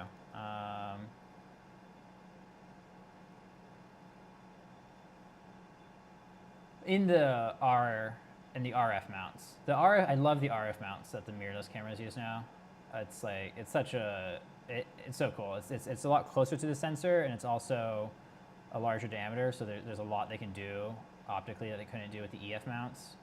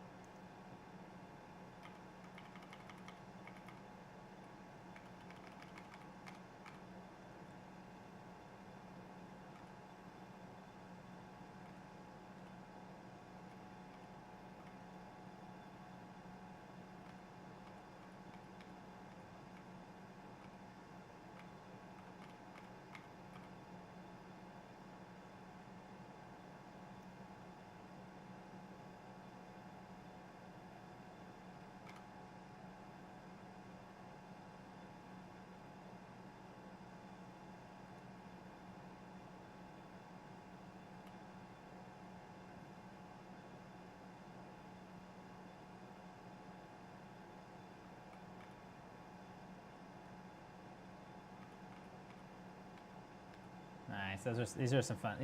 The lighting on these is fun. I like this a lot.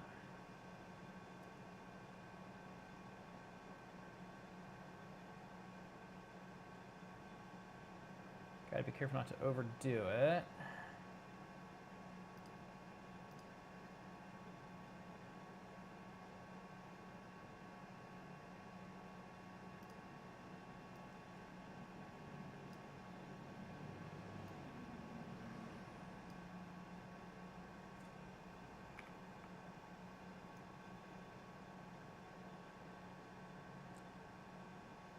Yeah, I didn't have the lens hood on, and I can see, I can tell, I can see it.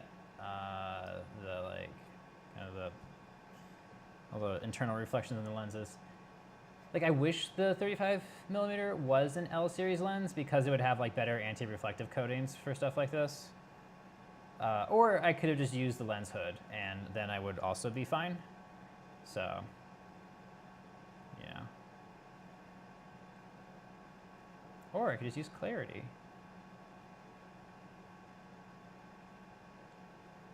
Yeah, that helped a bit.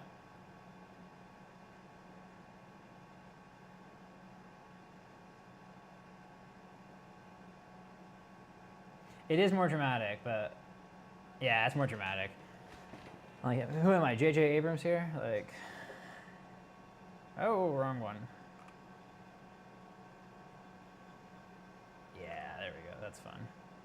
And then this was when I just moved the flash like a little bit, and now all that's gone. Oh, if I edit it a little bit, I guess it comes back.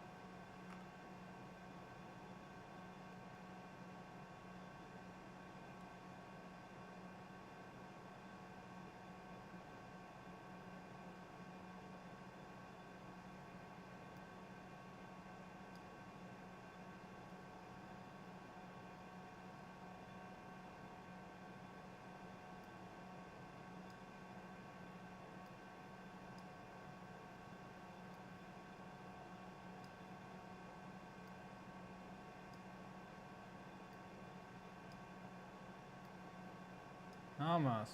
So close. You know, I'll just actually draw it on one of the edges instead of trying to guess.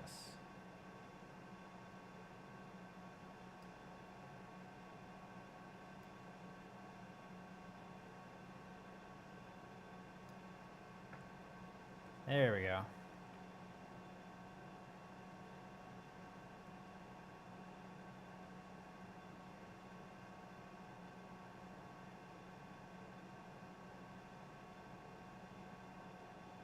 Right? Man, like it's so bad for conductance. It's like, what were you doing? Why did you make the choices you made? Why do you not like low pressure? Like,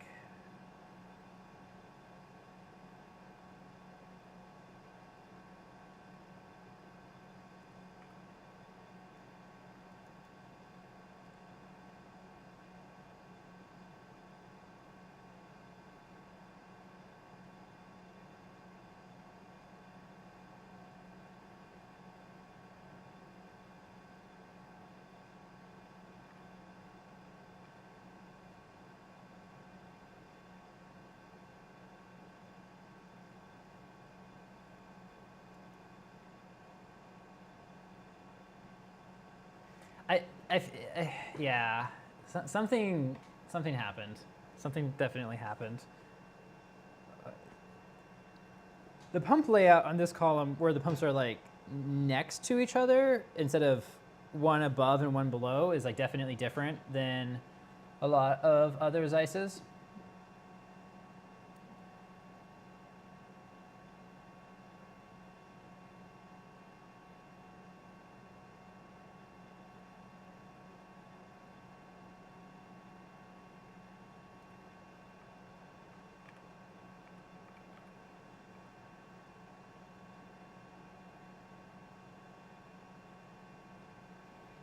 And so like something just kind of weird was done here. Oh, that's not at all what I wanted to do. I don't know when I selected the brush tool.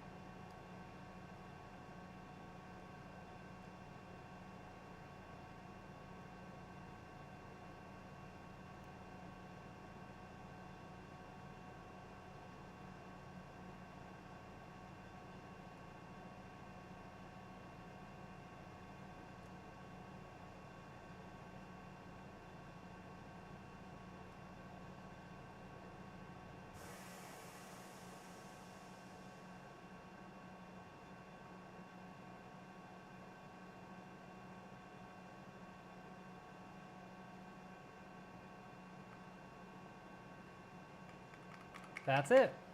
That's the last picture. I will snap a few pictures real quick of the thing that I just opened up. Oh, well, I gotta wait for my camera to be read by the operating system, apparently.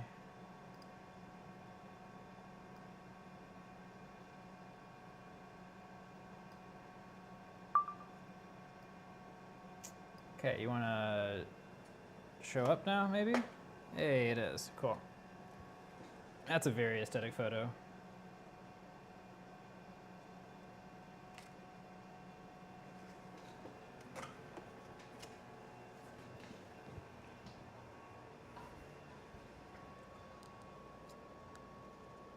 Okay, what are we set up for right now?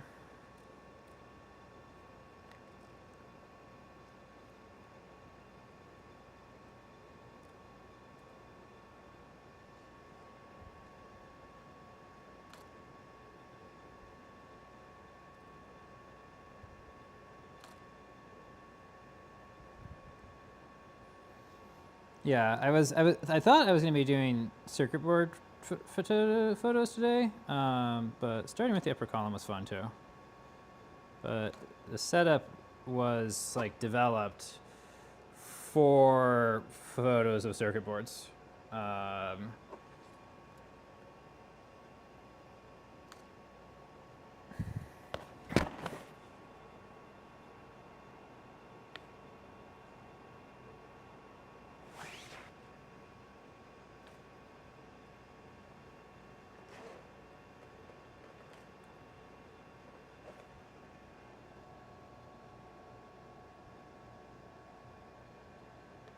Come on.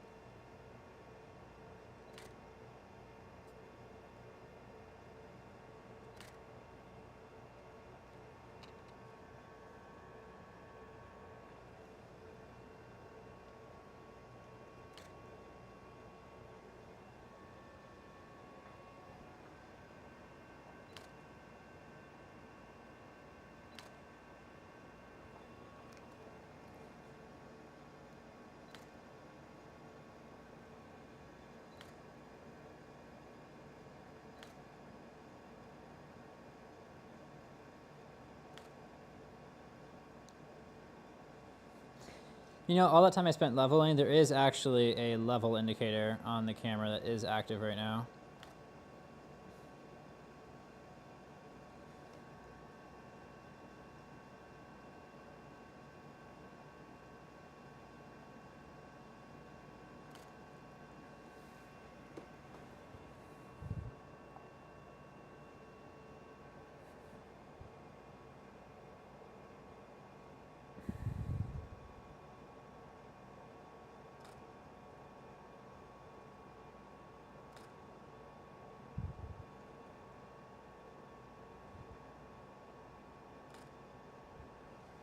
Yep, I should be using that religiously.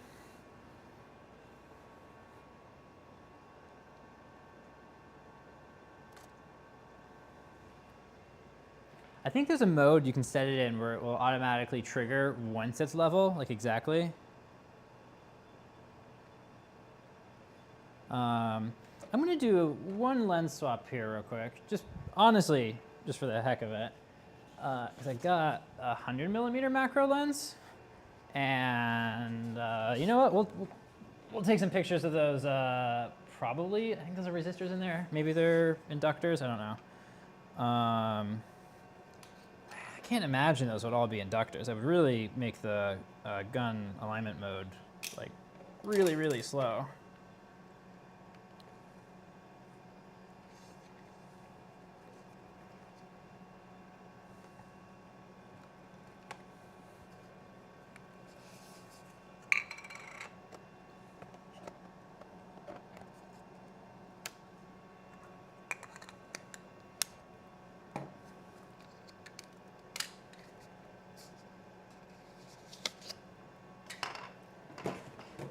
Oh, that was right in my face. That was funny. Nice. Okay, this lens is really fun.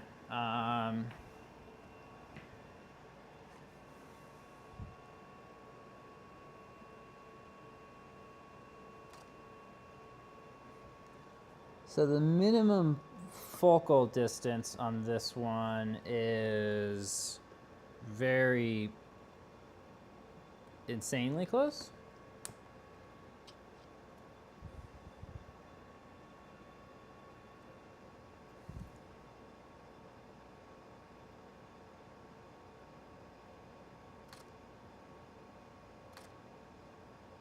It's like basically a handheld microscope, and I love it.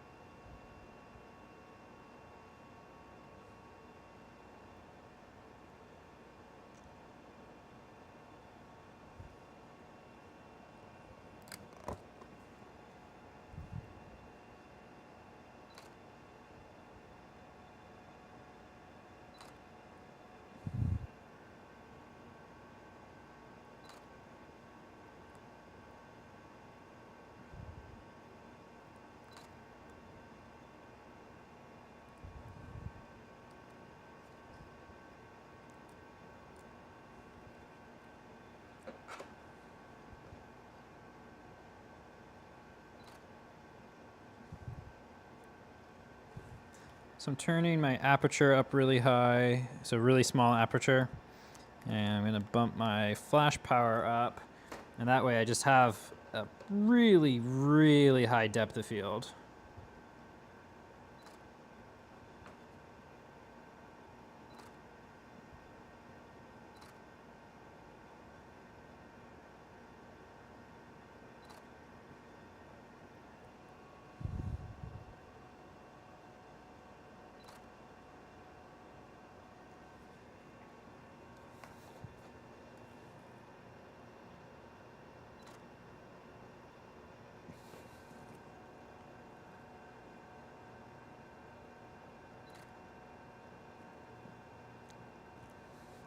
Like I'm at a very steep angle right now with a 100mm lens, and the whole board is in focus.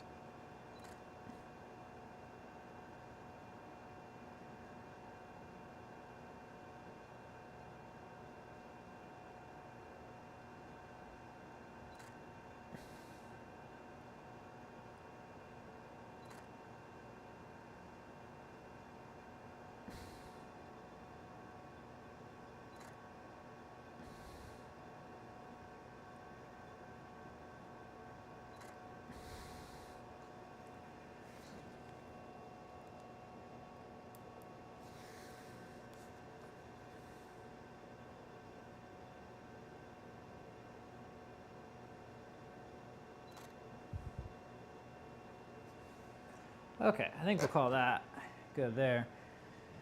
But yeah, big fan of this lens and this highly diffused flash combination.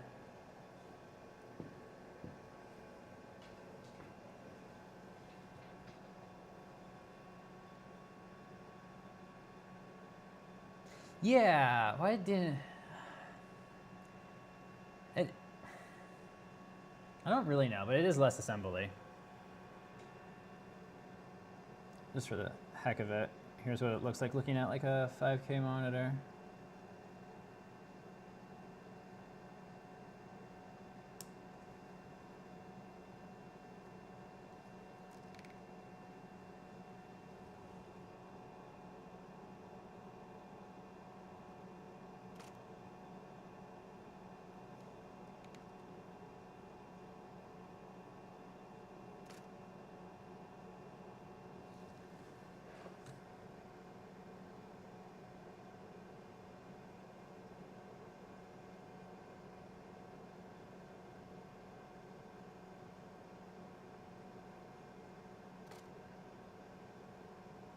This is funny. It's a picture of pixels, but it's a picture of the pixels making up the pixels.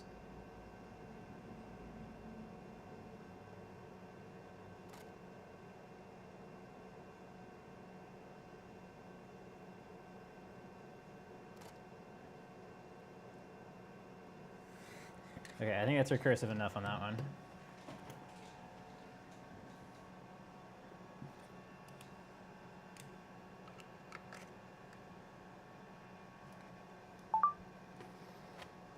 And yeah, no, the flash extension cable, really important for the setup. Getting the flash off the camera, big difference.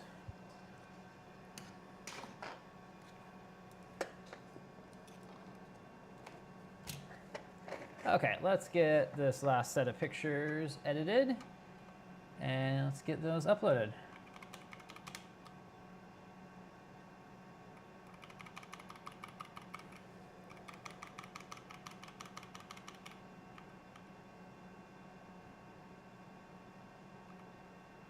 Huh. Oh, it put them in a different session. Okay, cool.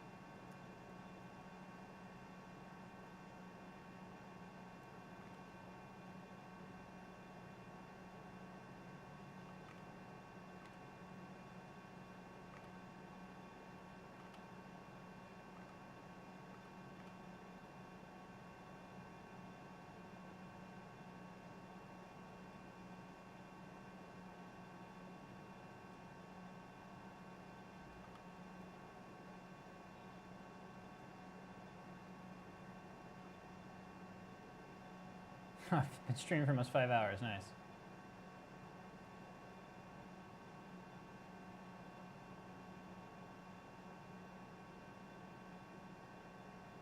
I did not think that was how long I was going to be streaming for when I started streaming today.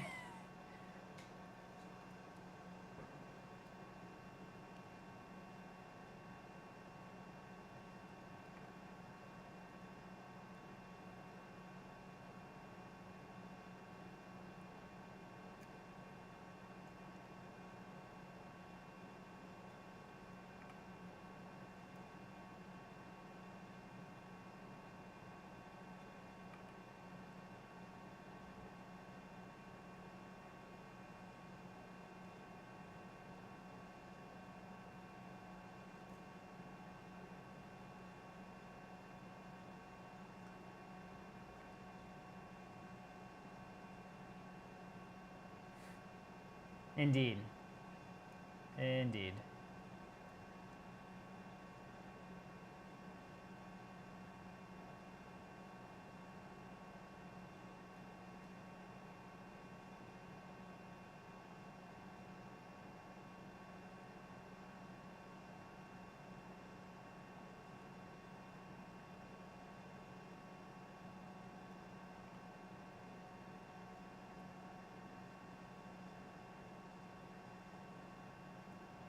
Well, they're definitely using lead-free solder. The e-stop pretty much shuts down everything. It's like on the like main inlet or like the main power coming in. It pretty quickly like shuts the scope down. It just like opens up the contactor. I thought I was going to be taking pictures of that area of the microscope today, but I took a lot of pictures of just the top section, so I think I need to recalibrate the amount of time I need to make available for streaming and taking pictures of this tool, because I want a lot of pictures of it. Like, this is just good. This is just, I just want it to be really well documented.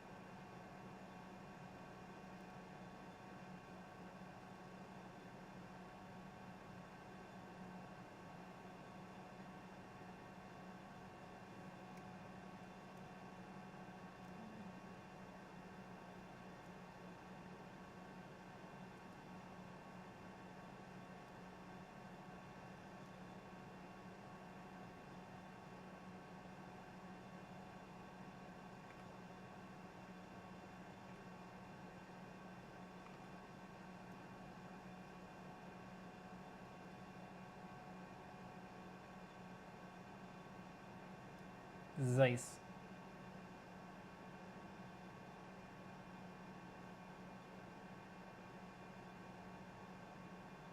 It tells you a lot that they couldn't do like good PCB art of the Zeiss logo.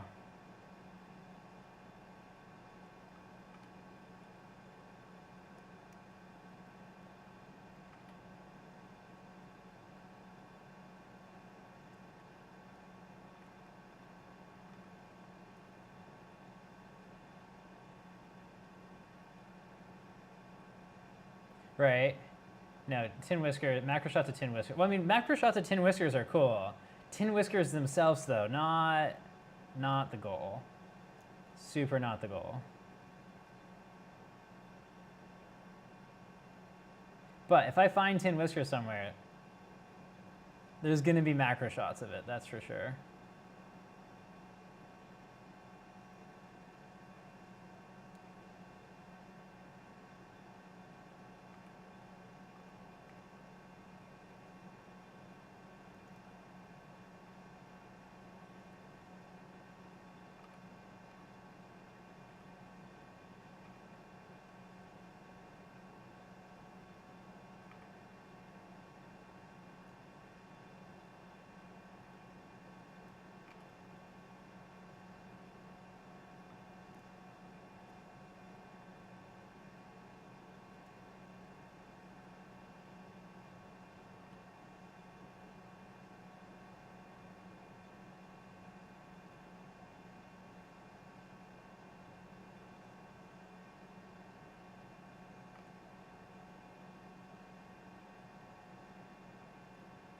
have no idea what button I press that makes it go into full screen like this, but it's cool.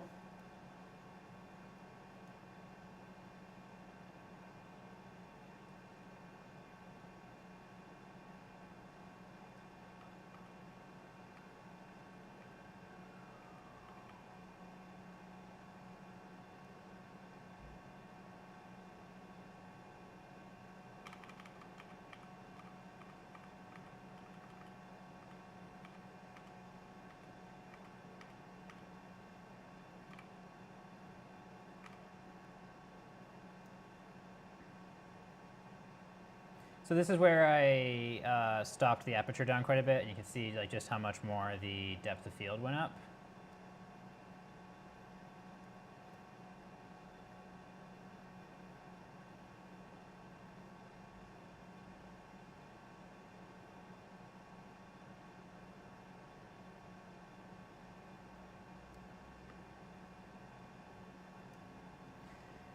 Like so much is in focus here. It like this picture like is breaking my head a little bit.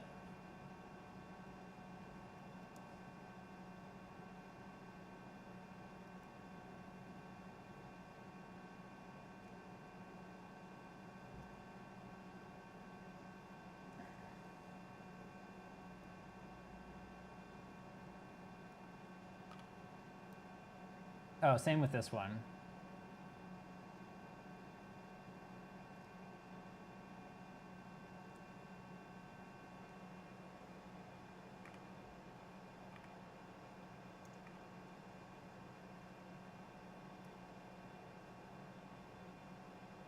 It is indeed all of the focus.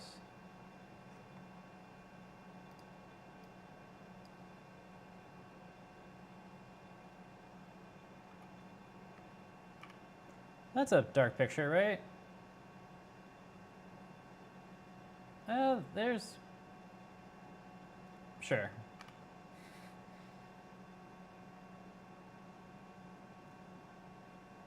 The flash didn't fire because I stopped the aperture down. This is F25. Because I stopped the aperture down, I turned the flash up, and because the flash power was up, the flash like wasn't firing every time, so it was like charging. The batteries might be a little bit low in the flash too. It's possible. Today I watched the. He did it in partnership with the Slow-Mo guys, but it wasn't him. It was the Angry Dishwasher Man. Technology Connections, Tech Connections. Angry Dishwasher Man. He did a video in partnership with the Slow-Mo guys on old flash bulbs of several varieties, and that was very fascinating. And there was a lot of like good macro slow motion stuff in there. Can highly recommend that video.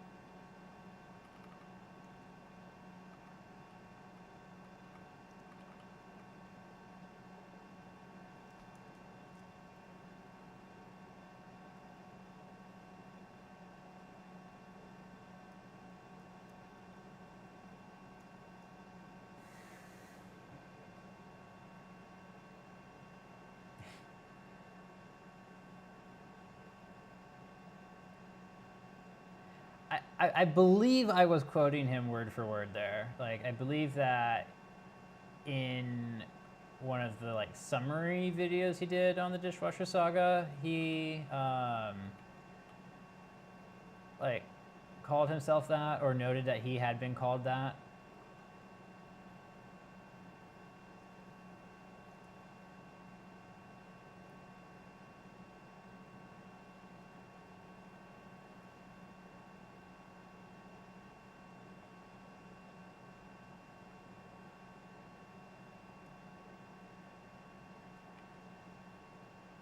Wow, this is fun.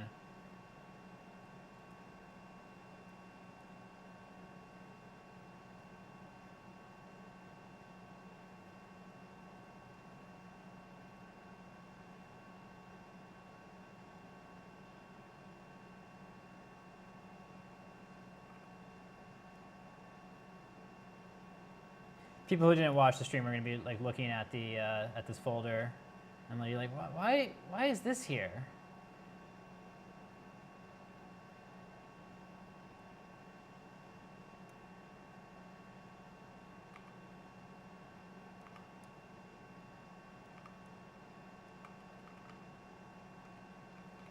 Well, I think that's the last picture. So I gotta. So I know I need to.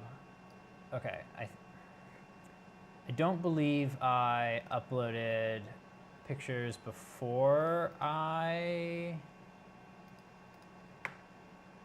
started taking more pictures. Yeah, that seems correct. So I need to go to that set, and then I gotta go back. Yeah, that's exactly how you increase resolution. Just take pictures of more pixels. Okay, so I believe if I filter, if I filter by green, oh, okay, and then I select this one. Wait, oh, that's interesting. If I select this one and then I unfilter, how do I unfilter? Then I will be on this one. Perfect. And then I just need to select everything after this. Great. And then I export. And name looks good. Yeah, cool. Let's export.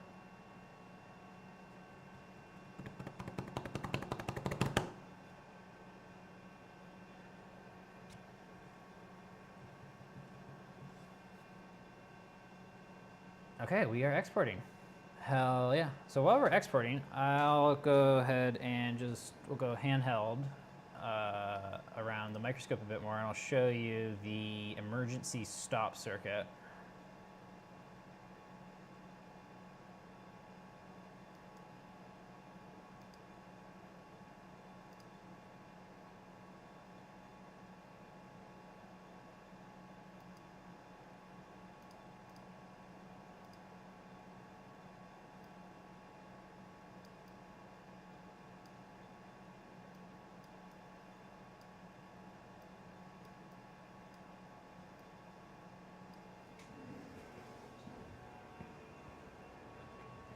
Okay, so we've got one of the emos right here, right? It's not a satisfying emo.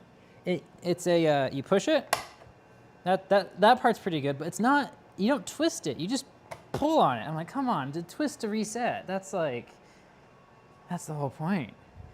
Okay, so I'm replacing this power cable, that's why it's loose right now. So this is the power cable that goes in. This is like some power distribution for a lot of different things. It's labeled on a panel that goes on top of that. So power comes in, there's a power filter there, and then I think from memory when I traced this out last time, it goes from the filter to the main disconnect, and there's a this is what normally connects that main disconnect via that shaft right there. I can't see the picture on my phone, by the way, while I'm doing this. I have no idea if this is in focus or not. So then from the disconnect, it goes into this box, and this is the emo box. And I'm gonna grab a bit for the driver so I can open that up.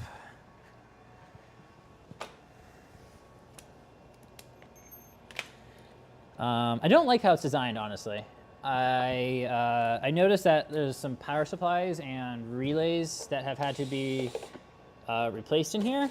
And that's because the box is, I think that's because the box is sealed and there's no ventilation. And it's got like two 24-volt DC supplies in it. That's what, well, it's got at least one. And so we got 24-volt DC supply. No, that's a 24-volt DC supply too. I'm pretty sure it is. We got a couple contactors. We got the circuit breakers. So yeah, there's that. So you can have a lot of external emos wired up. You have to push this button to turn it on the first time. This like crosses. I traced this out at one point. This like latches it basically to start. So you can see like the power coming in here, right? Goes directly into this first contactor. But it goes into that contactor, but it also goes through these breakers, and then these breakers power the first of the DC power supplies. And I think the second power supply is powered, or I think this is the one that's always powered, and this one gets powered by this contactor. But basically, when the emo goes off, there's going to be like one power supply in this box that might stay on, but as far as like the rest of the microscope is concerned, everything after this box is going to completely lose power. And then yeah, we got the breakers that go elsewhere in the microscope, or all the microscope's power then comes through these breakers in various parts. This is a server rack on its side, right? Water with water cooling, of course. These are hinged up here. You like unscrew down here, and then these like pull out. I can pull one of those out real quick.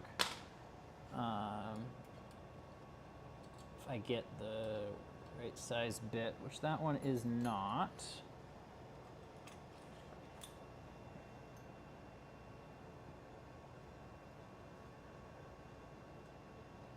Hopefully my audio doesn't cut out. I see that the battery on my microphone is low right now.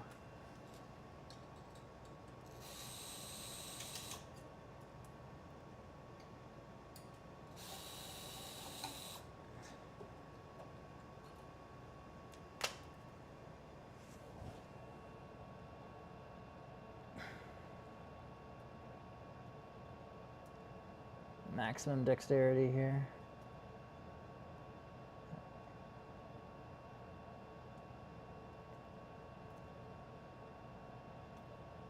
Okay.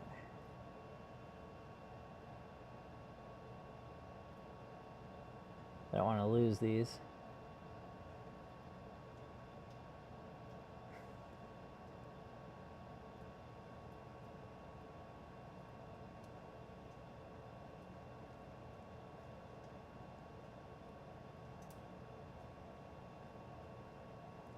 Come on.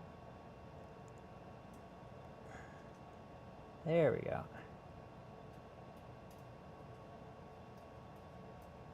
Okay. So these like pull out like so. And once you get them high enough, they like kind of drop down, and that like latches them in the up position like this. So this is the like electron optics drive bay. So these are all the FETs and MOSFETs and whatnot that, and just foot resistors. I think there's foot resistors in here too, that drive all of the electron optics. Yeah, I got a lot of fun stuff in here. Like I love these bodges. I don't know how well this is focusing right now, but I will be back with the macro camera. Yeah, so it's pretty fun back here. So this is like all the electronics that really matter is back here.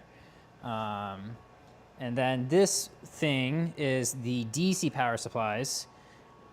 Let me grab the driver for this because it's got some really fun D subs in it. You think that a lot of these like really wide D subs here would be like, you know, 20 whatever, 30 whatever pins, but no, that'd be no fun. That'd be no fun at all, right?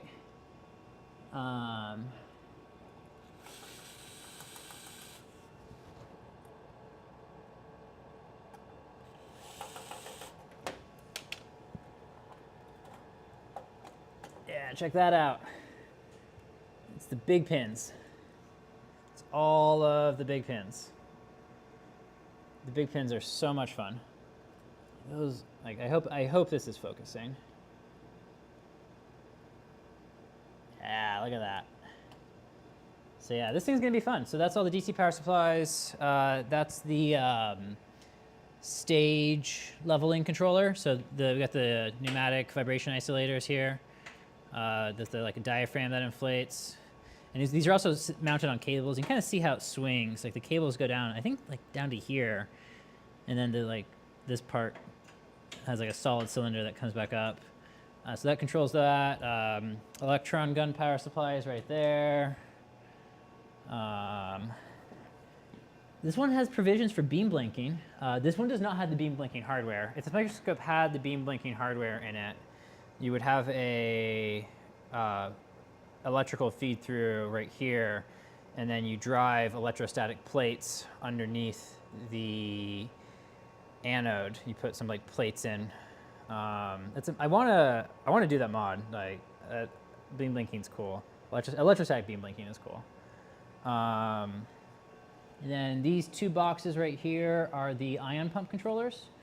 One for each pump. The cable that has the exposed ground shield, that's the high voltage cable. The red is the optical fiber, which is the frequency of that is how it measures the vacuum pressure that's how the vacuum controller measures the vacuum pressure off this board. And then the last connector is the 40, I think it's 48 volt power supply to that. This box underneath, this long box that does have water cooling going to it. This is the stage controller. And then we've got our turbo there, and you can see the backside of all of those other boxes. We've got our leak valve right there, cold cathode ionization gauge, our main ground point. I'm pretty happy with the grounds on this microscope, from what I've seen so far. I've seen a lot worse in terms of grounding, and yeah, this one seems to be doing it right. It's using really big, beefy grounds where it needs to. And from what I have seen so far, I've appreciated the grounding architecture overall.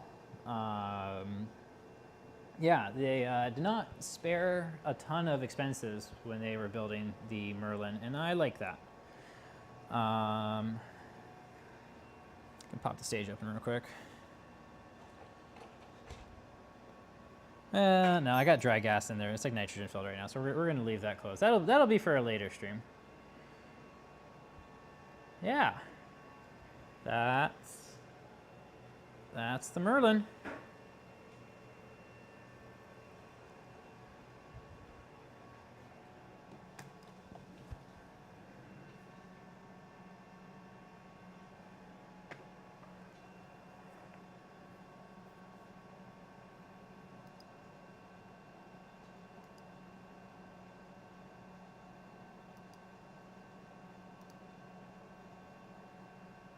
Oh, it looks like I lost my other camera for some reason.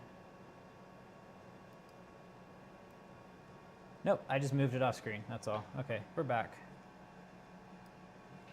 We're so back. We're so back. Okay, all of these pictures that were selected here have been exported. Let's go get the last of these, which should be all of these ones. Go ahead and export all this. Zeiss Merlin teardown. Yeah, that all looks good.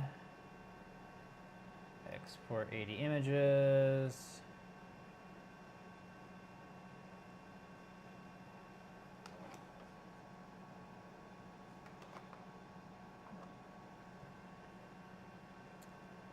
Cool, cool.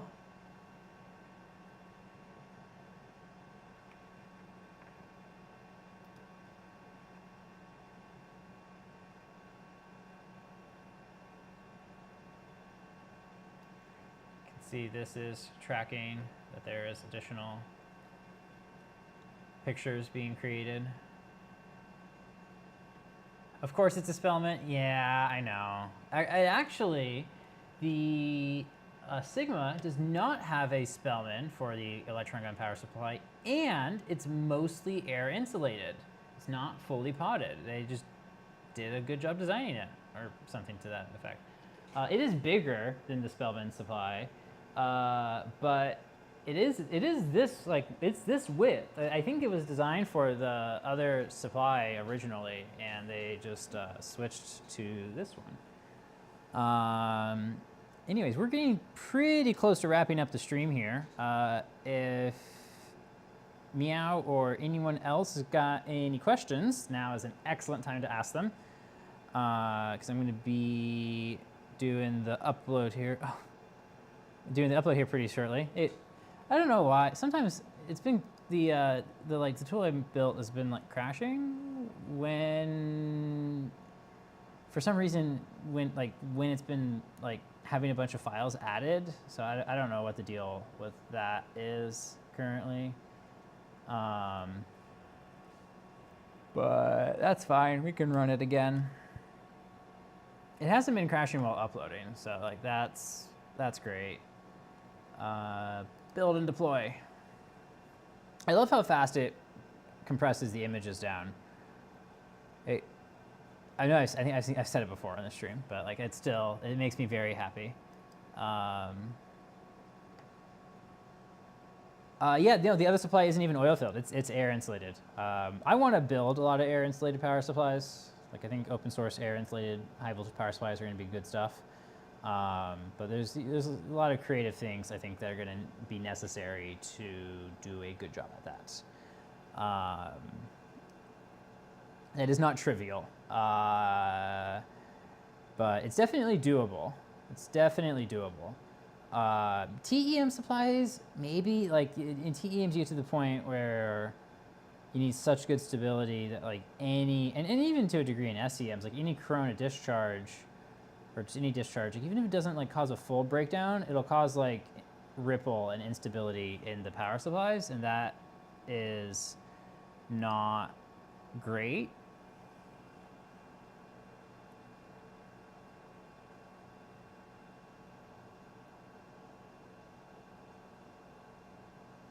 Cool. Everything's being uploaded right now.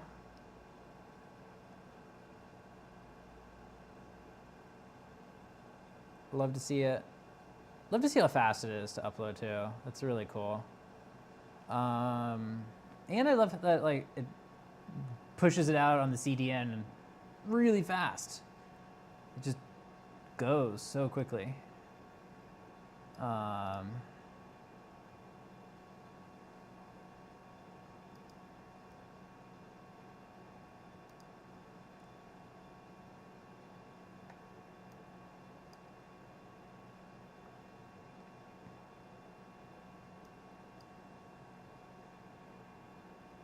Okay, deployment complete.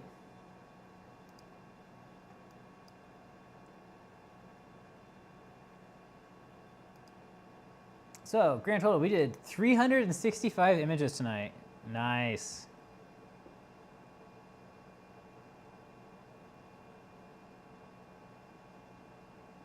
Yeah, there's some fun shots in there. I feel like I should take off the download all button because I'm gonna run out of bandwidth really quickly if a ton of people like download the whole folder. And like the folder's probably pretty big. How big is it? 3.67 gigabytes. Nice.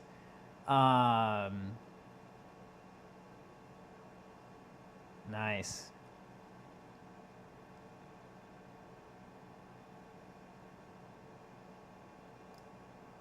You know what? I'll let people download 3.67 gigabytes of stuff if they want. I want these images. I want these images to be out there. Like, they can be used for whatever.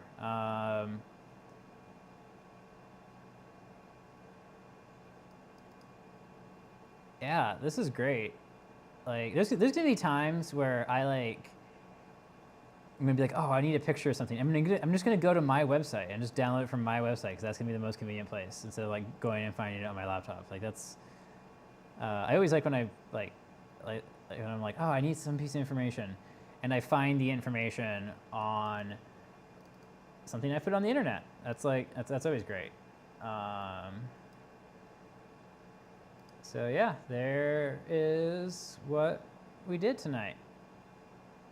I'd say that is a pretty great set of pictures. And hopefully a lot of people will be able to learn a lot about the Merlin from this. And I love the colorful ones mixed in too, that's fun.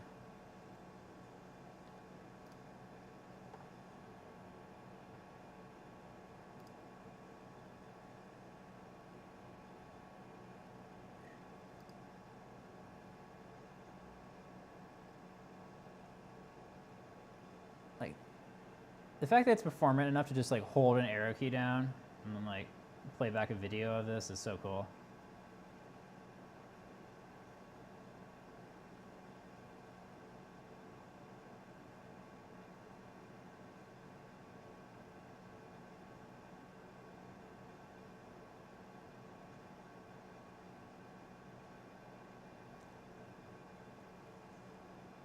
Okay, I know what we'll do. We'll go through that one more time, and I'm getting ready to end the stream here. So if anyone's got any final questions or comments, now's a great time. But we will put the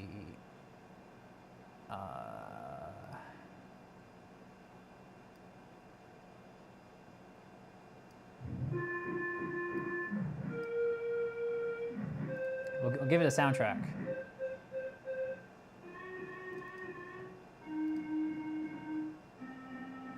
And this will be the highlight video or something I publish.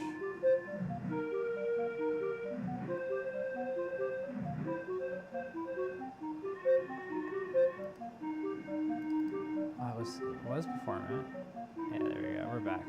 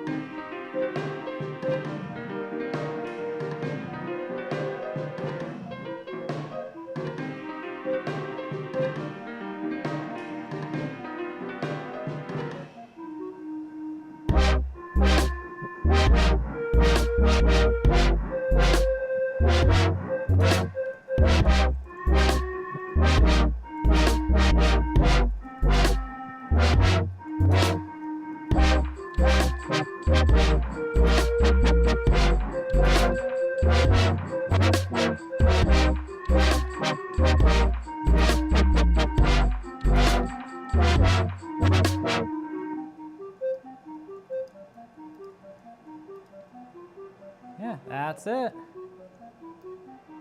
Thank you all so much for joining. That was a ton of fun. I will figure out where my camera went.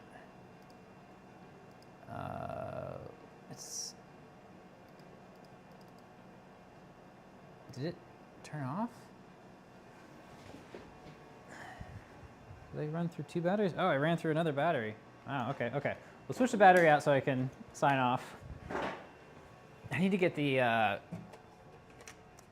adapters for these things that let me just run them off of wall power, because these small batteries do not last very long.